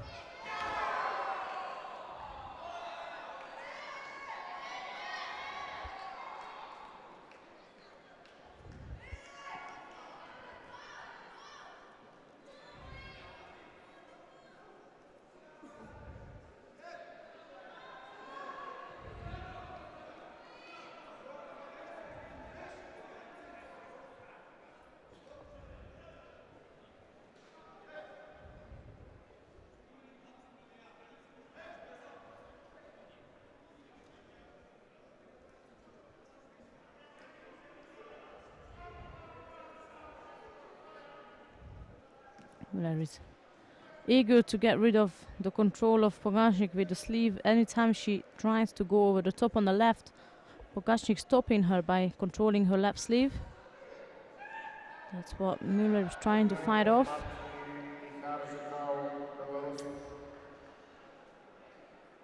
To present on mat 3, the warrior Queen Mitro Virginie Ukraine.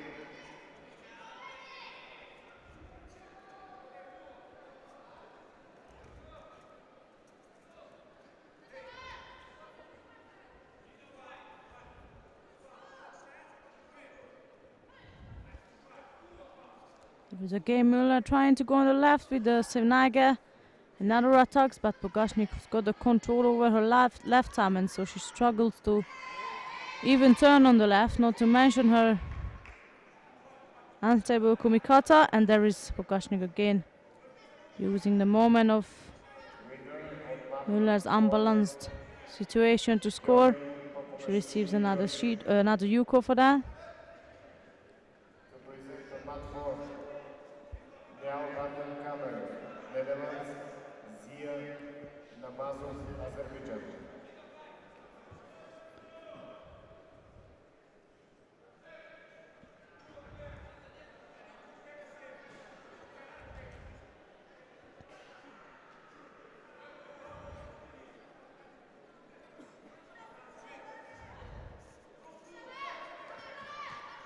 And once again, it's time for Bazari. Pogacnik pulls Müller through with her strong makikomi.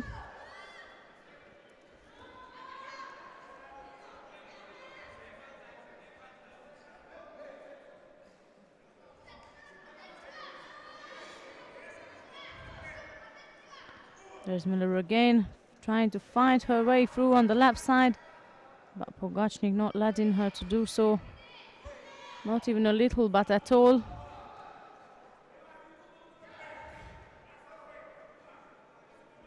There is the Slovenian controlling the left arm of Müller again and waiting for the right moment to throw her makikomi in.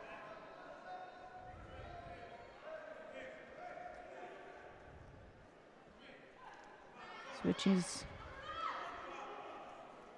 to Sasai.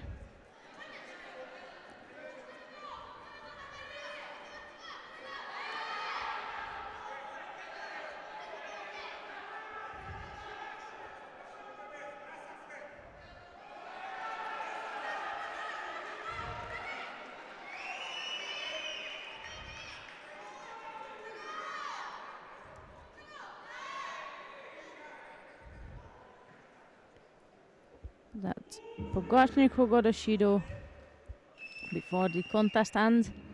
That's for ducking out of a grip, but it makes no difference. It was a Rin 2 Yuko what she scored earlier on, and that will take her to the semi-final of the under 70 kilogram category, which led us to move back to the under 100s and watch the rubber charge and the semi-final contest of that weight category.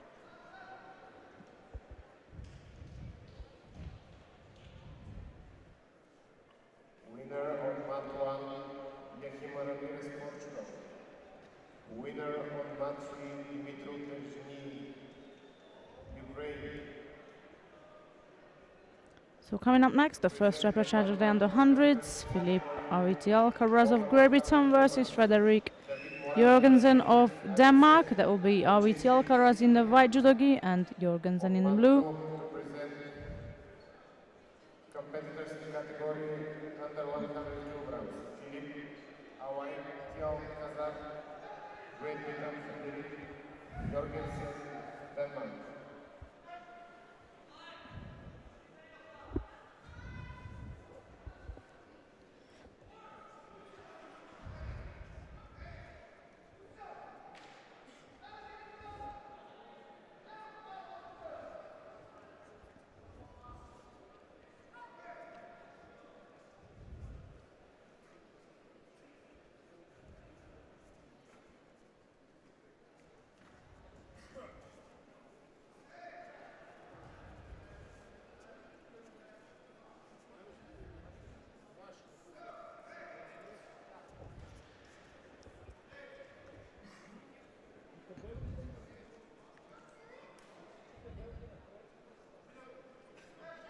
So penalty for the British fighter to start off with.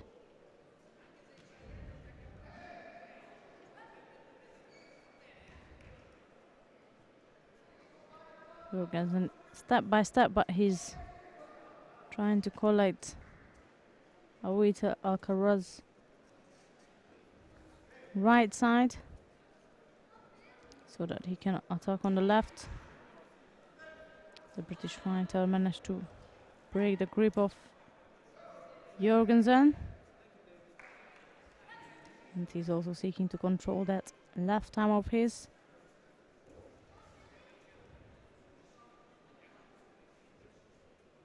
Left versus right, they fairly relaxed to settle with the grip they have.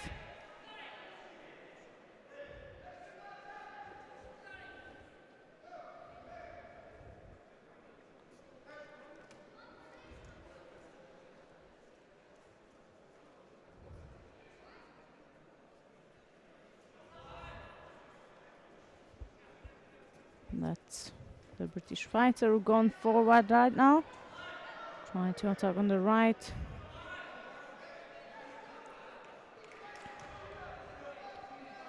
Second penalty goes again to the British fighter.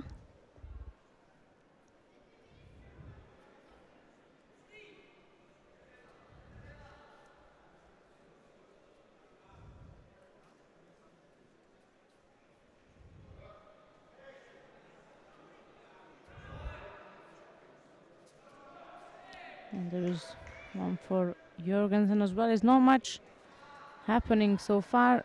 We haven't seen any reasonable attacks up to now. When Arviti Alcaraz decides to go for a Kosoto, Jorgensen was trying to go front to counter-attack him, and the British fighter even respond to that. Managed to pick up Jorgensen. He's not the best control over this situation, so there's no score. But hopefully now they're going to start open up a bit more. There is again Arviti Alcaraz stepping behind his opponent, trying to catch him with the Kosoto Gake. Jorgensen goes flat on his front to defend it.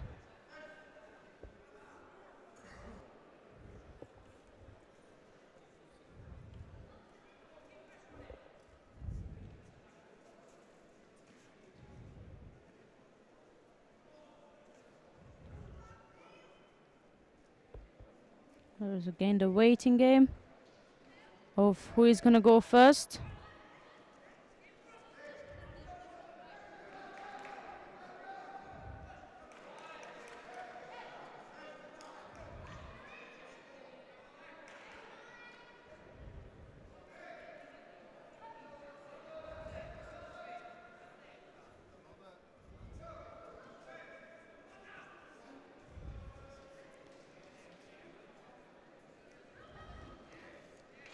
Arviti Alcaraz is still aiming to progress with the Kosoto Gake. Jorgensen is blocking it indeed.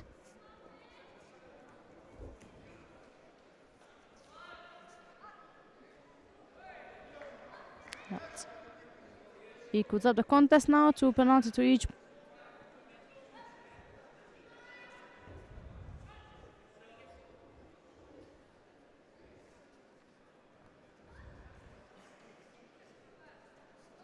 And at the end, David Alcaraz managed to get hold of Jorgensen right around the waist. He gone forward first, got Jorgensen out of balance, picked him up almost effortlessly.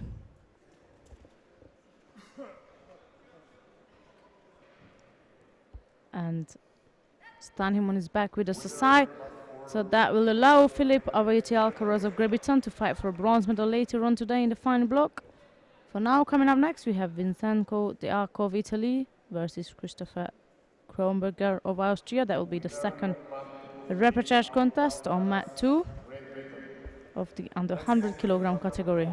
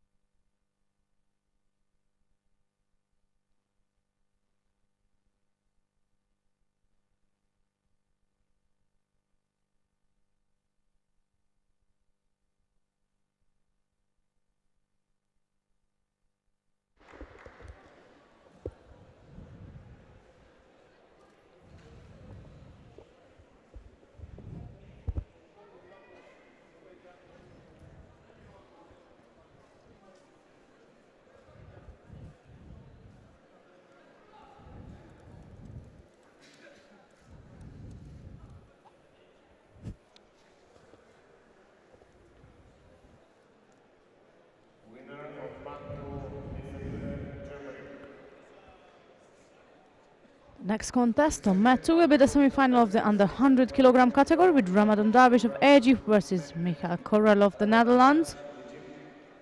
We have 2 tatamis with action remaining. That's mat 1, number 2, and mat number 4. Mat 4, you have the semi-final of the over 78 kilogram category with Colin Wells of Germany versus Sarah Adlington of Great Britain. We are going to follow Darwish versus Corral here in mat number 2. That's Darwish in the white judogi and Corral is in the blue judogi.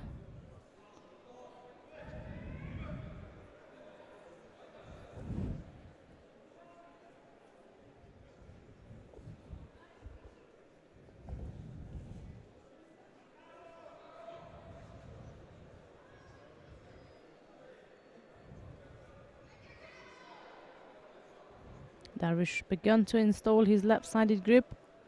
We've seen him throwing his Uchimata in from that grip. Corral must be aware of it, as he's putting pressure and trying to take off the left arm of Darwish.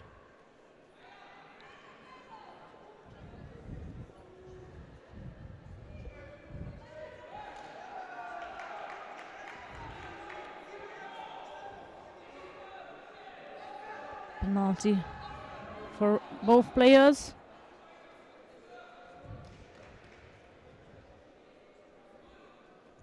It's Corral going for the inside grip on the right side. Darwish breaking his grip immediately.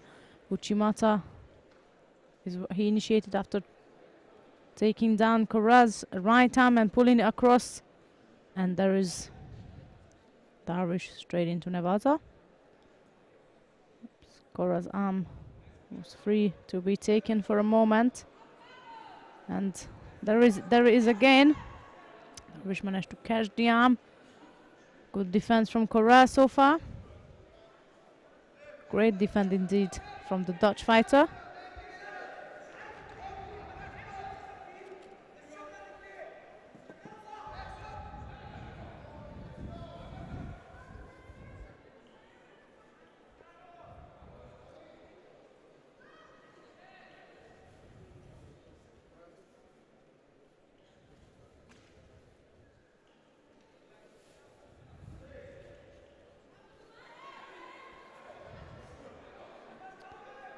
Corral is trying to slide his right arm towards the head and the neck of Darwish to be able to defend his attacks when the Uchimata comes across on the left.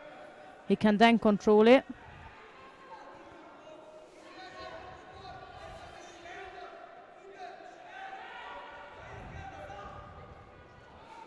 Corral picks up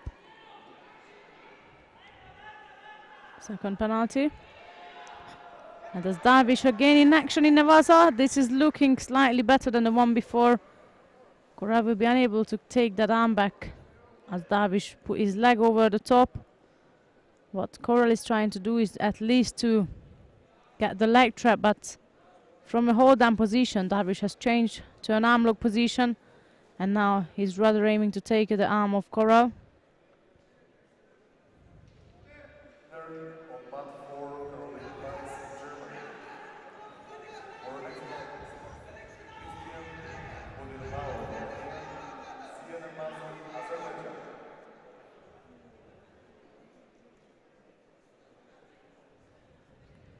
Corral again, right inside grip, making sure that Darwish will not be able to throw his left Uchimata inside, or even if he does, he can defend it.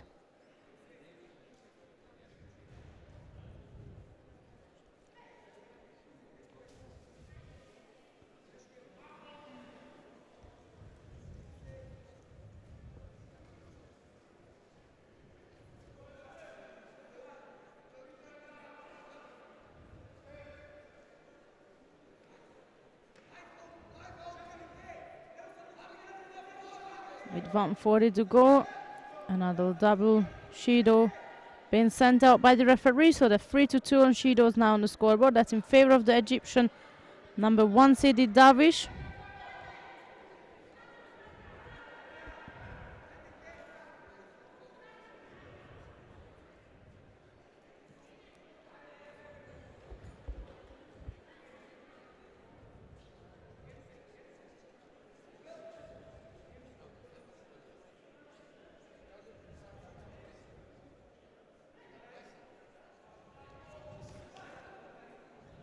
Korea was aiming for a Kochigari, which Darvish was going to counter attack, and there is that left Uchimata. Korea got Darvish a bit closer, and you could see him immediately flying into it. Another attempt.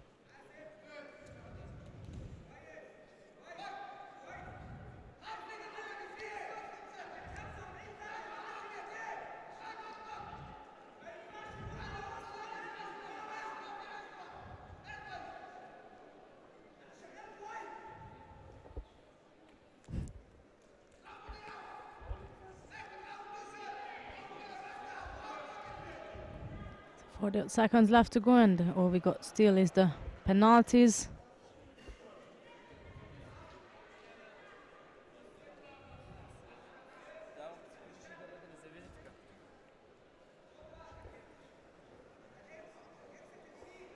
And at the last 30 seconds of this semi-final contest, Korea is still aiming to keep away Darvish, and he's doing it better and better.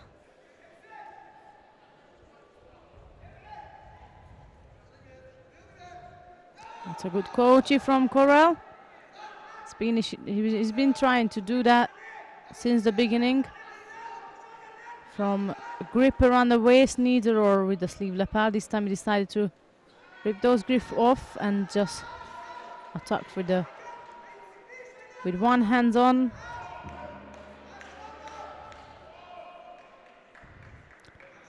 The time is up, and at the end of this contest, with Ramadan Darwish of Egypt taking the first spot in the final of the under 100 kilogram category.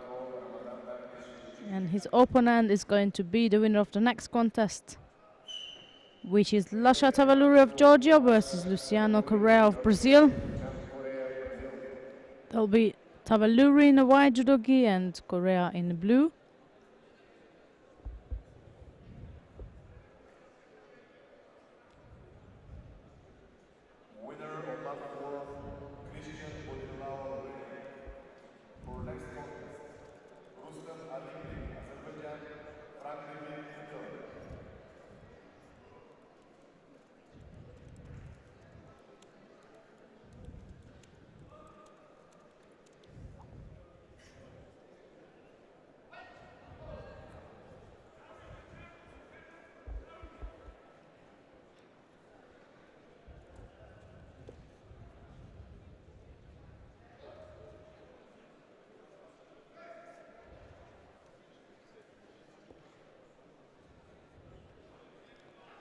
Aluri begins the contest. The top right-sided grip, putting Correa in a slightly uncomfortable position.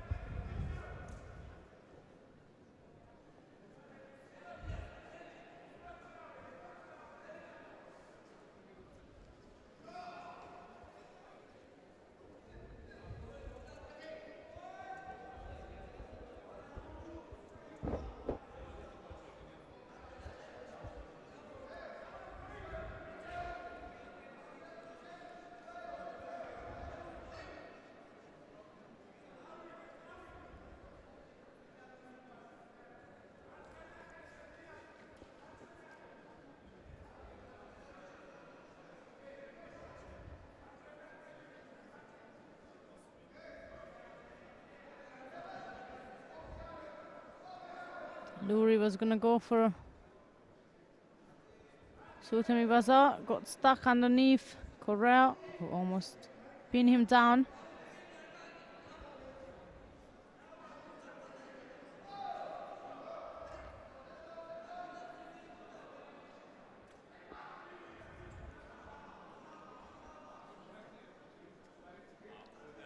This time Correa is looking more competitive with that grip, even though it's a right versus right.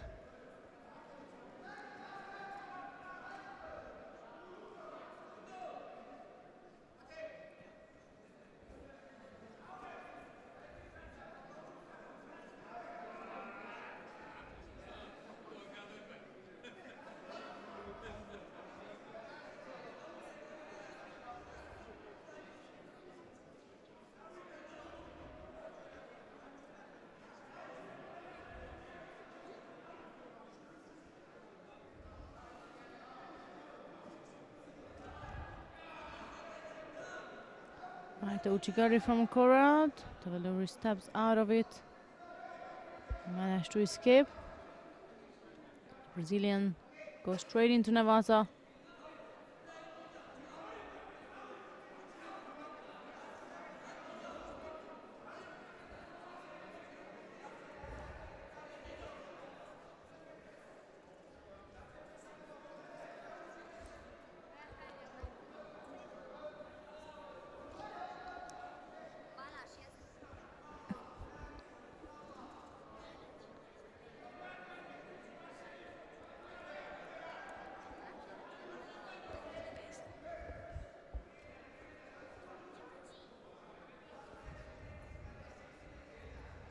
So 2-4 to go, no scores, neither of the competitors picked up any penalties. And that's Korea guiding Tavaluri onto a Seoinage attempt, back with the top right-handed grip. Again, he's got slightly more control over the grip than his opponent does.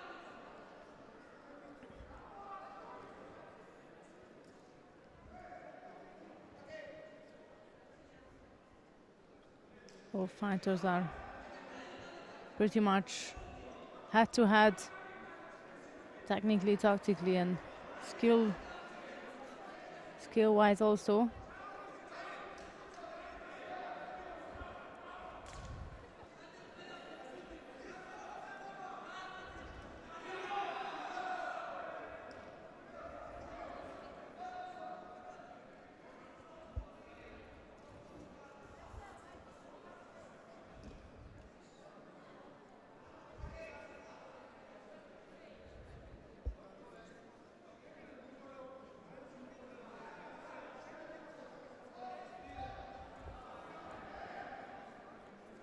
Korea taking a Yuko lead there with 1:32 to go.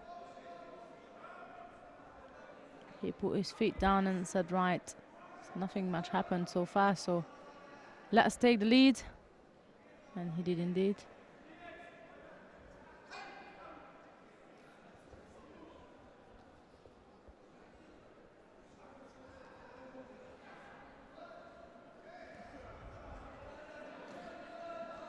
Was a poor attempt from Tavaluri.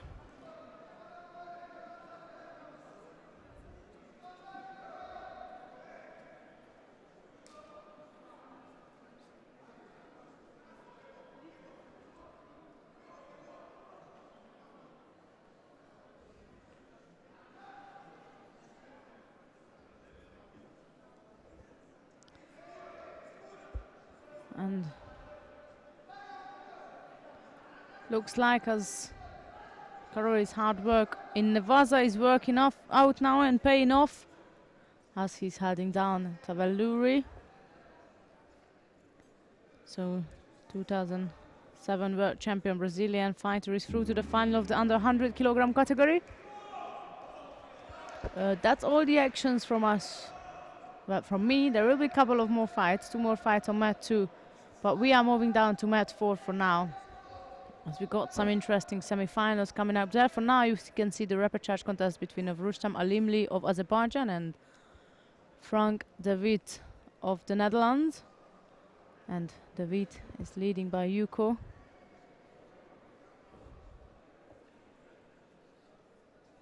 With 40 seconds left to go.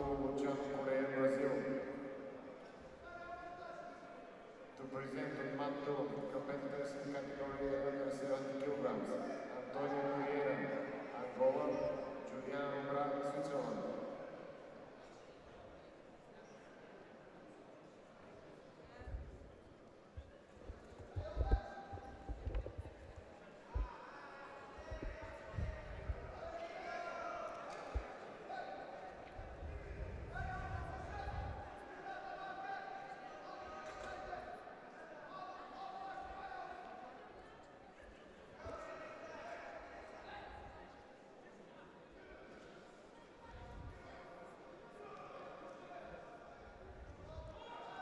David clearly picked himself up after disappointment at his quarterfinal against Dominic Ressel, the German fighter who stunned him for have to say, a huge ippon.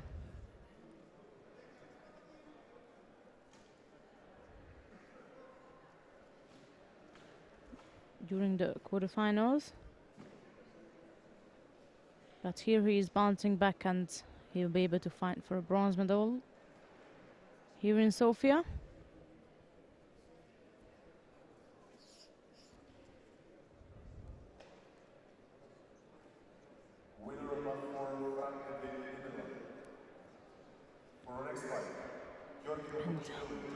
His opponent is going to be the winner of the next contest, the third semi-final of the under 81 kilogram category, with Georgi Popnashvili of Georgia versus Neil van der Kammer of the Netherlands.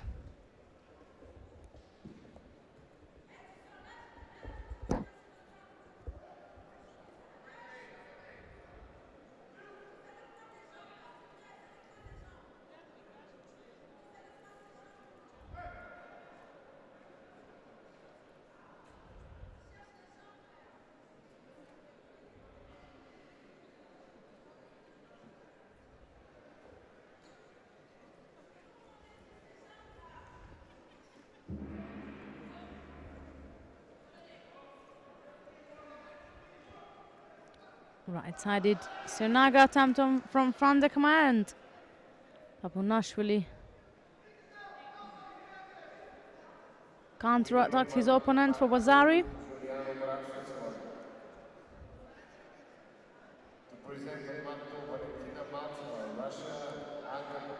Also not a bad effort from the Dutch fighter, trying to aim for a side takedown.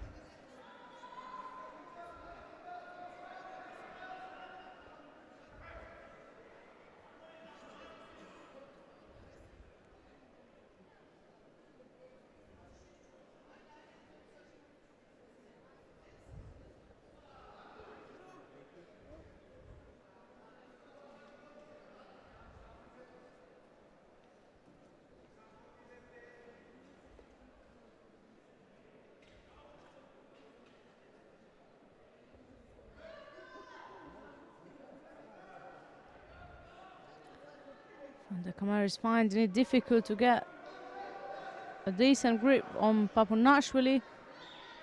Just keep breaking his grips,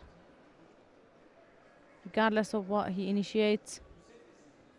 The Georgian is just taking control over it, putting Van der Kammer under pressure.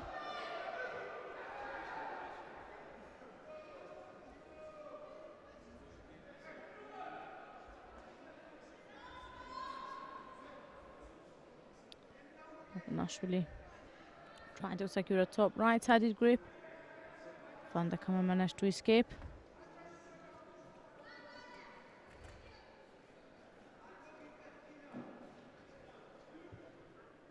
Left-sided drop Morota from the Georgian. Got back up.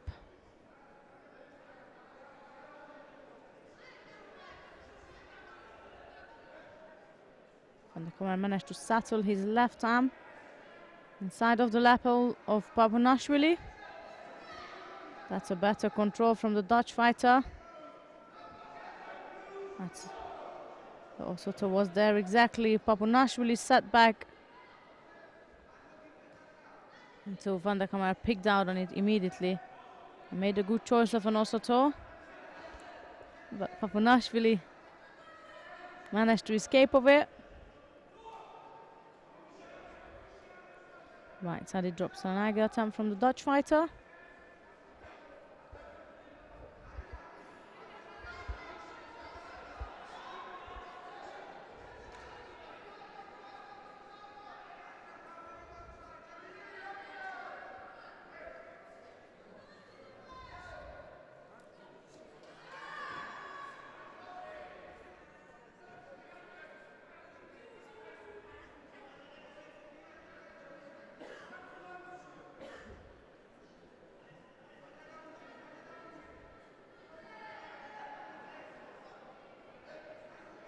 Be dangerous for both, and that's Van der Kammer who gets hold of Popnashvili for a counter attack.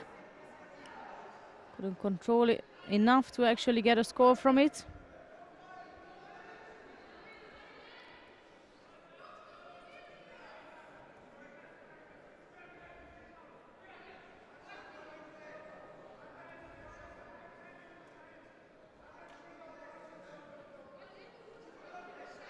Not a bad attempt from Pavonashvili. Left-sided mortar again. That's what he's gone for. And Van der Kamar find a good position for him to be less vulnerable with that inside grip on the lapper. However, he really needs to score here with 1:15 to go. Tried another right-sided Sirinaga there.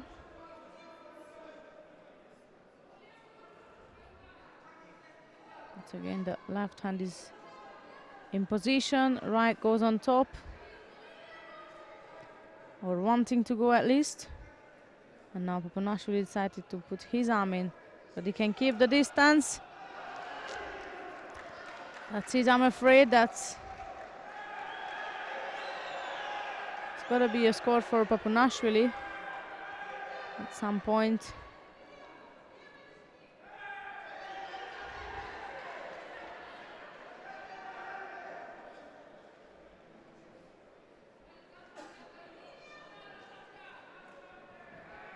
Van der Kamar is claiming that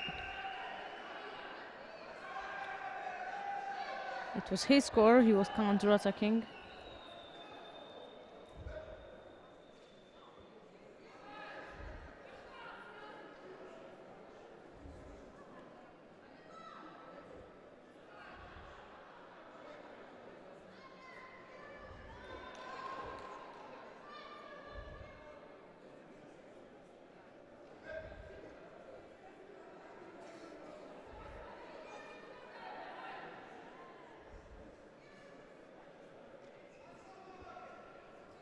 So that's the end of this semi-final contest with Georgi Papanashvili coming out as winner. That means that Frank de Wiet of the Netherlands will be facing Neil van der Kamar in the bronze medal contest.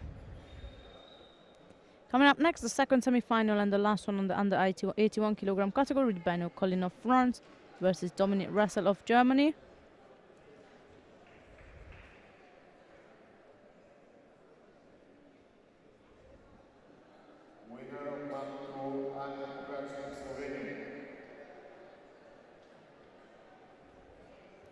That's Collin in a white judogi and Russell in blue.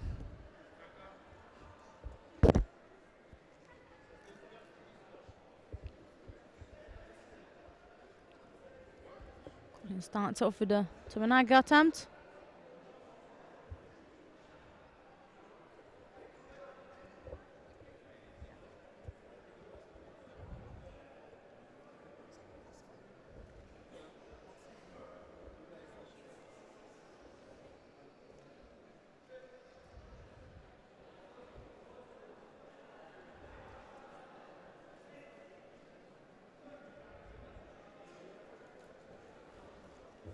Just to make aware our audience, this is the last contest of day 2 preliminaries.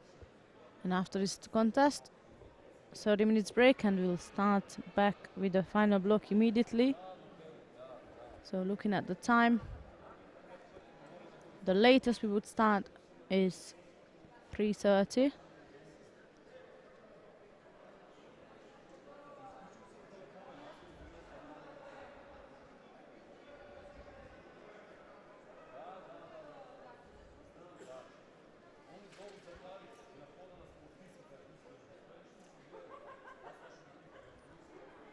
Collin is seeking to go for right side Uchimata.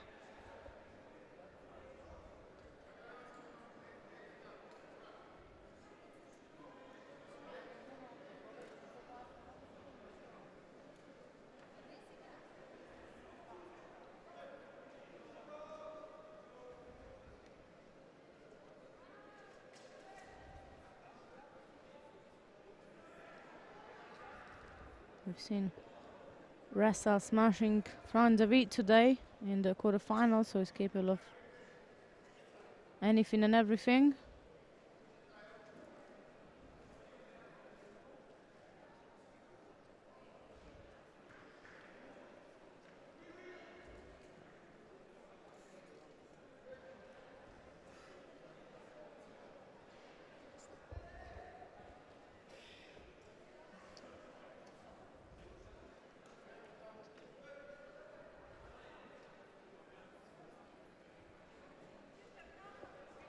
2 minutes passed by, no score.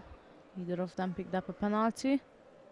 There might be coming one now on the way if Collins keeps dancing at the edge of the mat.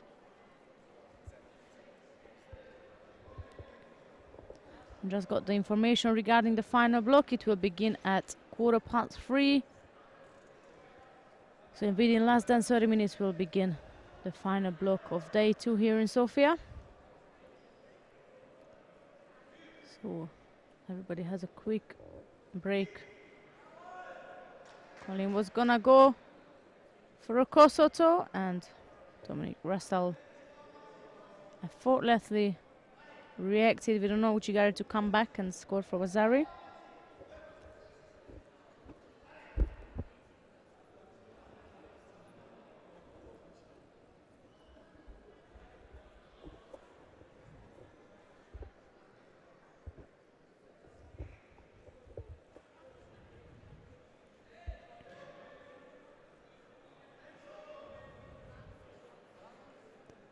Colin's got 2 minutes 19 seconds to pick up something, and the same amount of time's got Russell to survive.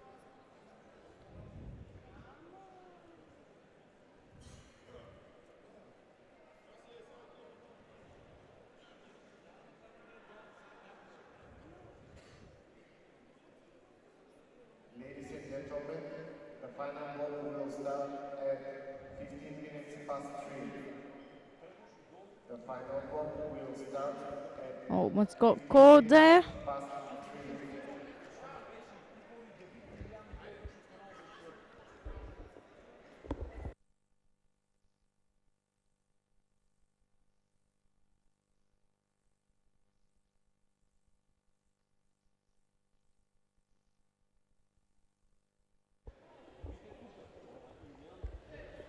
Bit more work with the sleeve there for Russell, and that could have gone for a Yuko or more.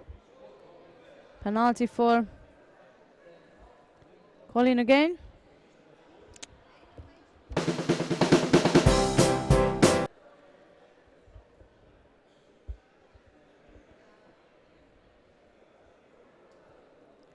One more time. Dominic Russell was going for a left-sided Uchimata. 124.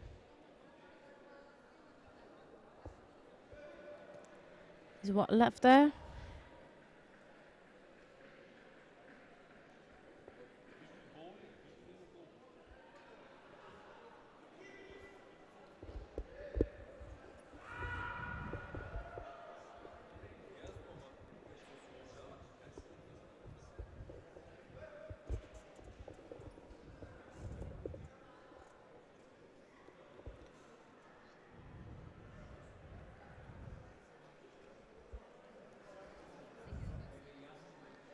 Dominic Russell isn't giving any chance to Colin to shine here.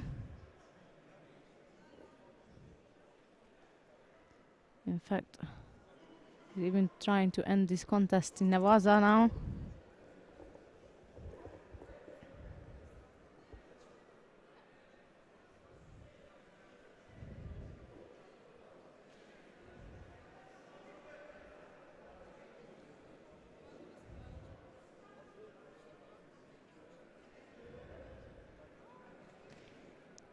Not a bad effort from Colin. With 30 seconds to go, he's got nothing else to lose than to throw himself out there and put as much attack as he can.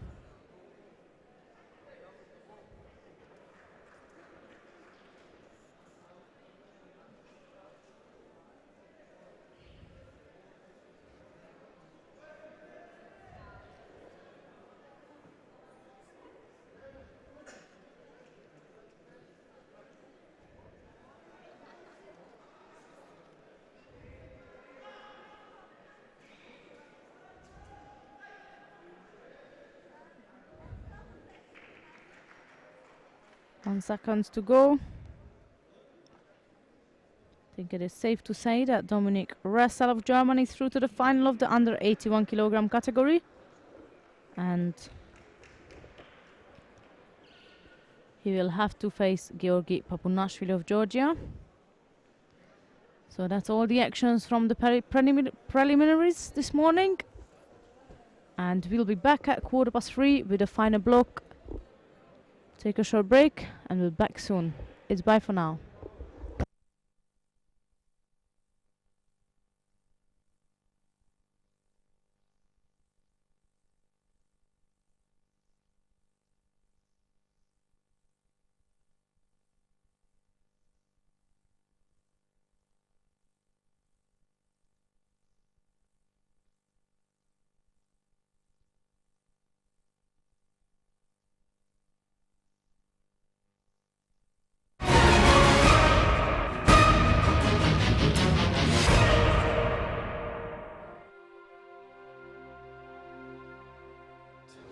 Happy New Year, all nations, more than 50 and more than 1,000 judo players here.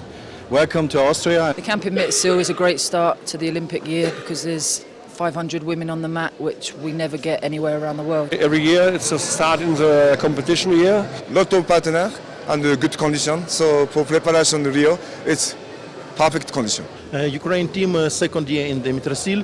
The good event, good preparation before tournament Olympic qualification, Grand Prix Havana, Düsseldorf, Grand Slam Paris. Important like all others training camp for us because of the fantastic sparring here. It's always a pleasure to be in Mittersill and it's always a good start for a new year. Well, as you can see, this is one of the largest training camps in the world that they have. We don't get it in the United States. So this is our stepping stone. Right now we use this to start training for the Olympics. Well, Mittersill is, since a lot of years, a place where many teams come. It's a fantastic environment, good training facilities, good food, good sleep, everything is fantastic. So usually we just do a very hard condition and physical session before we arrive in Mittersill, so we're ready to do as much rendering as possible because there's a lot of people here. It's first time to participate to come this training camp, and so many players and in the world top levels. We get to compete against other high-level athletes who are on the world ranking list, and it gives our athletes an opportunity to see their level. I talked with many coaches and they said we start again to 2020. Of course, many great judo players also here, but I think many youngsters also, and that's a good mix and is good for the feeling for the youngsters and for the professionals, for the real professionals, for the Olympics.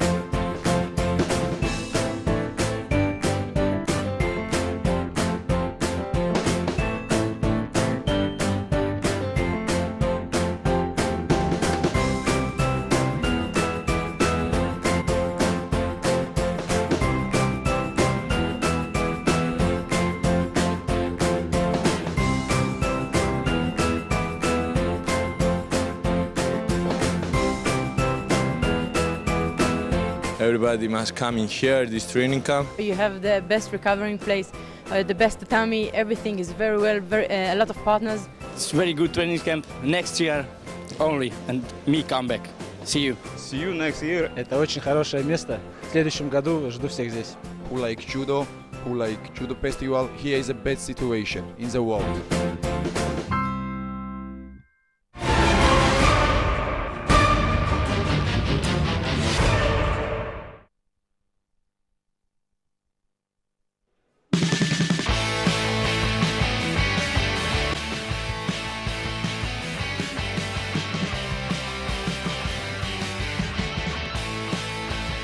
Oh, thank you. You're welcome.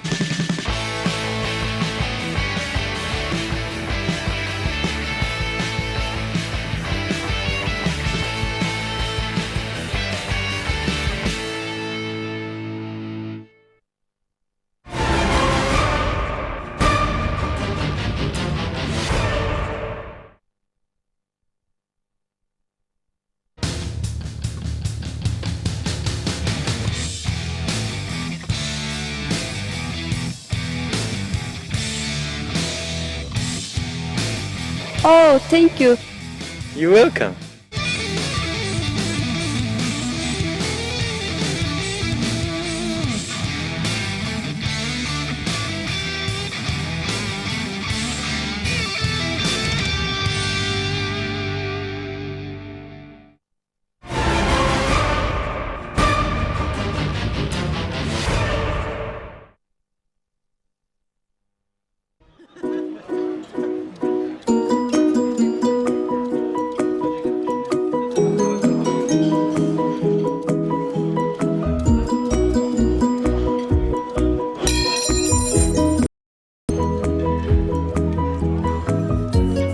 Thank you. Welcome.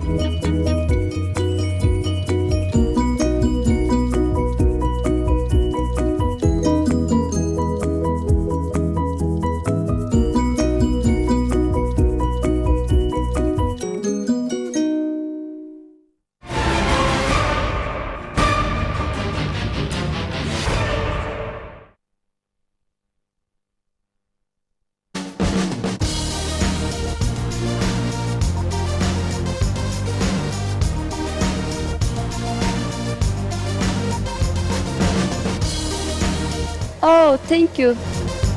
You're welcome.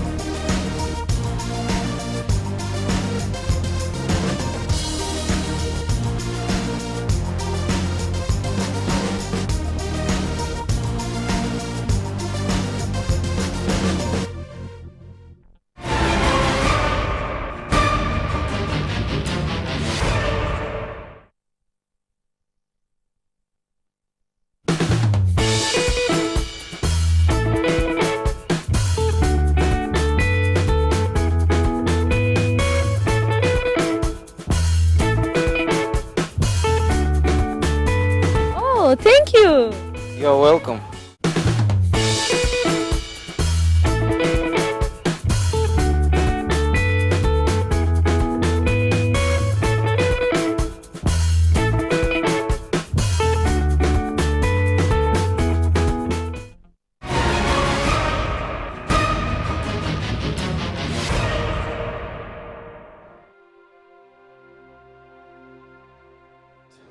Happy New Year, all nations, more than 50 and more than 1,000 judo players here. Welcome to Austria. The camp in Mittersil is a great start to the Olympic year because there's 500 women on the mat, which we never get anywhere around the world. Every year it's a start in the competition year. Lot of partner and good condition. So for preparation Rio, it's perfect condition. Ukraine team second year in the Mittersil. The good event, good preparation before tournament Olympic qualification, Grand Prix Gavanna, Düsseldorf, Grand Slam Paris. Important like all others training camp for us because of the fantastic sparring here. It's always a pleasure to be in Mittersil, and it's always a good start for a new year. Well, as you can see, this is one of the largest training camps in the world that they have. We don't get it in the United States. So this is our stepping stone. Right now we use this to start training for the Olympics. Well, Mittersil is since a lot of years a place where many teams come. It's a fantastic environment, good training facilities, good food, good sleep, everything is fantastic. So usually we just do a very hard condition and physical session before we arrive in Mittersil, so we're ready to do as much rendering as possible because there's a lot of people here. It's first time to participate to come this training camp, and so many players and in the world top levels. We get to compete against other high-level athletes who are on the world ranking list, and it gives our athletes an opportunity to see their level. I talked with many coaches and they said we start again to 2020. Of course, many great judo players also here, but I think many youngsters also, and that's a good mix and is good for the feeling for the youngsters and for the professionals, for the real professionals, for the Olympics.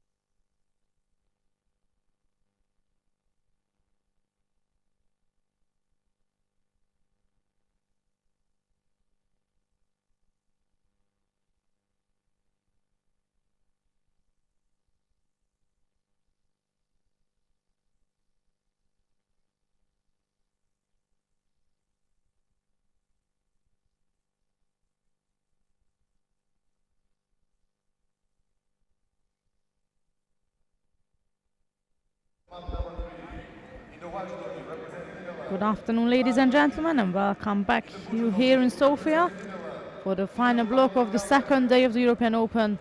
And we immediately begin with the bronze medal contest of the under 81 kilogram category. On tatami 2, you will see Cristian Bodilau of Romania versus Ben Collin of France. Mat 3, you can watch Frank de Witt of the Netherlands versus his teammate Nil van der Kamar, also from the Netherlands. We are going to follow the actions between of Bodilau and Collin.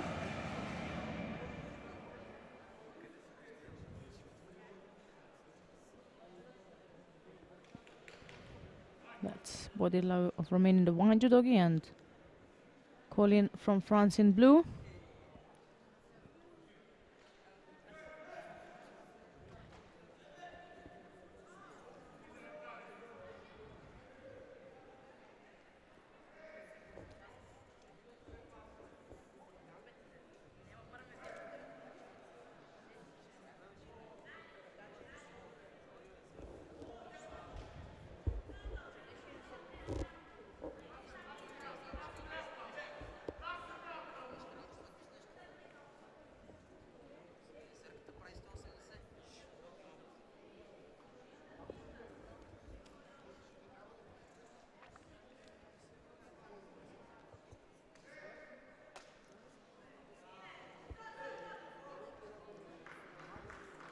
Collin just got off the mat not long ago after after a semi-final against Dominic Ressa. Not quite sure if he had enough time to recover.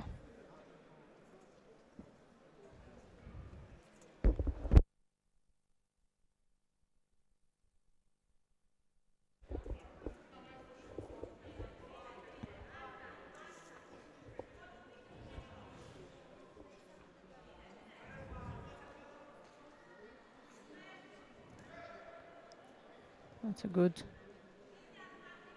Tominaga from Colin, who goes straight into Navaza.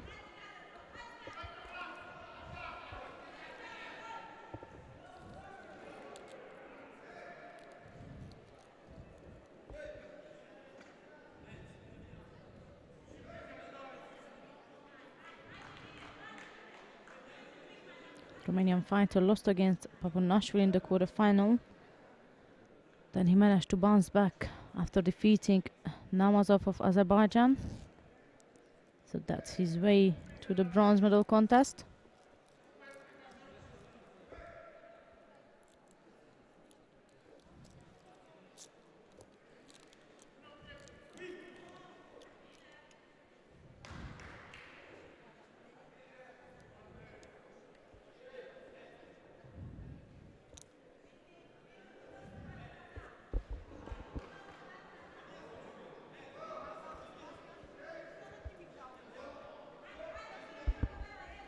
Penalty given to Bodilao.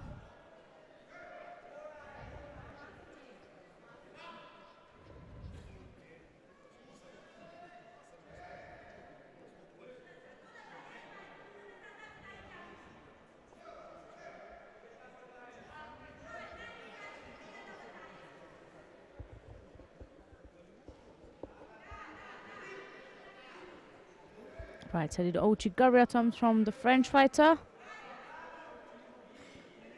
Switches immediately to Sutamibaza. And as usual, carries on the work in Navaza. That's looking fairly strong there. Bodilao managed to escape.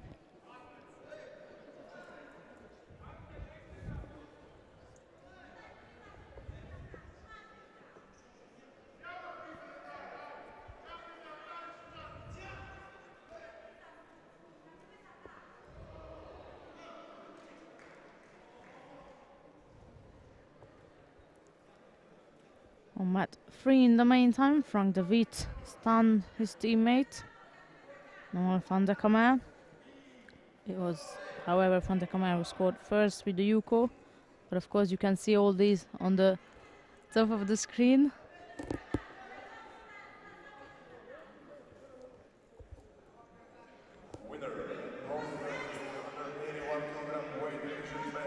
That's penalty number 2 to Bodilao.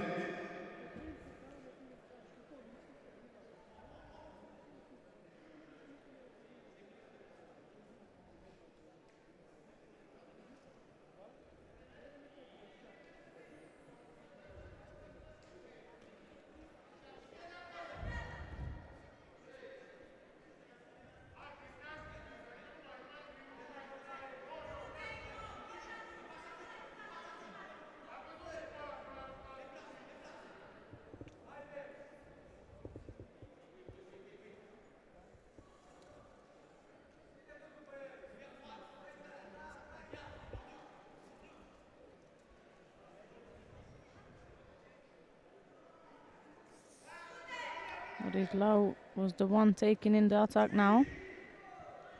Left side Uchimata is what he was going for. Colin managed to block it and almost counter-attacked him for Yuko as well. And nevertheless, as usual, he continues the work in Navaza.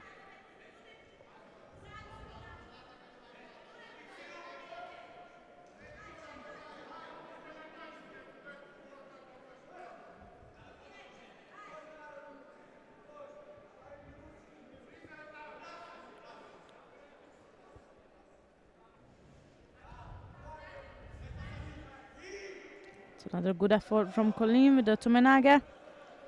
And don't even have to say it. He goes on top immediately and takes the lead in Navaza.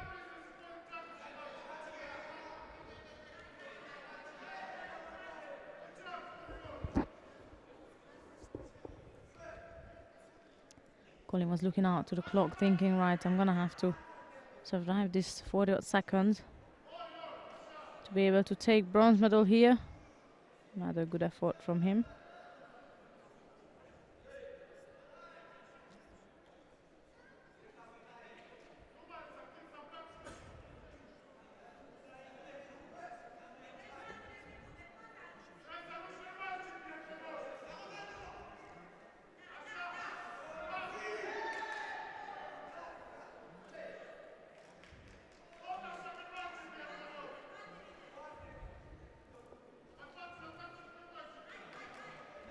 Only 3 seconds left to go. And Body Low is the one who's still under pressure. Colin doesn't really want to get engaged anymore with any kind of kumikata. He throws himself underneath. Body Low again. Penalty for false attack.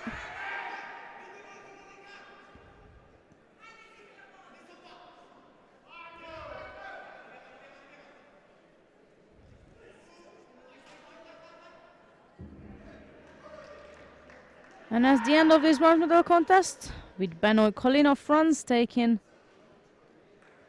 the podium spot.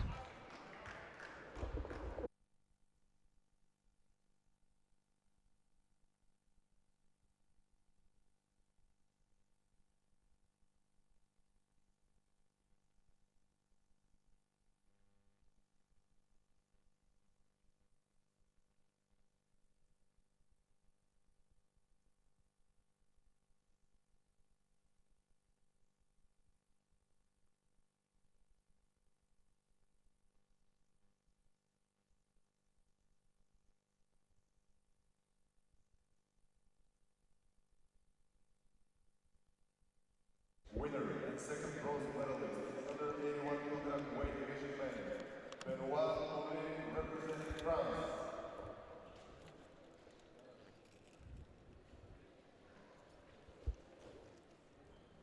Coming up next is the final of the under 81 kilogram category. There we'll see Georgi Papunashvili of Georgia versus Dominik Ressel of Germany. The final under 81 kilogram weight division man.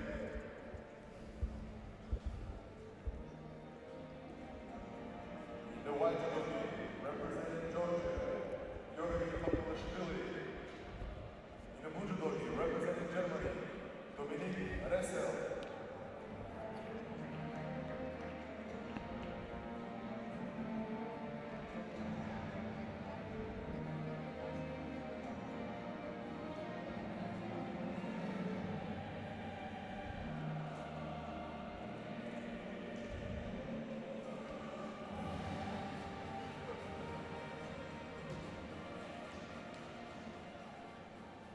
So here we are in white judogi, it's Papunashvili from Georgia, and in blue that's Ressa from Germany. And this is the final of the under 81 kilogram category here in Sofia.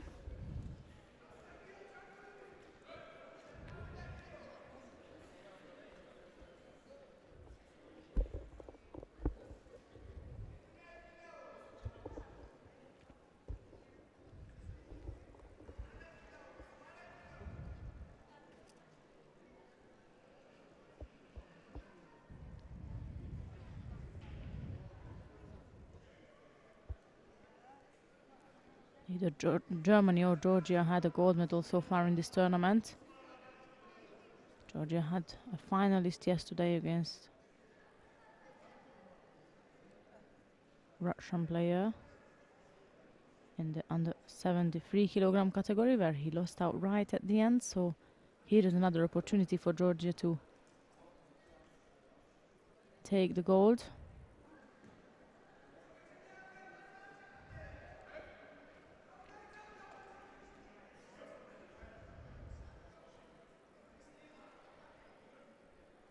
The penalty for Ressel for a start.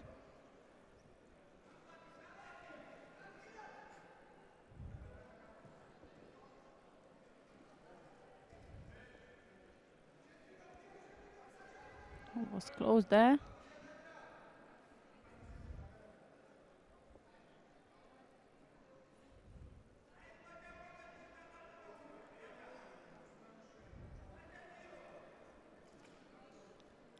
Left-sided Uchimata attempt from Ressa.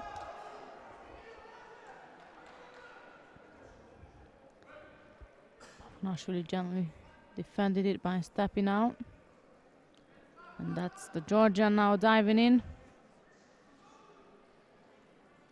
Of course in style. Ressa counter-attacks him and straight into Nevaza.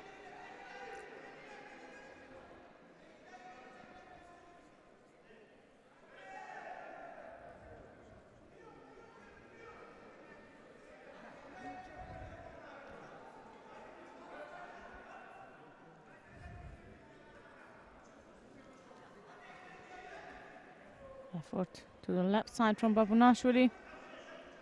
Drops down for Saunaga.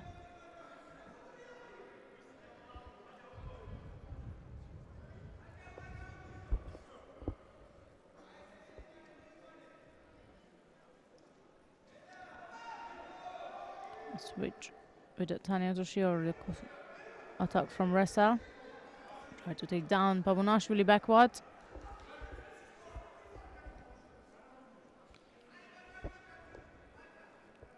Both players are quite comfortable to just grip up with the left versus right, and there's always a battle on the sleeve.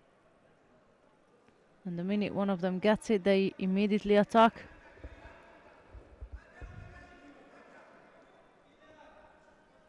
Once again, Papanashvili goes on front. Ressa was aiming to counter-attack him. No score.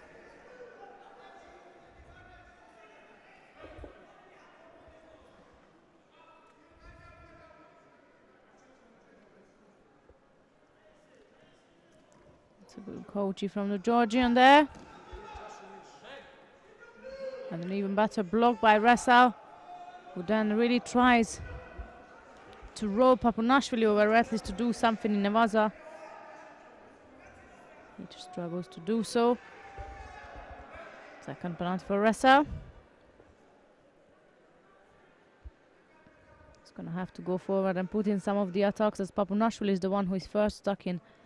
Having said that, Restal's counters are fairly dangerous and good, but it does shows that he's more inactive, and there is Papanashvili catching the coachy and managed to get his opponent down for Wazari.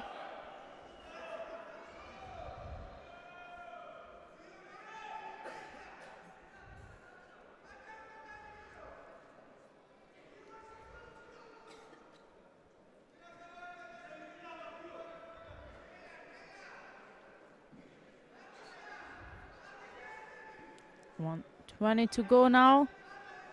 Papanashvili is going to have to hold on to that Wazari. Or Ressa is going to have to come out with something now. That looks like a good idea to attack.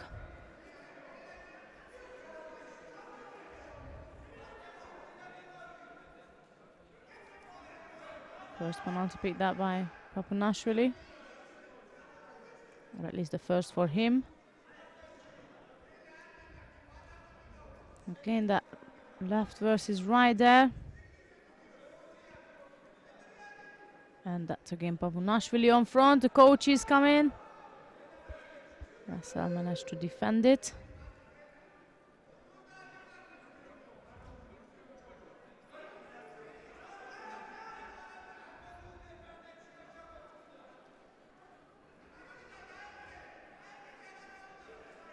Papanashvili is going front again. Put the coachy. Ressa feels the danger and began to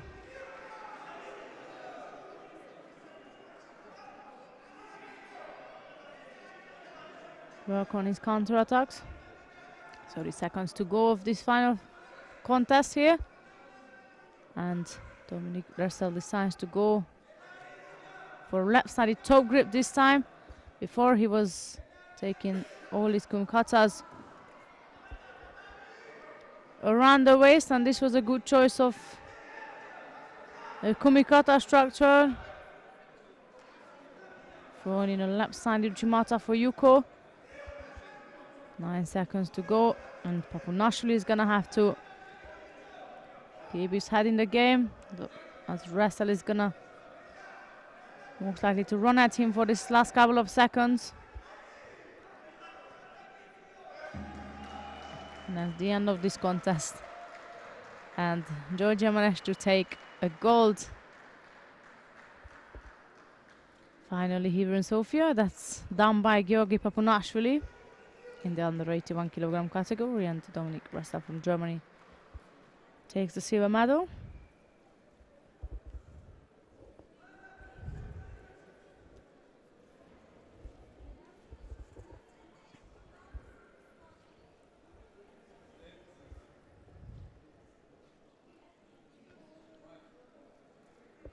Winner and gold medalist at another 81 kilogram weight division, representing Georgia, Georgi Papunashvili.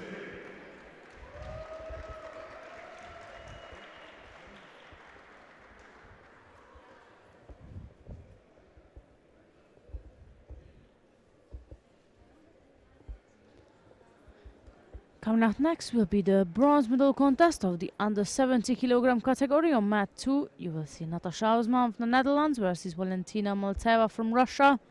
And on mat 3, you can follow Lisa Müller of Germany versus Antonia Moreira from Angola. We are going to watch Hausmann of the Netherlands versus Molteva from Russia. That's mat 2.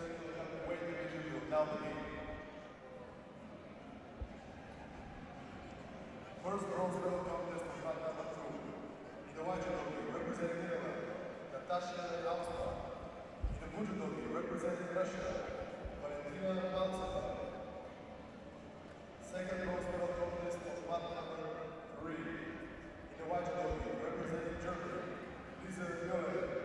In the blue judo, representing Angola, Antonia Moreira.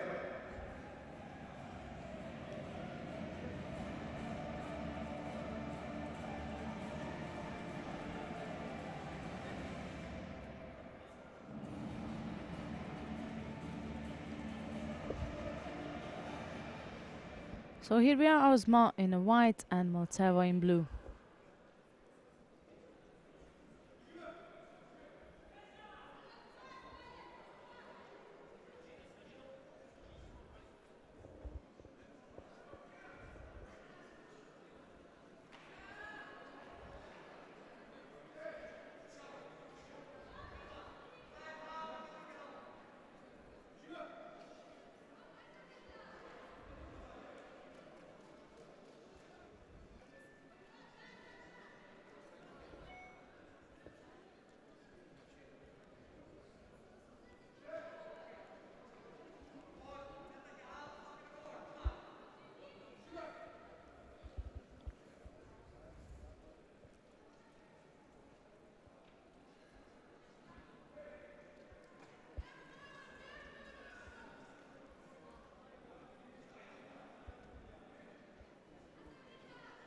Hausmann hooked in for Kochi.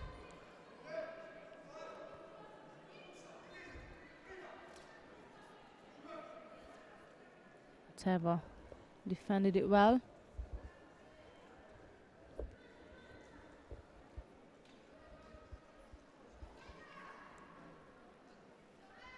Hausmann keeps attacking Molteva on the right side, and in opposition to that, Molteva keeps defending it somehow, but it's always Hausmann who is going on front first.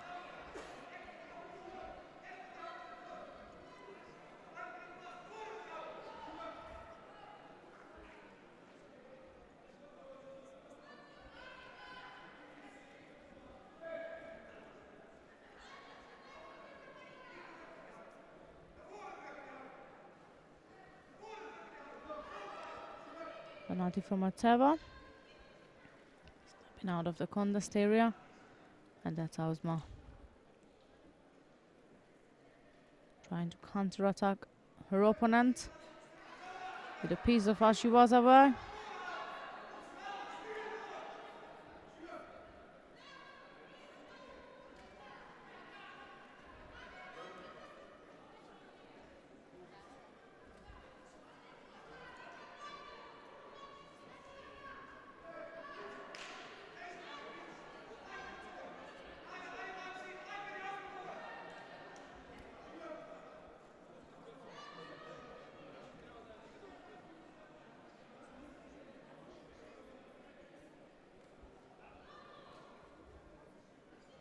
Ozma going again on the right. She was a bit too far and there was no control over the grip and there was no kuzushi, so Maltseva just had to step behind her with the aim of counter-attacking and scoring on Ozma.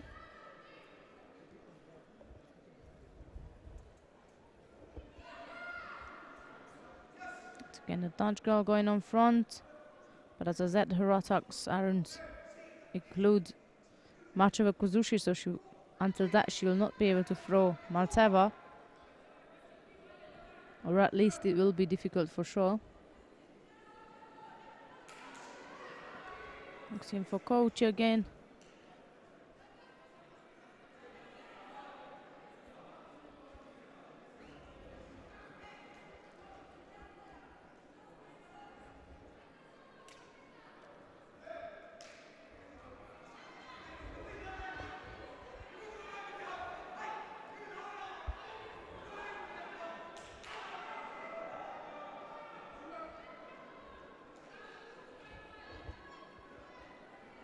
And that's again Ozma going across, putting her feet inside.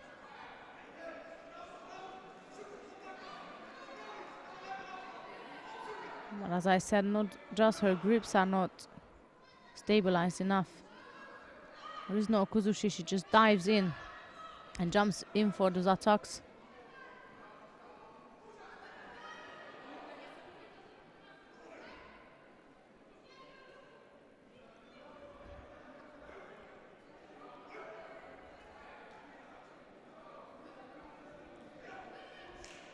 What it does, it keeps her busy and keeps her being more active, which of course from a tactical point of view, it's enough to win the contest.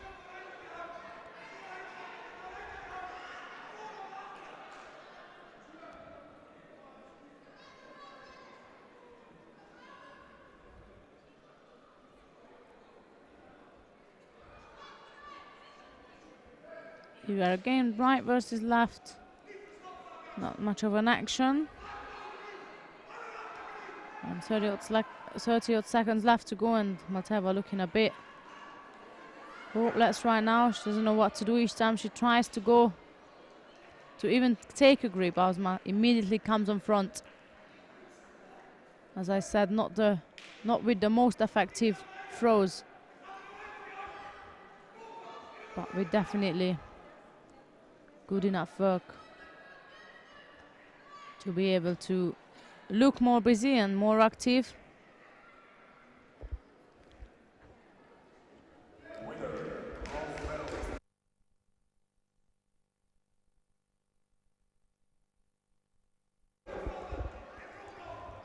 On mat 3 in the meantime, Lisa Müller of Germany won the bronze medal.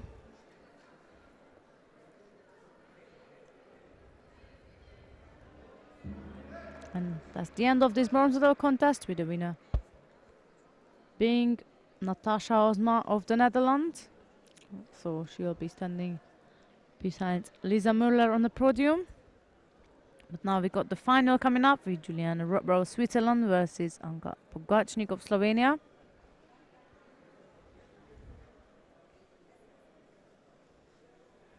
Winner and second bronze medalist in women under 70 kg weight division, representing Finland, Natasha Ozma.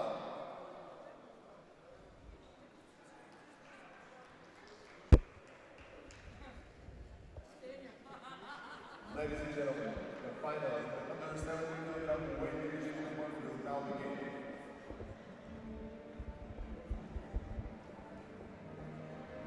The white judoka representing Switzerland, in the blue judoka representing Slovenia, Anka Pogacnik.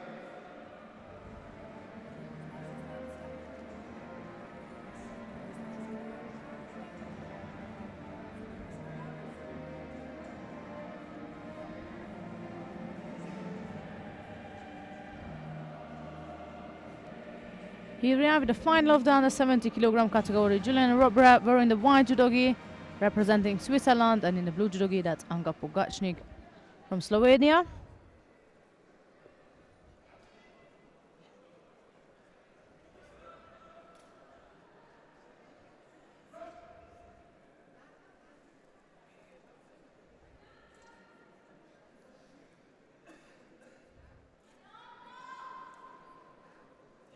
haven't seen much of Pogačnik today, but what I can tell of what I've seen of Robra, she's in good shape.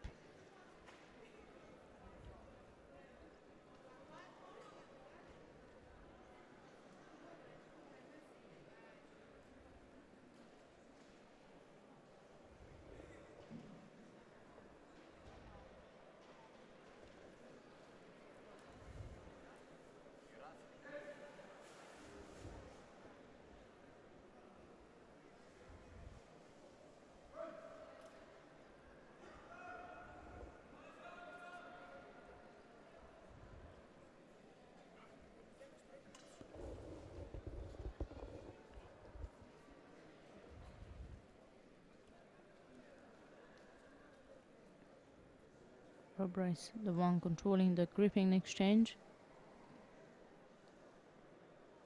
Pogačnik is aiming to take also left-sided grip as much as Robra favors the same.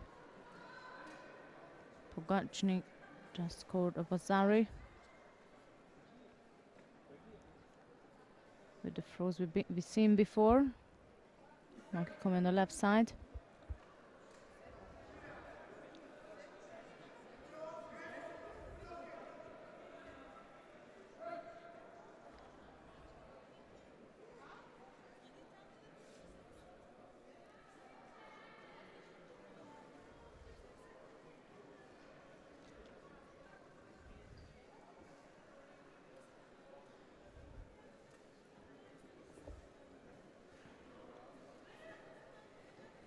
Robra is still controlling the left side, but even though we thought that it's uncomfortable for Pogačnik, that's exactly the position where she scored from.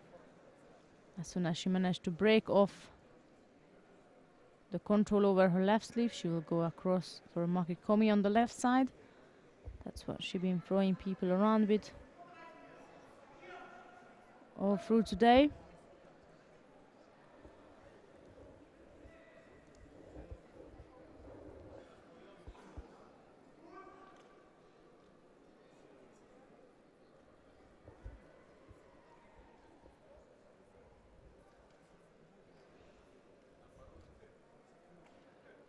Got a good grip, but now she will have to be able to make use of it.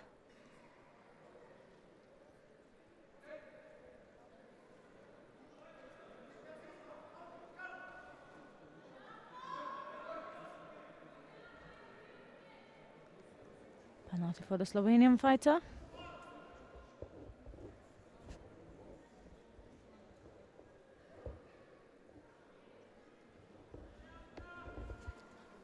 Robra initiated. Nosotagara on the left side.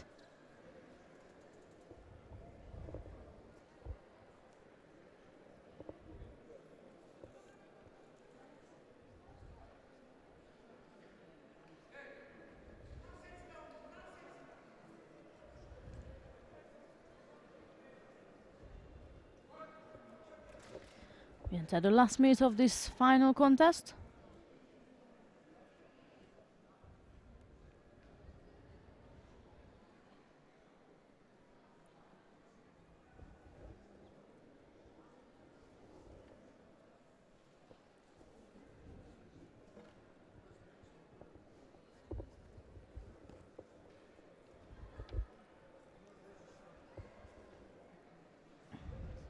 Pogačnik is what she's doing well is that keeping, even though Robra's got a controlled grip, she's keeping a good distance from her opponent so that she cannot even come nearby, and right now she's even controlling the left arm of Robra so that she can't come nearby. 7 seconds to go, and that's still the Vasari up there for Pogačnik, who picks up another penalty, but with a couple of seconds to go.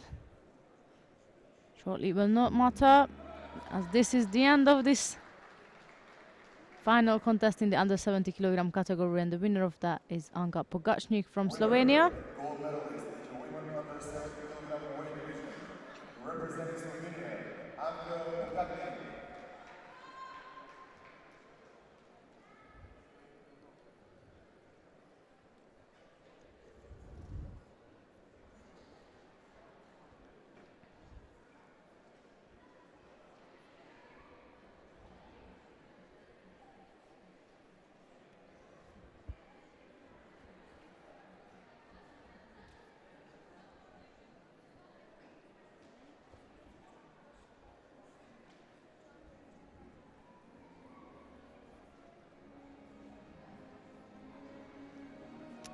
Coming up next is the medal ceremony of the under 81 kilogram category.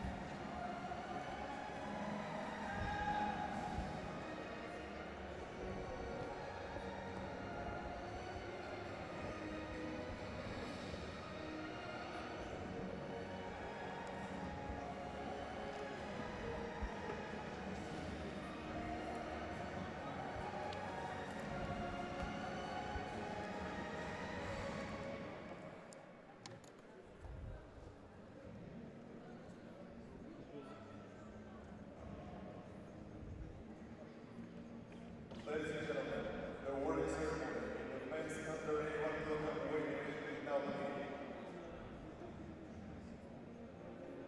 Bronze and silver medal. Bronze medal winners of the under 81 kilogram category is Frank de Witt from the Netherlands and Benoit Collin of France. Third place, representing Netherlands, Frank de Witt. Third place, second bronze medalist, representing France, Benoit Collin. Silver medalist, representing Germany, Dominique Gressel. Second place and silver medal goes to Dominic Ressel of Germany. And the winner and the gold medalist of the under 81 kilogram category here in Sofia, that's Georgi Papanashvili of Georgia. This will let us to stand for the national anthem of Georgia.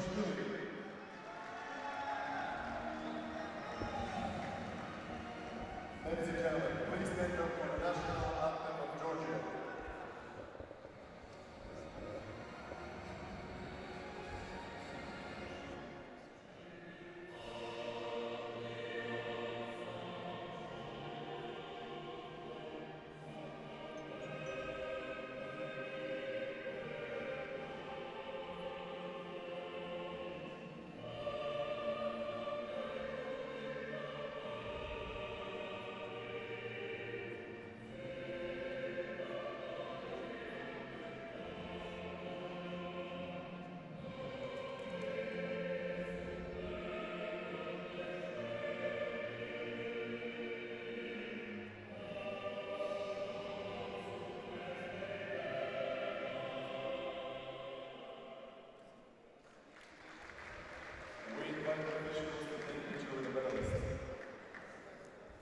After the official picture has been taken, we're going to move on to the under 90 kilogram category bronze medal contest.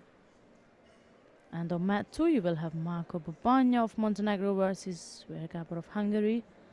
And on mat 3, you can follow Dax Bisbrook of the Netherlands versus Turel Savguliev of Azerbaijan. We are going to watch all the actions on mat 2. That will be Bubanya versus Ver.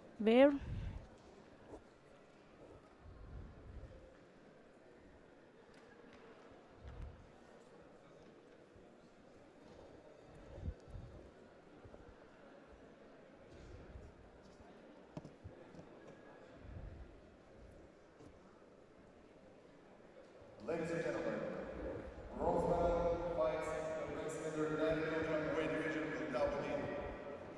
For the first bronze medal contest of that number 2, in the white judo representing Montenegro, Marco Bubanya.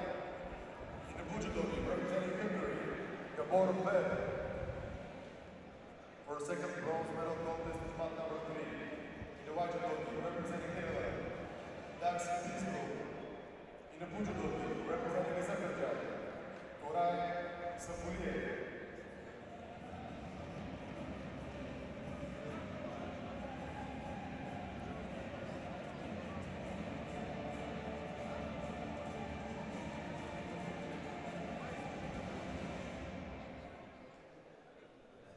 There we are in white judogi, that's Bubanya of Montenegro, and in the blue, that's Ver of Hungary.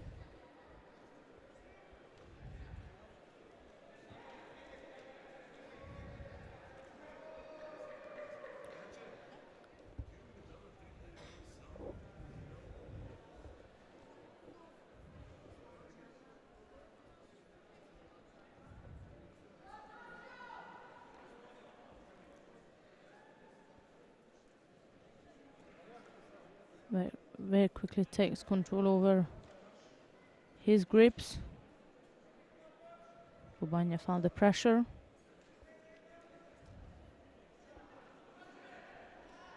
So again, we're installs right sleeve lapel.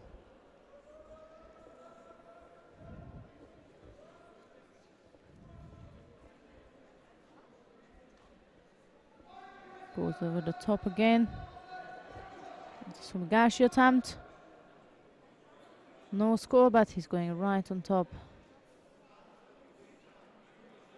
With a changing of his mind, and instead of working in Navaza, he stood back up.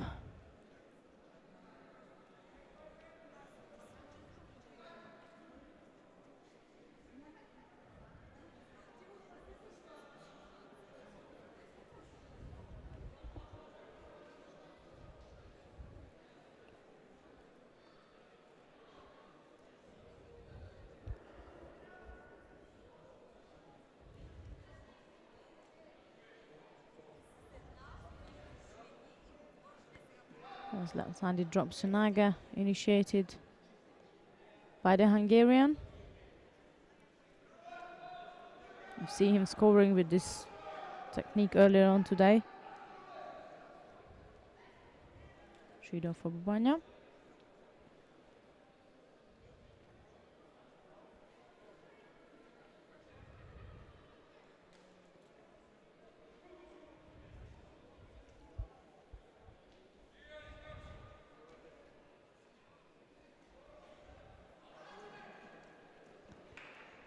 Right side Uchimata, what Ver was trying to do was control over the grip.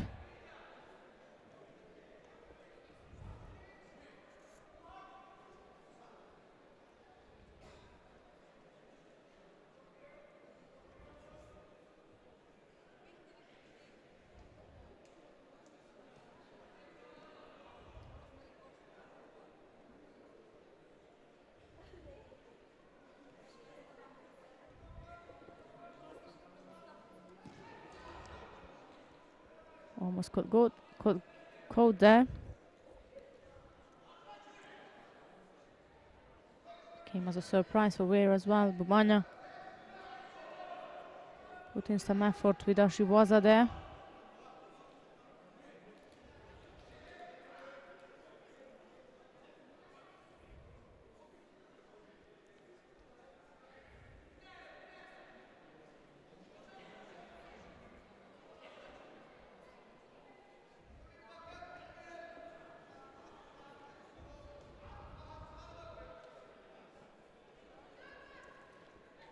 So we are switching from going for Uchimata to aiming for Kosoto, then trying to gain his Sumigashi attempt. Bubanya stopped him, and we are stuck underneath him.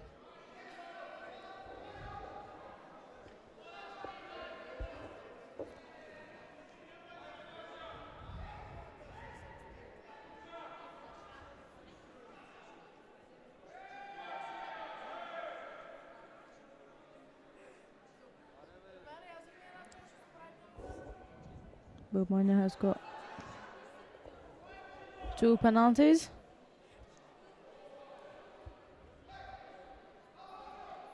And Weir is still aiming to control his opponent on the right side.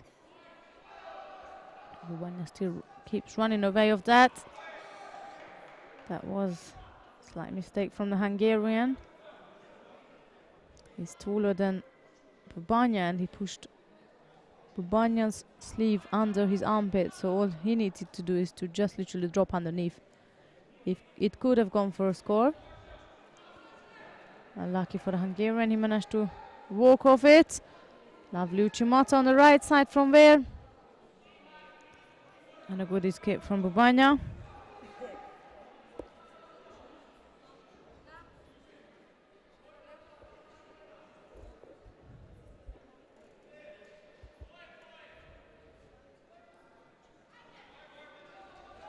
The first time it was Bubanya who took an attack. We're taking a step at least to attack. Under a minute now of this bronze medal contest.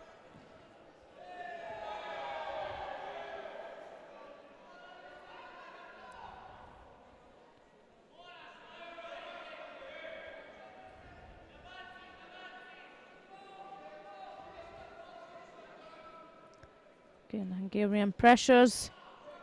Bubanya, the edge of the mat, thinking if he gets him to step out, that will be another Shido. And as he was doing that, there's an opportunity for throw as well. 30 seconds left to go. Still only 2 penalties on display, and that's in favor of the Hungarian.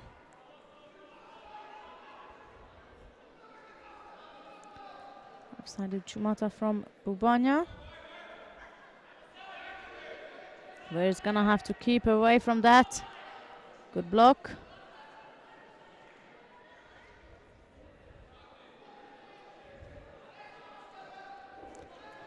Exactly 3 seconds left on the scoreboard.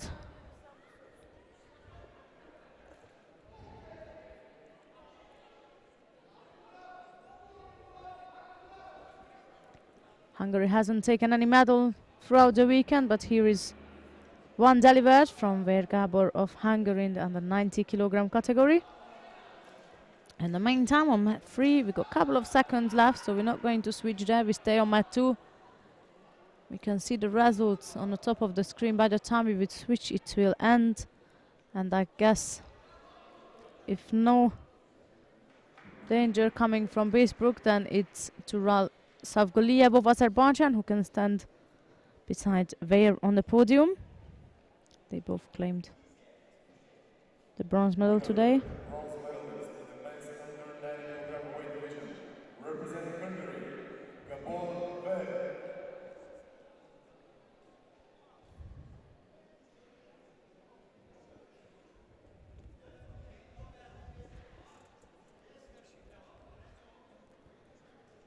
Coming up next, we will the final of the under 90 kilogram category, and that will see Ihar Zukau of Belarus versus Dmitro Berezny of Ukraine.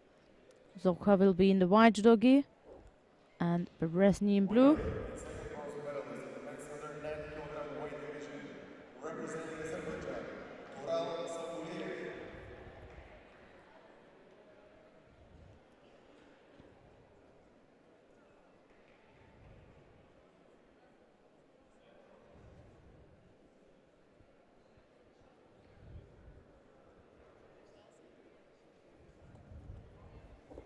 Ladies and gentlemen, the final contest in the men's under 90 kilogram weight division will now begin.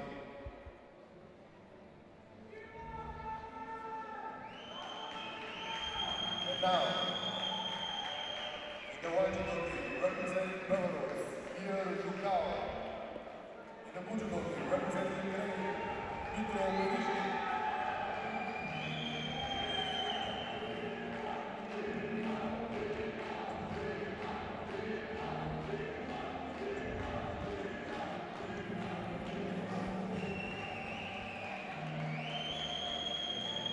You can hear the Ukrainian team is giving a great amount of support to Berezny.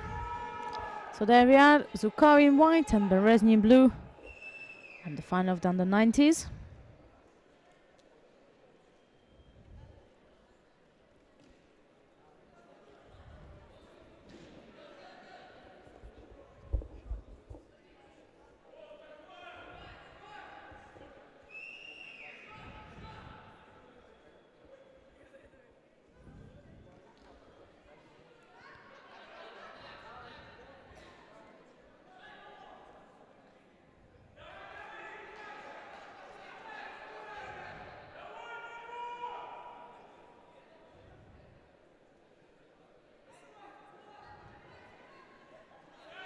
Zukau was seeking to go on the left, right, pardon me. To get him on the right side. Ochigari going for Rosato. Is he gonna turn back? No, he did not.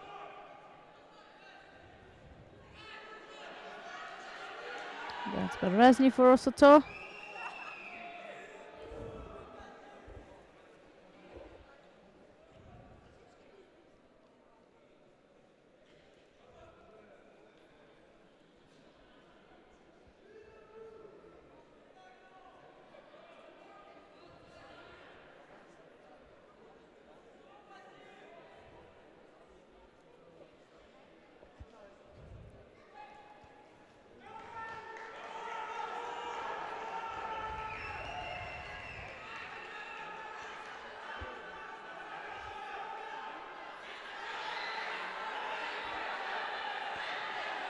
Someone is gonna go, and that's Zokur who gets thrown by Berezny. That was a stunning performance and a really great event right in the final of the under 90 kilogram category.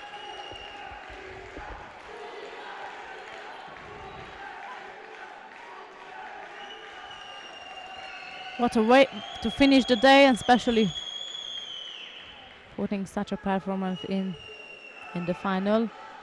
You could tell one of them is gonna go.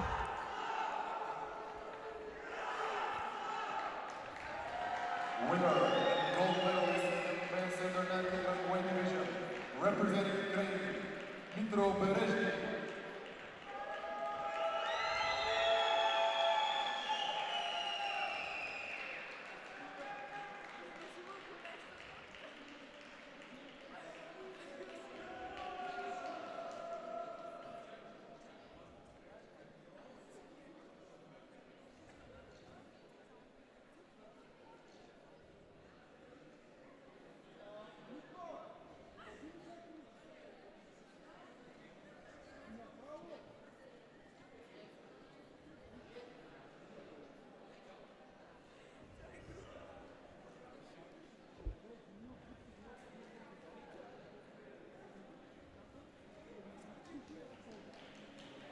There you have the replay of the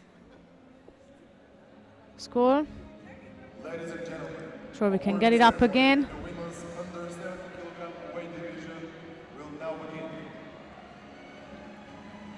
Later on, maybe after the medal ceremony of the under 70 kilogram category.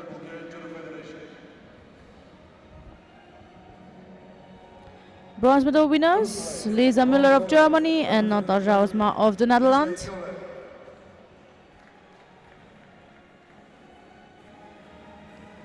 Third place, bronze medalist representing Netherlands, Natasja Ausma. Second place and silver medal goes to Juliana Robrau of Switzerland. Silver medalist representing Switzerland, Julian Robrat. Gold medal and the winner of the under 70 kilogram category here in Sofia is Anka Pogacnik of Slovenia. Sports director of the European Judo Union. And now, first place, gold medalist in the under 70 kilogram weight division, representing Slovenia, Anka Pogacnik.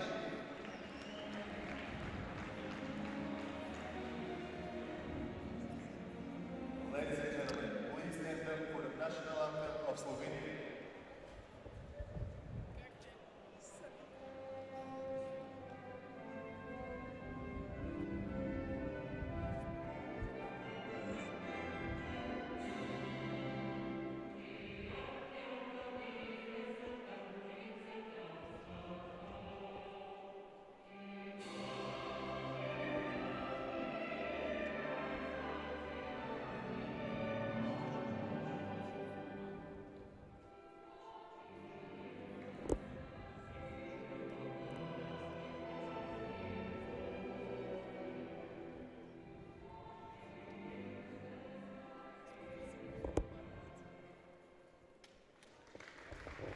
We invite the officials to take a picture with the medalists.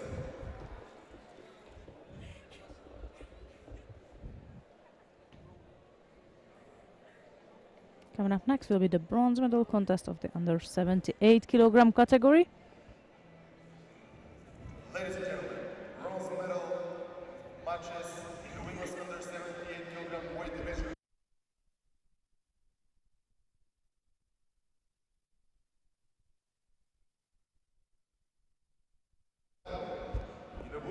So coming up next is the bronze medal contest of the under 78 kilogram category. Mat 2, you can follow the actions between Barbara Bandel of Germany and Huyim Park of Korea. Mat 3, you'll see Karen Stevenson of the Netherlands and Ivana Maronic of Croatia. We are going to watch all the actions on Mat 2, that's Bandel of Germany in white and Park of Korea in blue.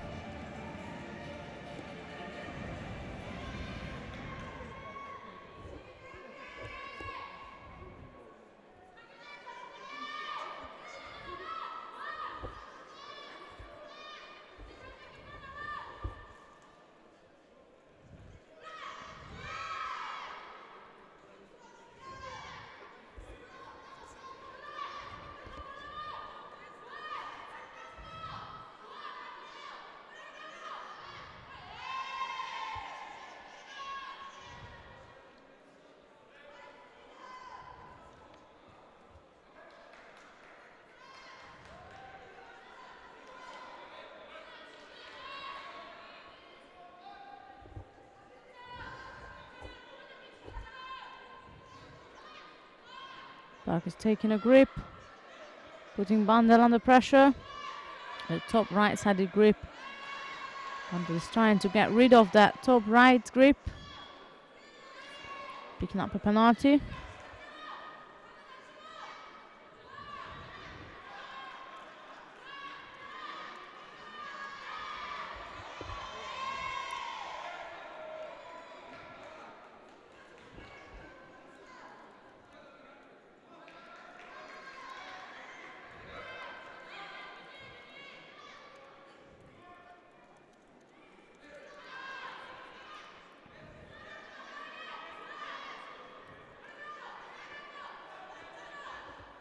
Park is the one still pressuring Bandel. Bandel could not get reasonable grip since the start of the bronze medal contest. Having said that, she managed to catch Park for a good kochi. Park was moving around, thinking, controlling the grip and controlling the contest, and all Bandel had to do is to catch the right moment. She put her leg across and scored a yuko on Park, which puts the Korean now under pressure.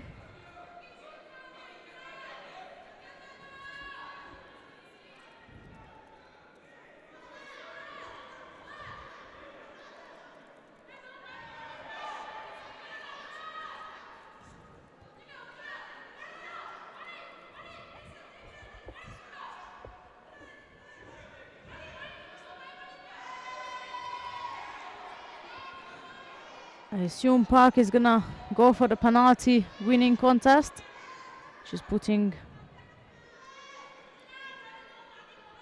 Bandel under pressure. She's picking up the third penalty. There's one more to go for her, so it's time to dig in for Bandel and try to work against that right hand of Park. Nevertheless, Bandel is already considered to be having a good day today. She defeated Anastasia Turchin of Ukraine in the first round, so she's doing well as per today. But what she struggles with is that right hand of Park. She could not get hold of that hand.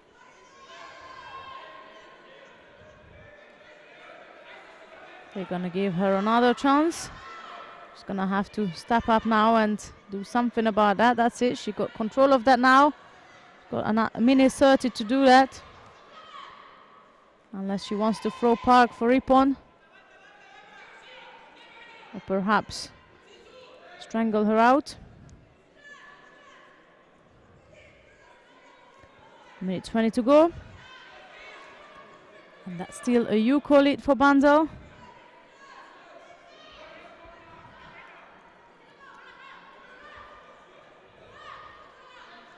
The reason I mentioned Turchin, the Ukrainian who Bandel defeated the first one, is in case you would know that she's cadet, junior and under 23 European champion. But right now Park is giving a hard time for Barbara Bandel, and the referee is being really gentle with her.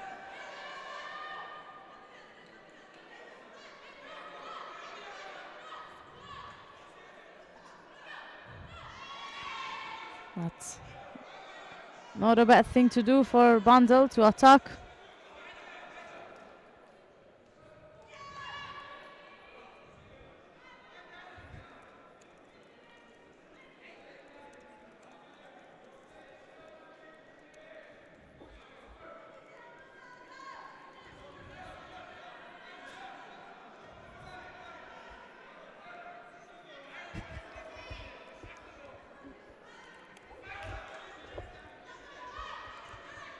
Seconds left to go, and that's to survive for Bandel and to put more pressure from Park. That throws in another kochi, and Park is frustrated now. She thinks it would be time to end this contest. That's not what the referee is thinking. 30 seconds left to go, and another chance for Bandel to block the right hand out. That's not the way to do it.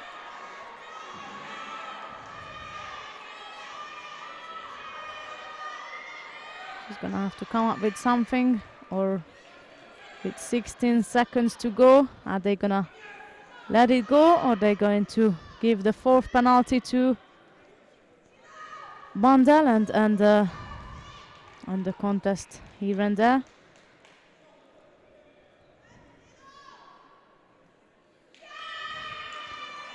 The referee looked at Bandel almost like, I'm sorry, I'm gonna have to do this to you, but we can't do that anymore. And so that's Park Eugene of Korea, who is taking the bronze medal in the under 78 kilogram category, one of them, and the other one goes to Karen Stevens of the Netherlands, who defeated Ivana Moronic of Croatia on mat 3.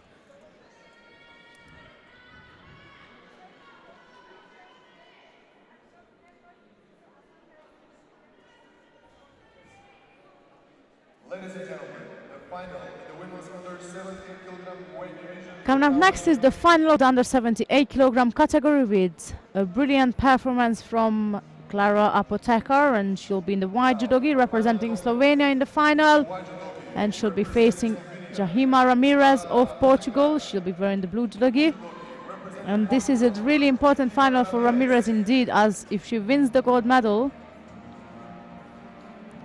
she can get herself onto the direct qualification of Rio. Of course, that doesn't mean she's a definite qualifier, but she can get herself into a good position. So from an Olympic point of view, it's really important for Ramirez to win this contest.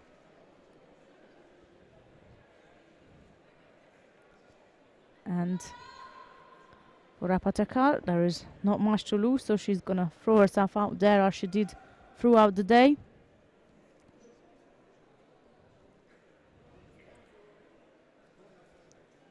Defeating Azunta Galeone of Italy in second round, who picked up a bronze medal at the Grand Prix in Cuba last week. So Apotekar is definitely putting on a show today. And here she is in the final, facing Jahima Ramirez, who's really in need of points.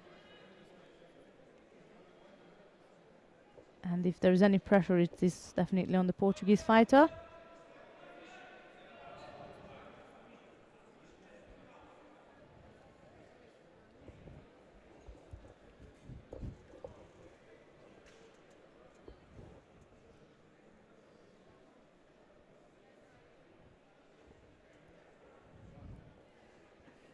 A slight height difference, as you can see, and that's not in favor of Ramirez. She can barely get hold of Apotekar due to her long arms and long legs. But she tries hard to throw her right arm over the top of the Slovenian fighter.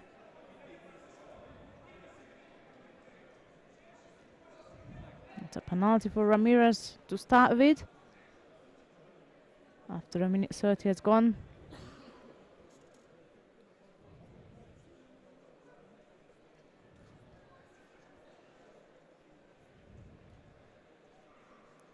Apotekar almost doesn't have to do much except getting hold of Ramirez and keeping her good set of her kumikata. Due to the height of hers, it's really difficult for Ramirez to do anything against the Slovenian.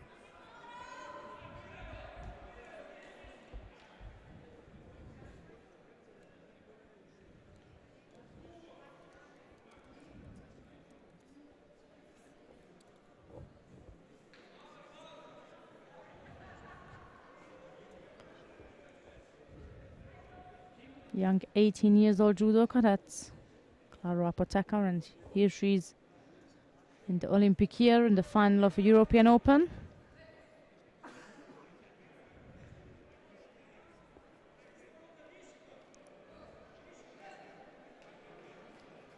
She's the current under 23 European champion. She won it last year in Bratislava with the age of only 18. She's already doing an incredible job. Junior World Championship silver medalist. That's also what she collected, or is part of her collection of last year.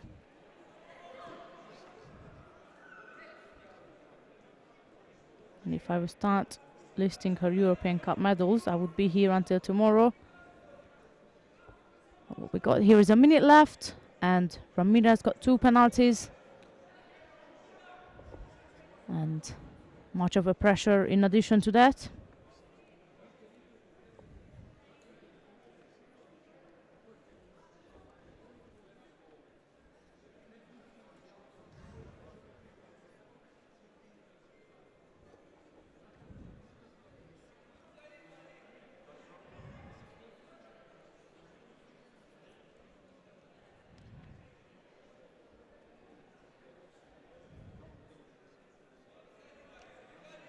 No doubt, Apotekar had to do almost nothing in this final, except using or taking advantage of her height.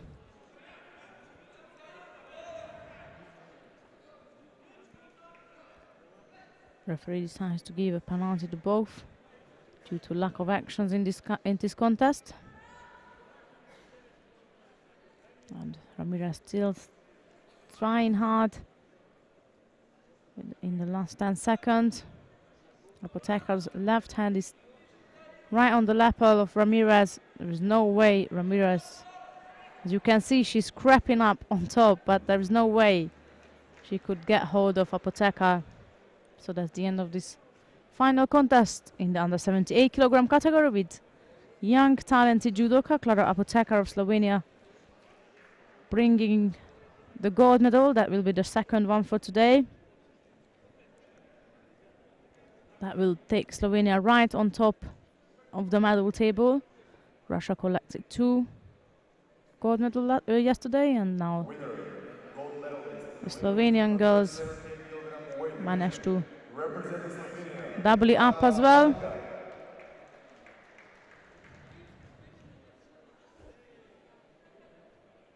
That's all the actions from the under 78 kilogram category, and I believe we are going to have a look at the medal ceremony of the under 90 kilogram category now.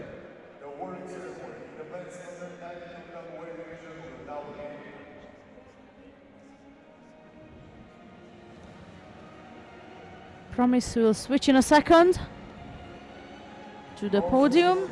The athletes are ready, lined up to receive what they earned today. That's the under 90 kilogram category medal ceremony, with the bronze medalist Beir Gabor of Hungary and Tural Savgoliev of Azerbaijan. Third place, second bronze medalist, representing Hungary, Gabor Beir. Second place and silver medal goes to Ihar Zukau of Belarus. Representing Belarus, Ihar Zukau. And the winner of the under 90 kilogram category at the European Open here in Sofia, it's Dmytro Berezny of Ukraine. That will let us to stand for the national anthem of Ukraine. First place and gold medalist in the men's under 90 kilogram weight division, representing Ukraine, Dmytro Berezny.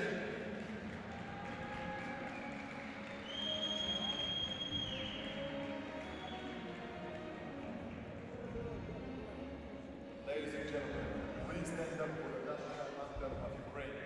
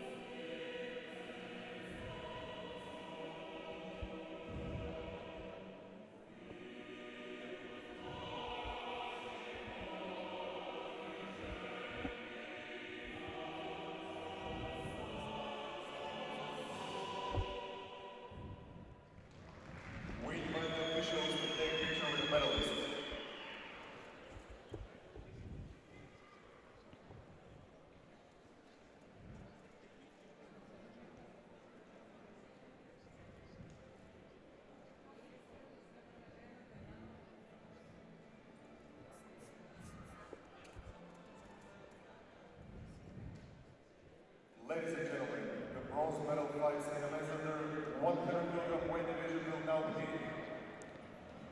Coming up next, bronze medal contest of the under 100 kg category. On mat 2, you can follow Filip Avitialkoras of Great Britain versus Lasha Tavelluri of Georgia.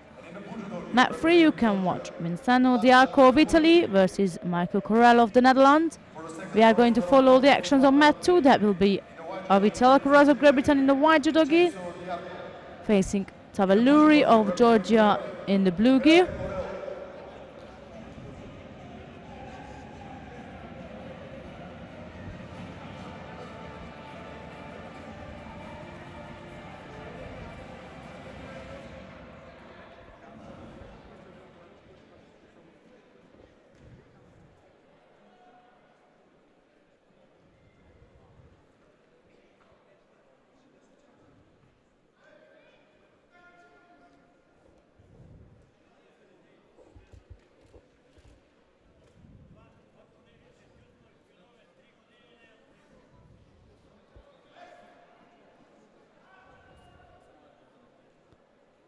That was a lucky shot there for the British fighter. Almost got his hat taken off by Tavelluri.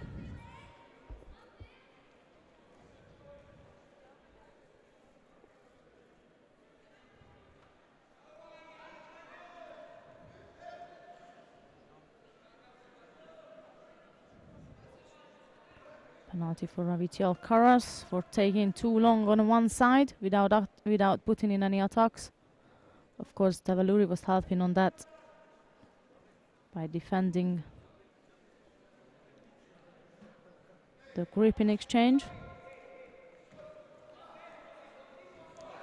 Beautiful throw from Tavelluri, regardless of the high difference. He believed he will do it, and he did it indeed. We're going to get a replay of that, hopefully. Let me just confirm that with my colleague, Braunakos.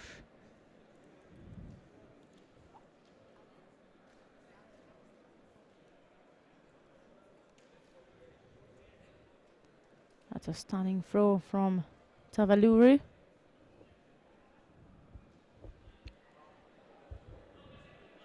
Winner and bronze medalist in the men's under 100 kg weight division, representing Georgia, Lasha Tavelluri. Braunakos is preparing the replay for us. In the meantime, I'm going to update you. Not just update you, here we are watching the other bronze medal contest. That's between Vincenzo Diaco of Italy in the white and Michael Corral of the Netherlands in blue, who just picks up a penalty for one-sided grip. 2 minutes has gone of this contest and no score.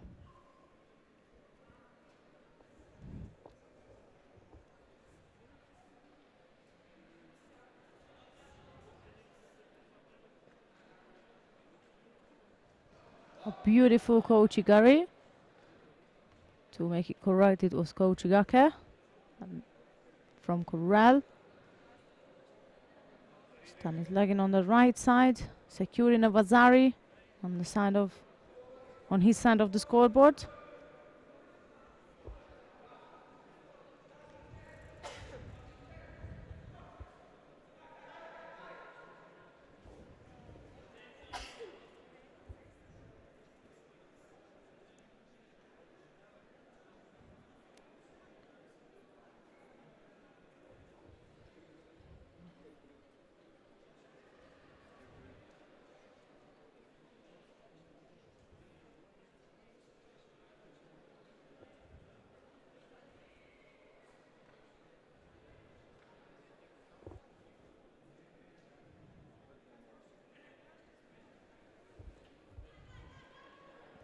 Diaco decided to put Corral under a slight bit of a pressure there.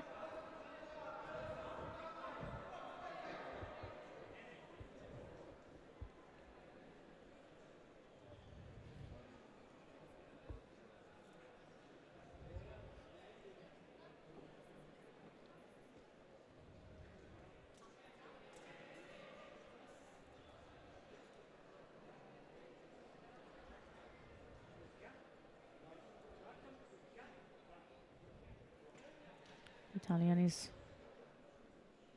the one who's going to have to watch at the edge of the mat there.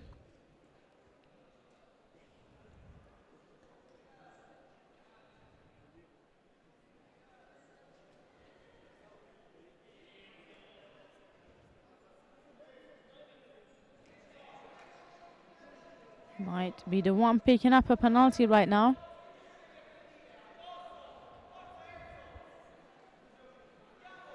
Instead, Corral gets a second one for a harsher Ashiwaza than is accepted. What we call a kick. Right, Uchigari from the Italian.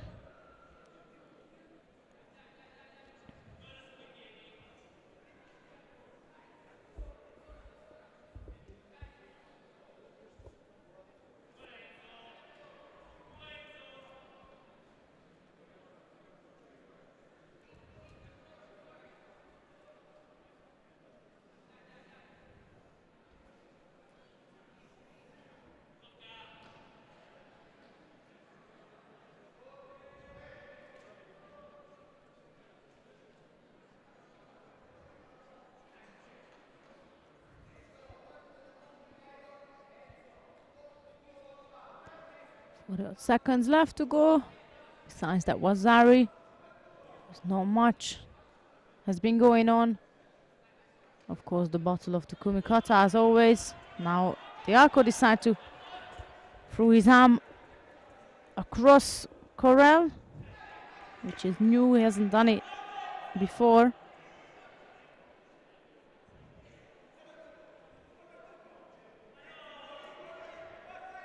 And for not being able to put an attack from that Kumikata, he picks up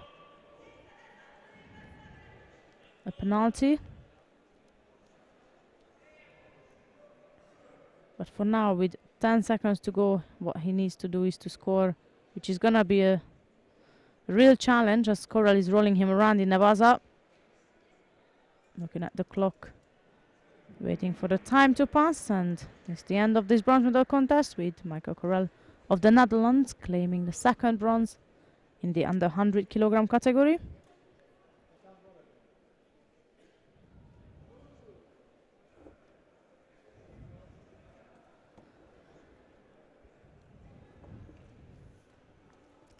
This will lead us to begin to follow the actions of the final of the under 100 kilogram category, which is promising to be a very exciting contest between Ramadan Darwish of Egypt and Luciano Carrera of Brazil.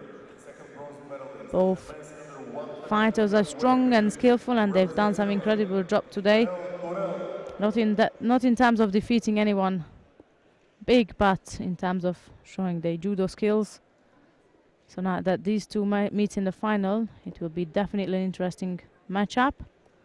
So that will be Ramadan Darwish of Egypt versus Luciano Correa of Brazil.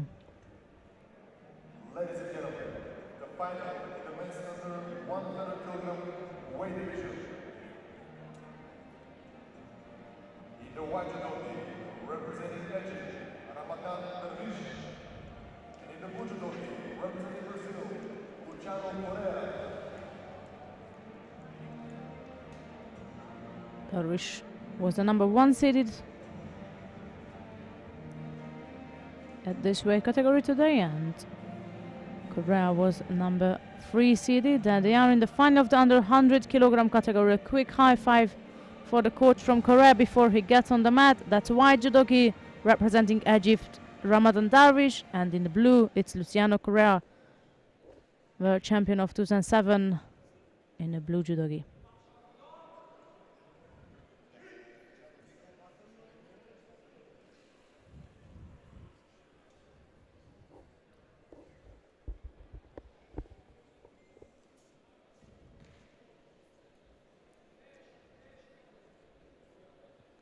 Darwish prepares for his left-sided Uchimata, which he's been throwing people around with throughout the day.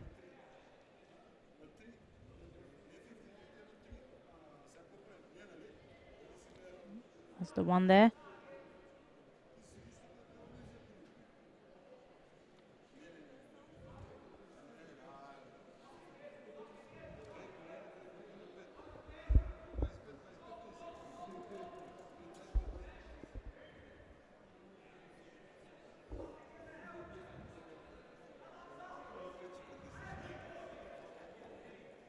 penalty for Korea to start with.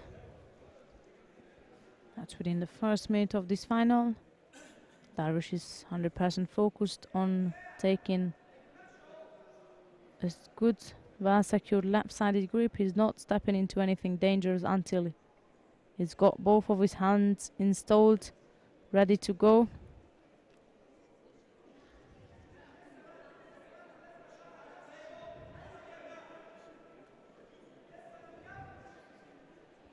It's the left Uchimata.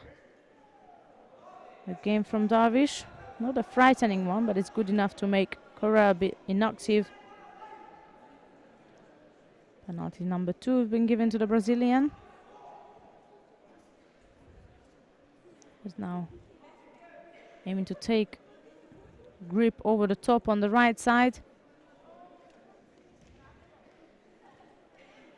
There he's scrapping up on top of Darvish's shoulder.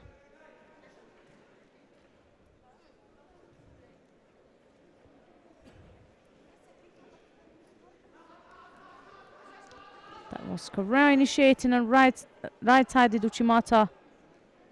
With one hand it was always going to be difficult, and so Darvish rolled him in for a Vazari.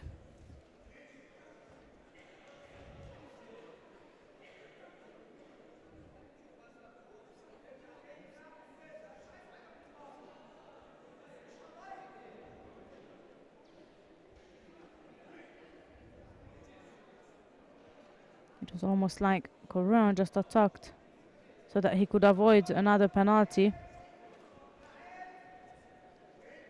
It's not the attack with the most effort we've seen he can do. That's penalty number 3 for one-sided grip. Holding it on for too long. And Darvish again relaxed, settling in for left.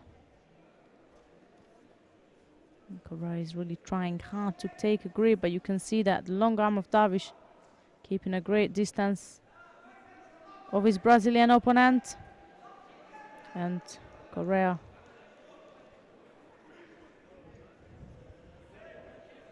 is struggling to find a solution.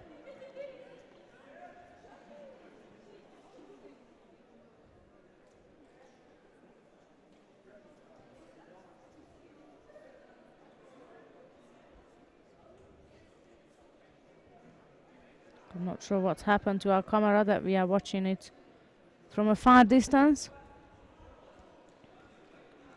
But let me double check that.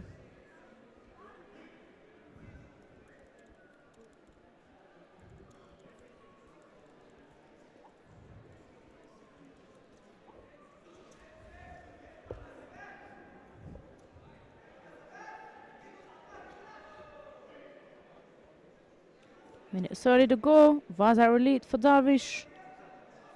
And he picks up a penalty for stepping outside of the contest area.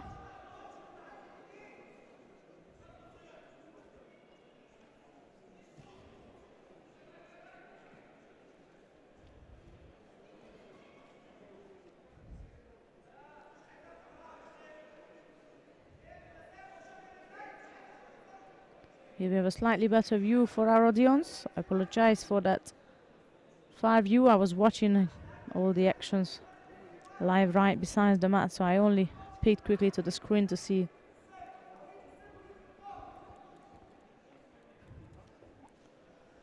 But let's watch the last minute from a good close-up view.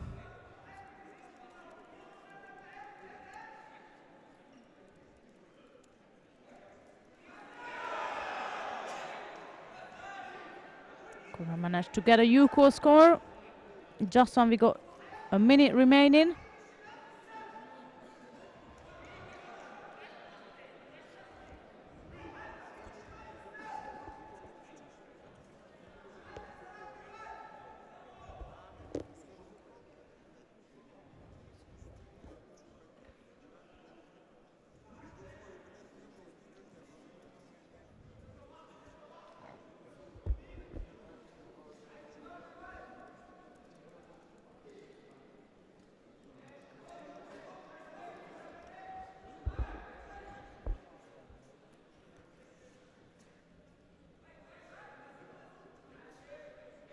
Cora managed to get over the top of Darvish.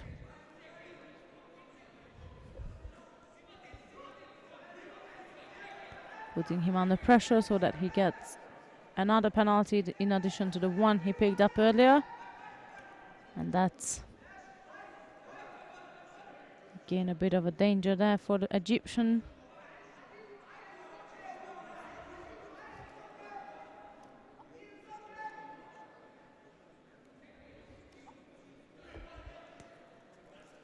Under the last 10 seconds now. Darvish throws in not the most reasonable attacks he's done today, but it's good enough to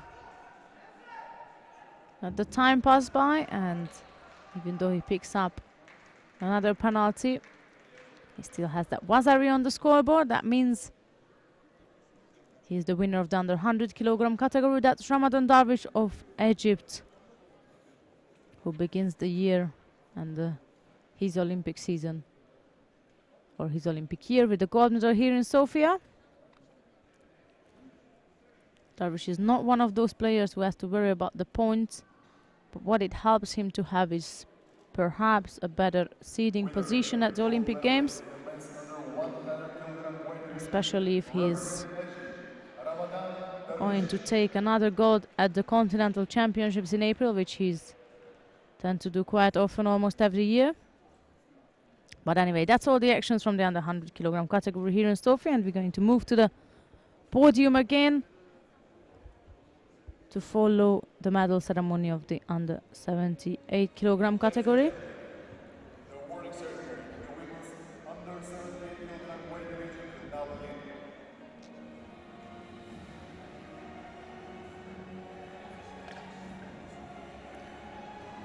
So there we are, all lined up, ready to go. Bronze and silver medals will be presented by Mr. Asset Korji, General Secretary of the Bulgarian Judo Federation. Bit of a smile from the media director of the EGU, Alexander Nagibin. We just walked out of the camera now. Right, bronze medal winners of the under 78 kilogram category. That's Karen Stevens of the Netherlands and Park Eugene of Korea. Second place and silver medal goes to Yaima Ramirez of Portugal. And gold medalist. And the winner of the under 78 kilogram category European Open in Sofia, that's Clara Apotekar of Slovenia.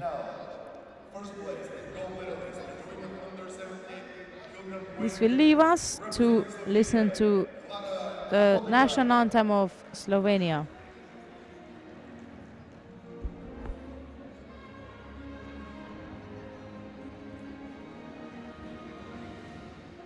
Ladies and gentlemen, please stand up for the national anthem of Slovenia.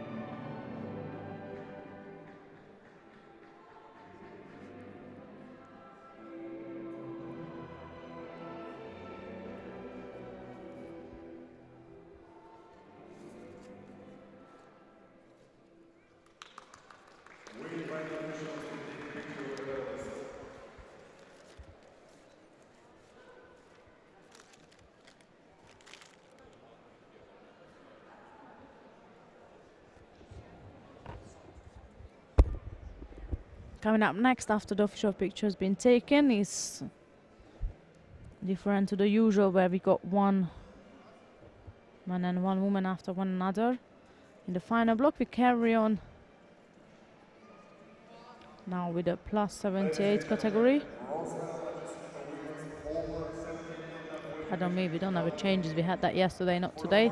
So yes, we are going with the order. That's the plus 78 kilogram category bronze medal contest.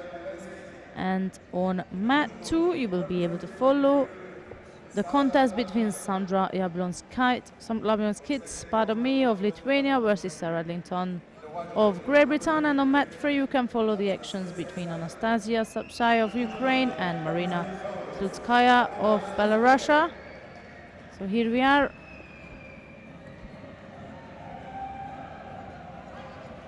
Jablonskits in the white judo gi representing Lithuania, and that's Adlington in the blue judo gi representing Great Britain, and this is the matchup for bronze.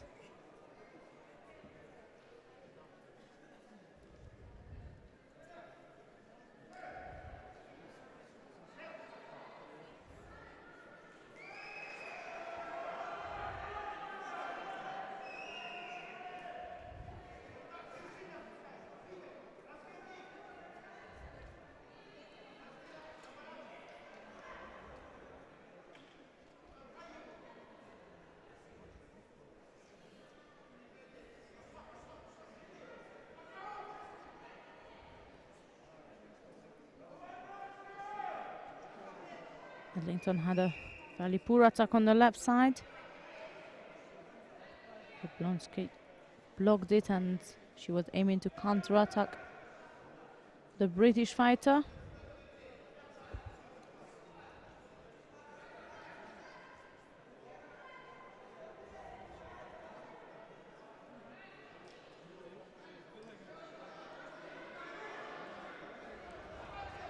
Slightly better gripping for Adlington, but she still finds it difficult to get her Lithuanian opponent out of balance.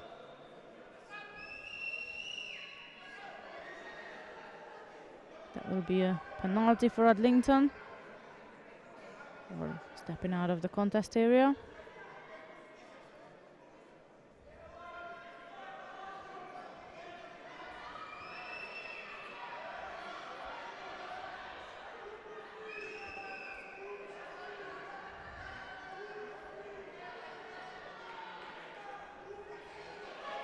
She's still taking the same grip, left outside,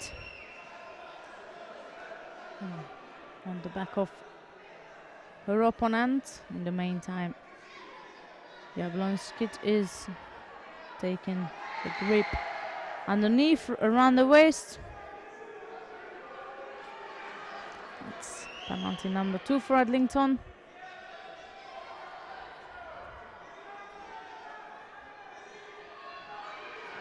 And this time she managed to pull the sleeve across enough to score for a Yuko and takes the lead within this bronze medal contest. The background noise is for Sapsa on mat 3. The Ukrainian team is supporting her on her way to the bronze medal if she defeats Slutskaya.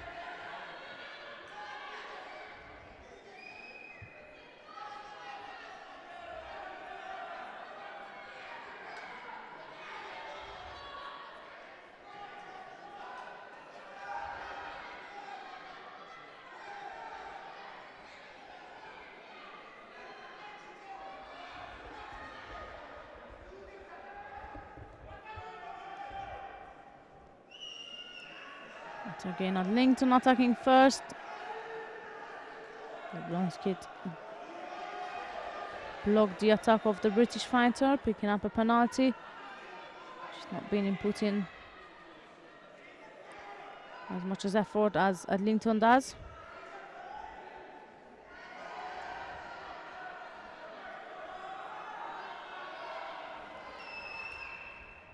.130 to go from this bronze medal contest.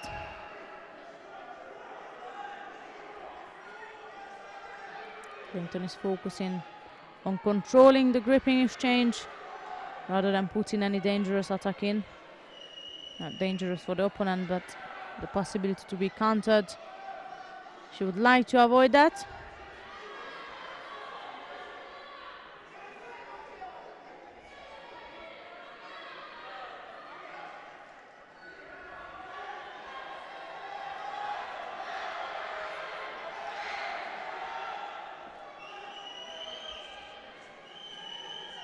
Subsides indeed in the need of some support there on mat 3. Couple of seconds left, and that's Rhoda Slutskaya who is in a good position of taking a medal here today. Adlington managed to catch the Shimewaza, as you could see. It's definitely not over the mouth of her opponent, however she could not complete this Navas action. In the meantime, that Marina Slutskaya of Belarus was taking a medal, the bronze medal for the team. And here we got 20 odd seconds left to go, and Adlington is the one who's in favor of winning this bronze matchup. Bronze medalist in the women's over 70 kilogram weight division, representing Belarus, Marina Slutskaya. Great Britain also hasn't got any medal yet during this tournament this weekend, so that could be Sarah Adlington saving the weekend. And that's the end of, the time is up, that's the end of this bronze medal contest, and indeed Sarah Adlington is claiming the other bronze at the over 78 kilogram category.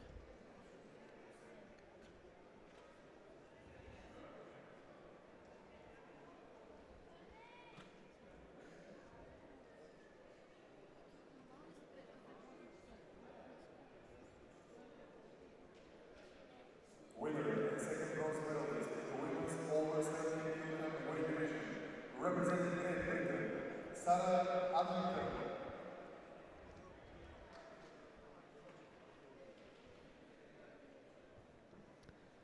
Coming up next, we have the final of the over 78 kilogram category.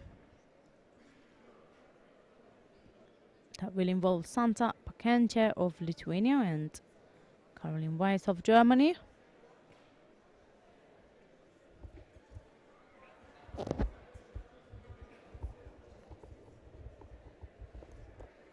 Ladies and gentlemen, the gold medal contest in the women's over 70 kilogram weight division will now begin.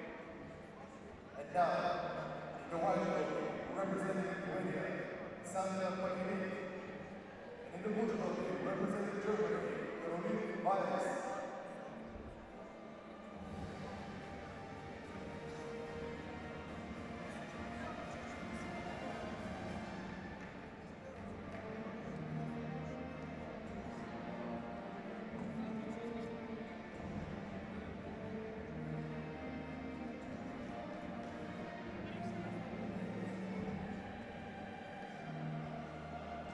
Here we are wearing white judogi, Santa Pakenche of Lithuania, and in blue, that's Caroline Weiss of Germany. Final of the over 78 kilogram category.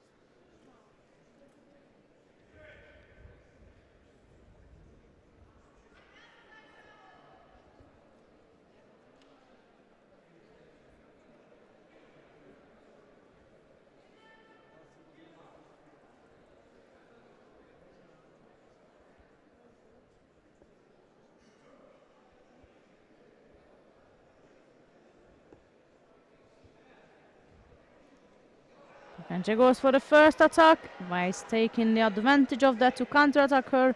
Yuko score for the German, and the Osaikom is being called on. The time is ticking for Weiss.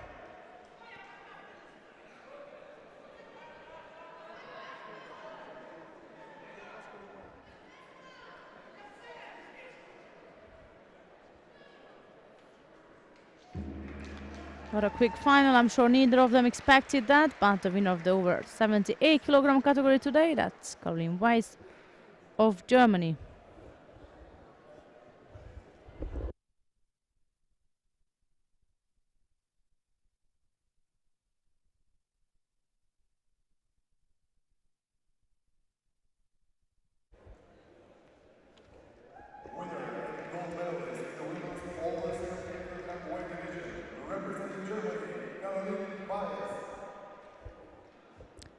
Now we're switching to the medal ceremony of the under 100 kilogram category before we watch our 3 remaining contests in the over 100s.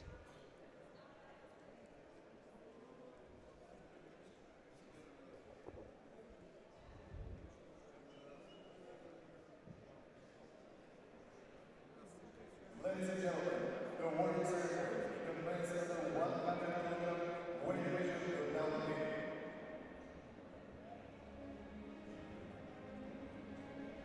So here are our medalists of the under 100 kilogram category here in Sofia at the 2016 European Open.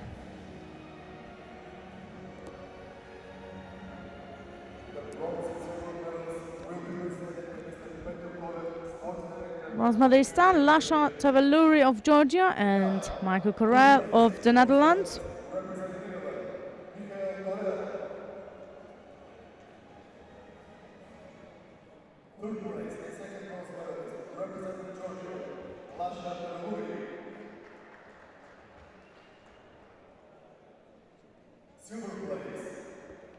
Silver medal and second place goes to Luciano Correa of Brazil.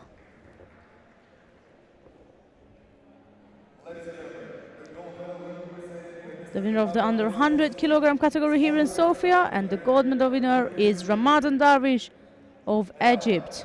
First place, gold medalist in 100 kilogram weight division, representing Egypt, Ramadan Darwish. And this will allow us to stand for the national anthem of Egypt.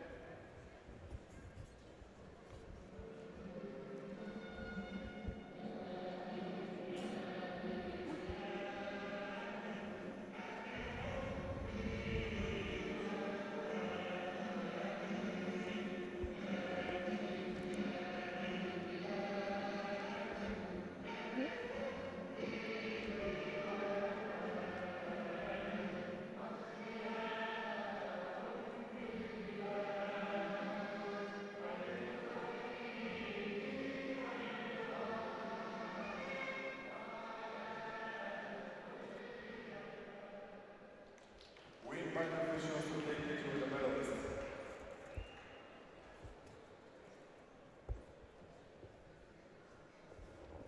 After the official picture has been taken, we are indeed going to watch the bronze medal contest of the over 100 kilogram category, where we see on mat 2 you will have Georgi Lazoashvili from Georgia versus Alexandra Bakaviak of Belarus. My tongue got twisted there, I'm sorry. Right, mat 3 will bring actions between Elior Majoripov of Uzbekistan and Alessio Machetti of Italy. We will follow the actions on mat 2. You can also wish to mat 3 if you would like to.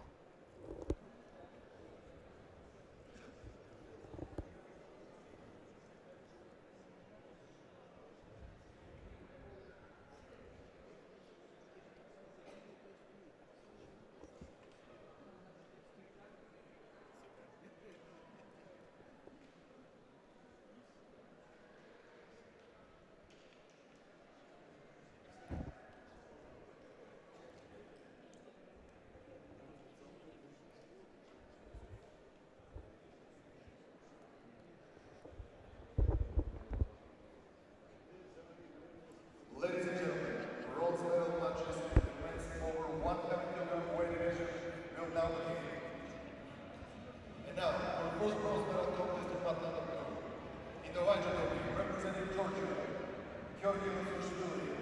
And in the blue judo, representing Belarus, Alexander Bakaviak. For the second bronze medal fight, partner number 3. In the white judo, representing Uzbekistan, Elior Masharipov. In the blue judo, representing Italy, Alessio Machetti.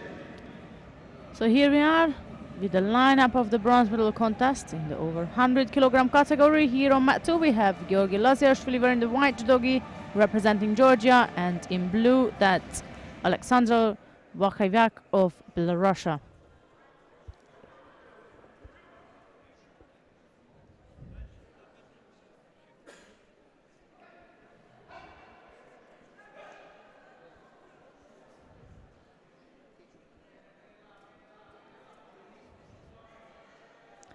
It was Or Sasson from Israel who was given a hard time for Bakaviak in the semi-finals.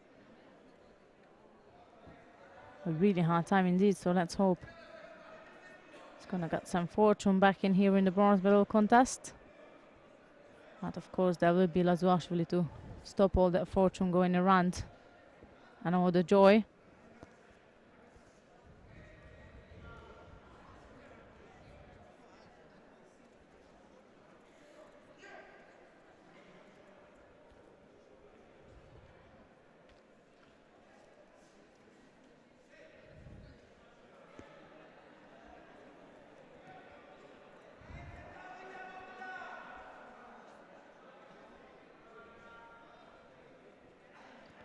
After picking up a penalty, it was now Lazuashvili was aiming to take control of the kumikata exchange with the top right-sided grip.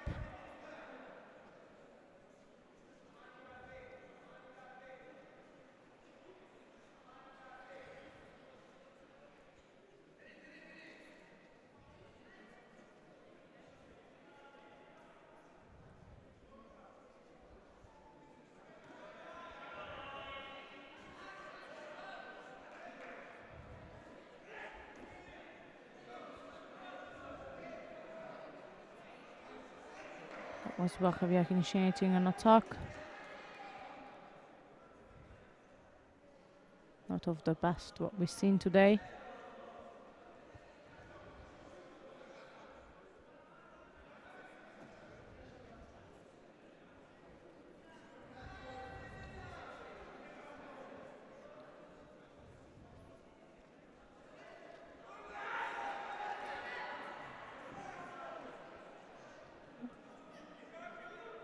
Wakawiak was going to pick up Lazuashvili and stun him with the Uranage. Georgian used a good balance to avoid that. However, still Lazuashvili, who's got a penalty on his side.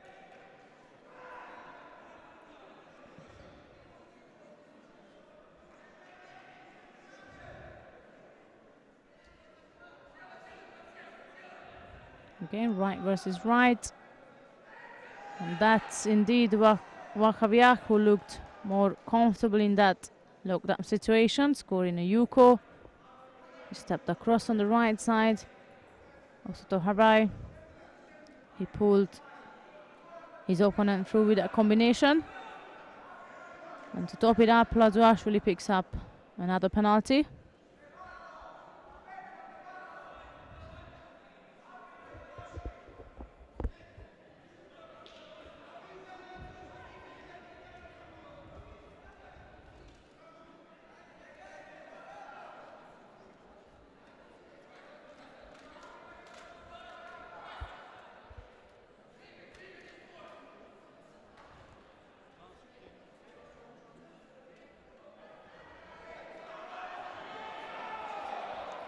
Counter-attack from Wakawiak, almost managed to drive Lazuashvili in for another Yuko. But yet it is indeed the Georgian who is going to have to step up and try to score, which of course he was trying to, except that Wakawiak stopped him in action and tried to counter-attack him. In the meantime, Italy is about to pick up a bronze if Machati keeps that was Zari on his side of the scoreboard and makes no mistake.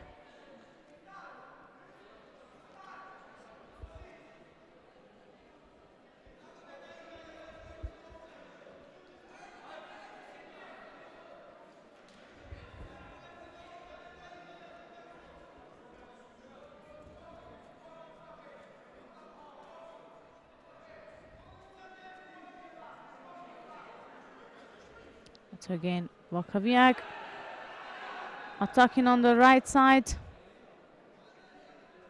losing control of the grip.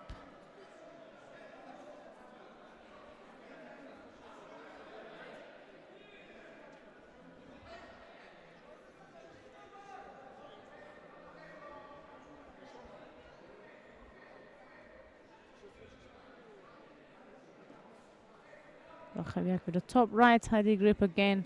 This time he's taken not the sleeve but the lapel with his left hand. Now he's aiming for the sleeve, and as he was changing grip, Lazuashvili threw his arm across on the right, attacking. Yet again, Wakiev is the one who blocked it and aimed to counter-attack his opponent. However, no score, 20 seconds left to go, and it's still Wakawiak who is in lead to take a bronze medal in the over 100 kilogram category.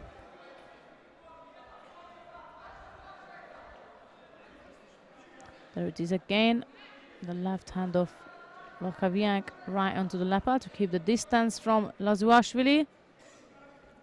He's trying to get hold of exactly the right side, is what Okaviak doesn't want. The gong gone off on mat 3. That's the end of the bronze medal contest of mat 3, with Alessio Moschetti of Italy winning a bronze for the team. And here we got 2 seconds remaining. Unless a magic happens, I doubt that the score is going to change. That's the end of this bronze medal contest, with the winner being Alexander Okaviak of Belarus. So there is 1 for Belarus and 1 for Italy. Before we heading to the final, where Brazil's got a second chance to take gold. That will depend on David Moura of Brazil, who will be up against Sasson of Israel.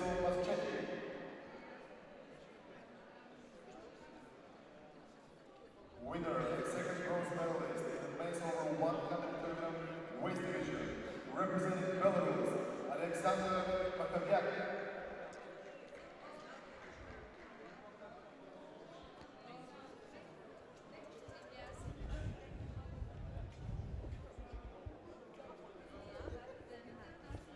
Ladies and gentlemen, the final in the men's over 100 kg weight division will now begin.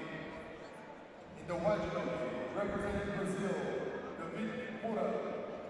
And in the blue judo, representing Israel, Sasson. Coming up next is the last contest of the weekend here in Sofia. That's the over 100 kg final, with David Moura of Brazil, and he'll be facing Sasson of Israel.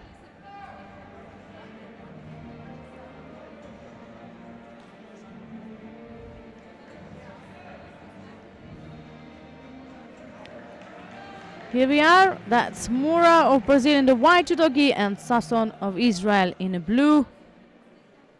Let's see who is going to take the final victory of the day.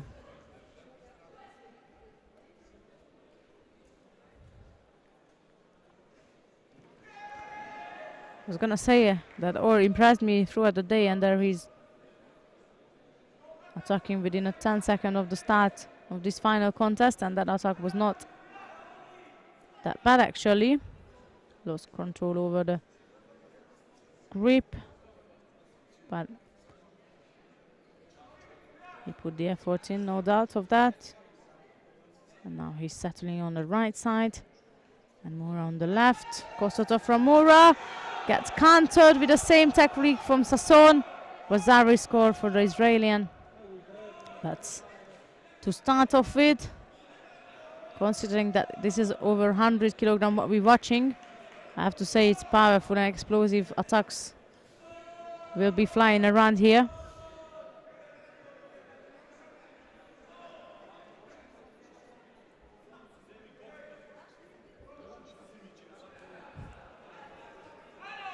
So that's it, the Vasari stays on and the fight continues.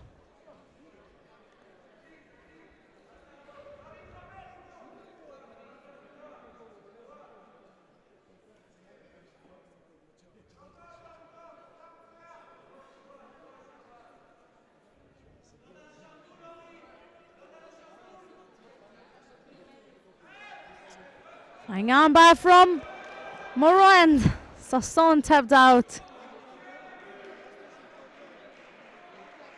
He's got it, and for a moment he wanted to claim that I didn't tap, but of all of us who watched it, sadly, he indeed tapped out. Disappointment for Sasson and the gold medal from Brazil, and 100 points for David Moura after winning the over 100 kg category.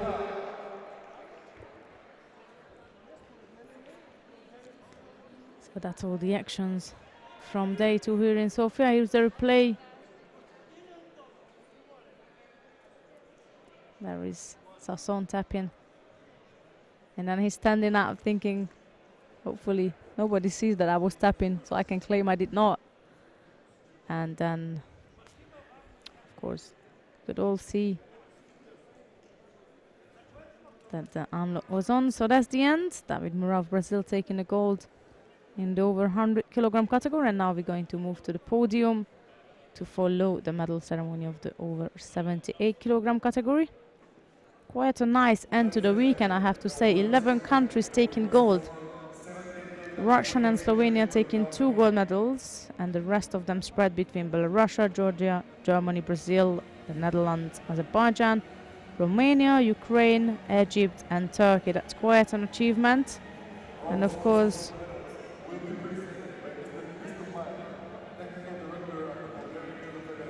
here we're now going to watch the medal ceremony. So let's see our bronze medalists.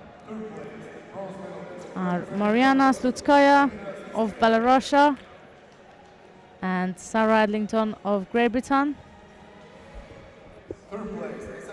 They are the bronze medal winners.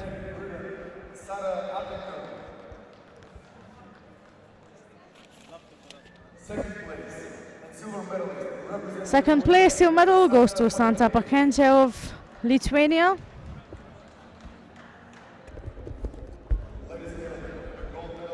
The winner of the over 78 kilogram category and gold medalist is Caroline Weiss from Germany, and that will let us to stand for the national anthem of Germany.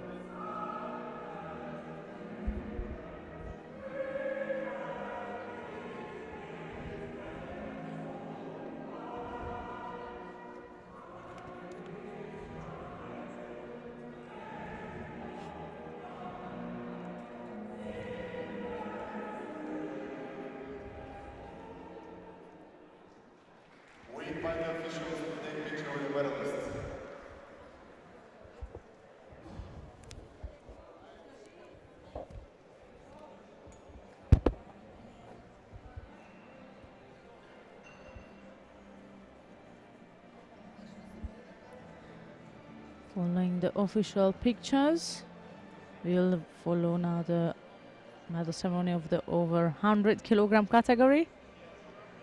And shortly after that, we are going to say goodbye. For those of you who are rushing off, I wish you a lovely Sunday evening. As I said, those of you who are rushing off and you won't wait for the medal ceremony of the over 100, then I wish you a lovely Sunday evening. And to keep you up to date, we'll have Paris Grand Slam next weekend. You can watch some more judo there. And regards to European Opens, it will be Oberwart and Rome in 2 weeks' time. The gentlemen are heading to Oberwart, whilst all the female athletes will be fighting in Rome. Coming up next is the last medal ceremony of the weekend, over 100 kilogram category.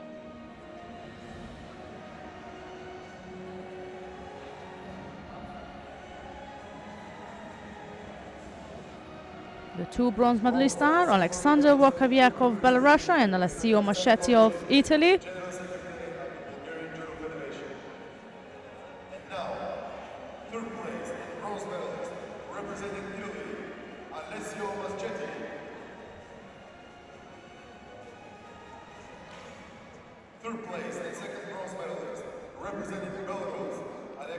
Second place and silver medal goes to Orteson of Israel.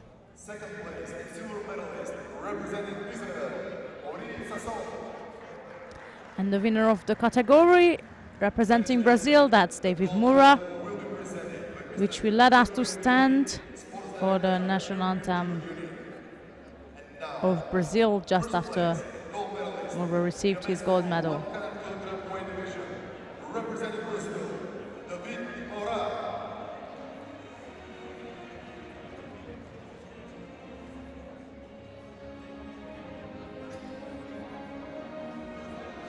Ladies and gentlemen, please stand up for the national anthem of Brazil.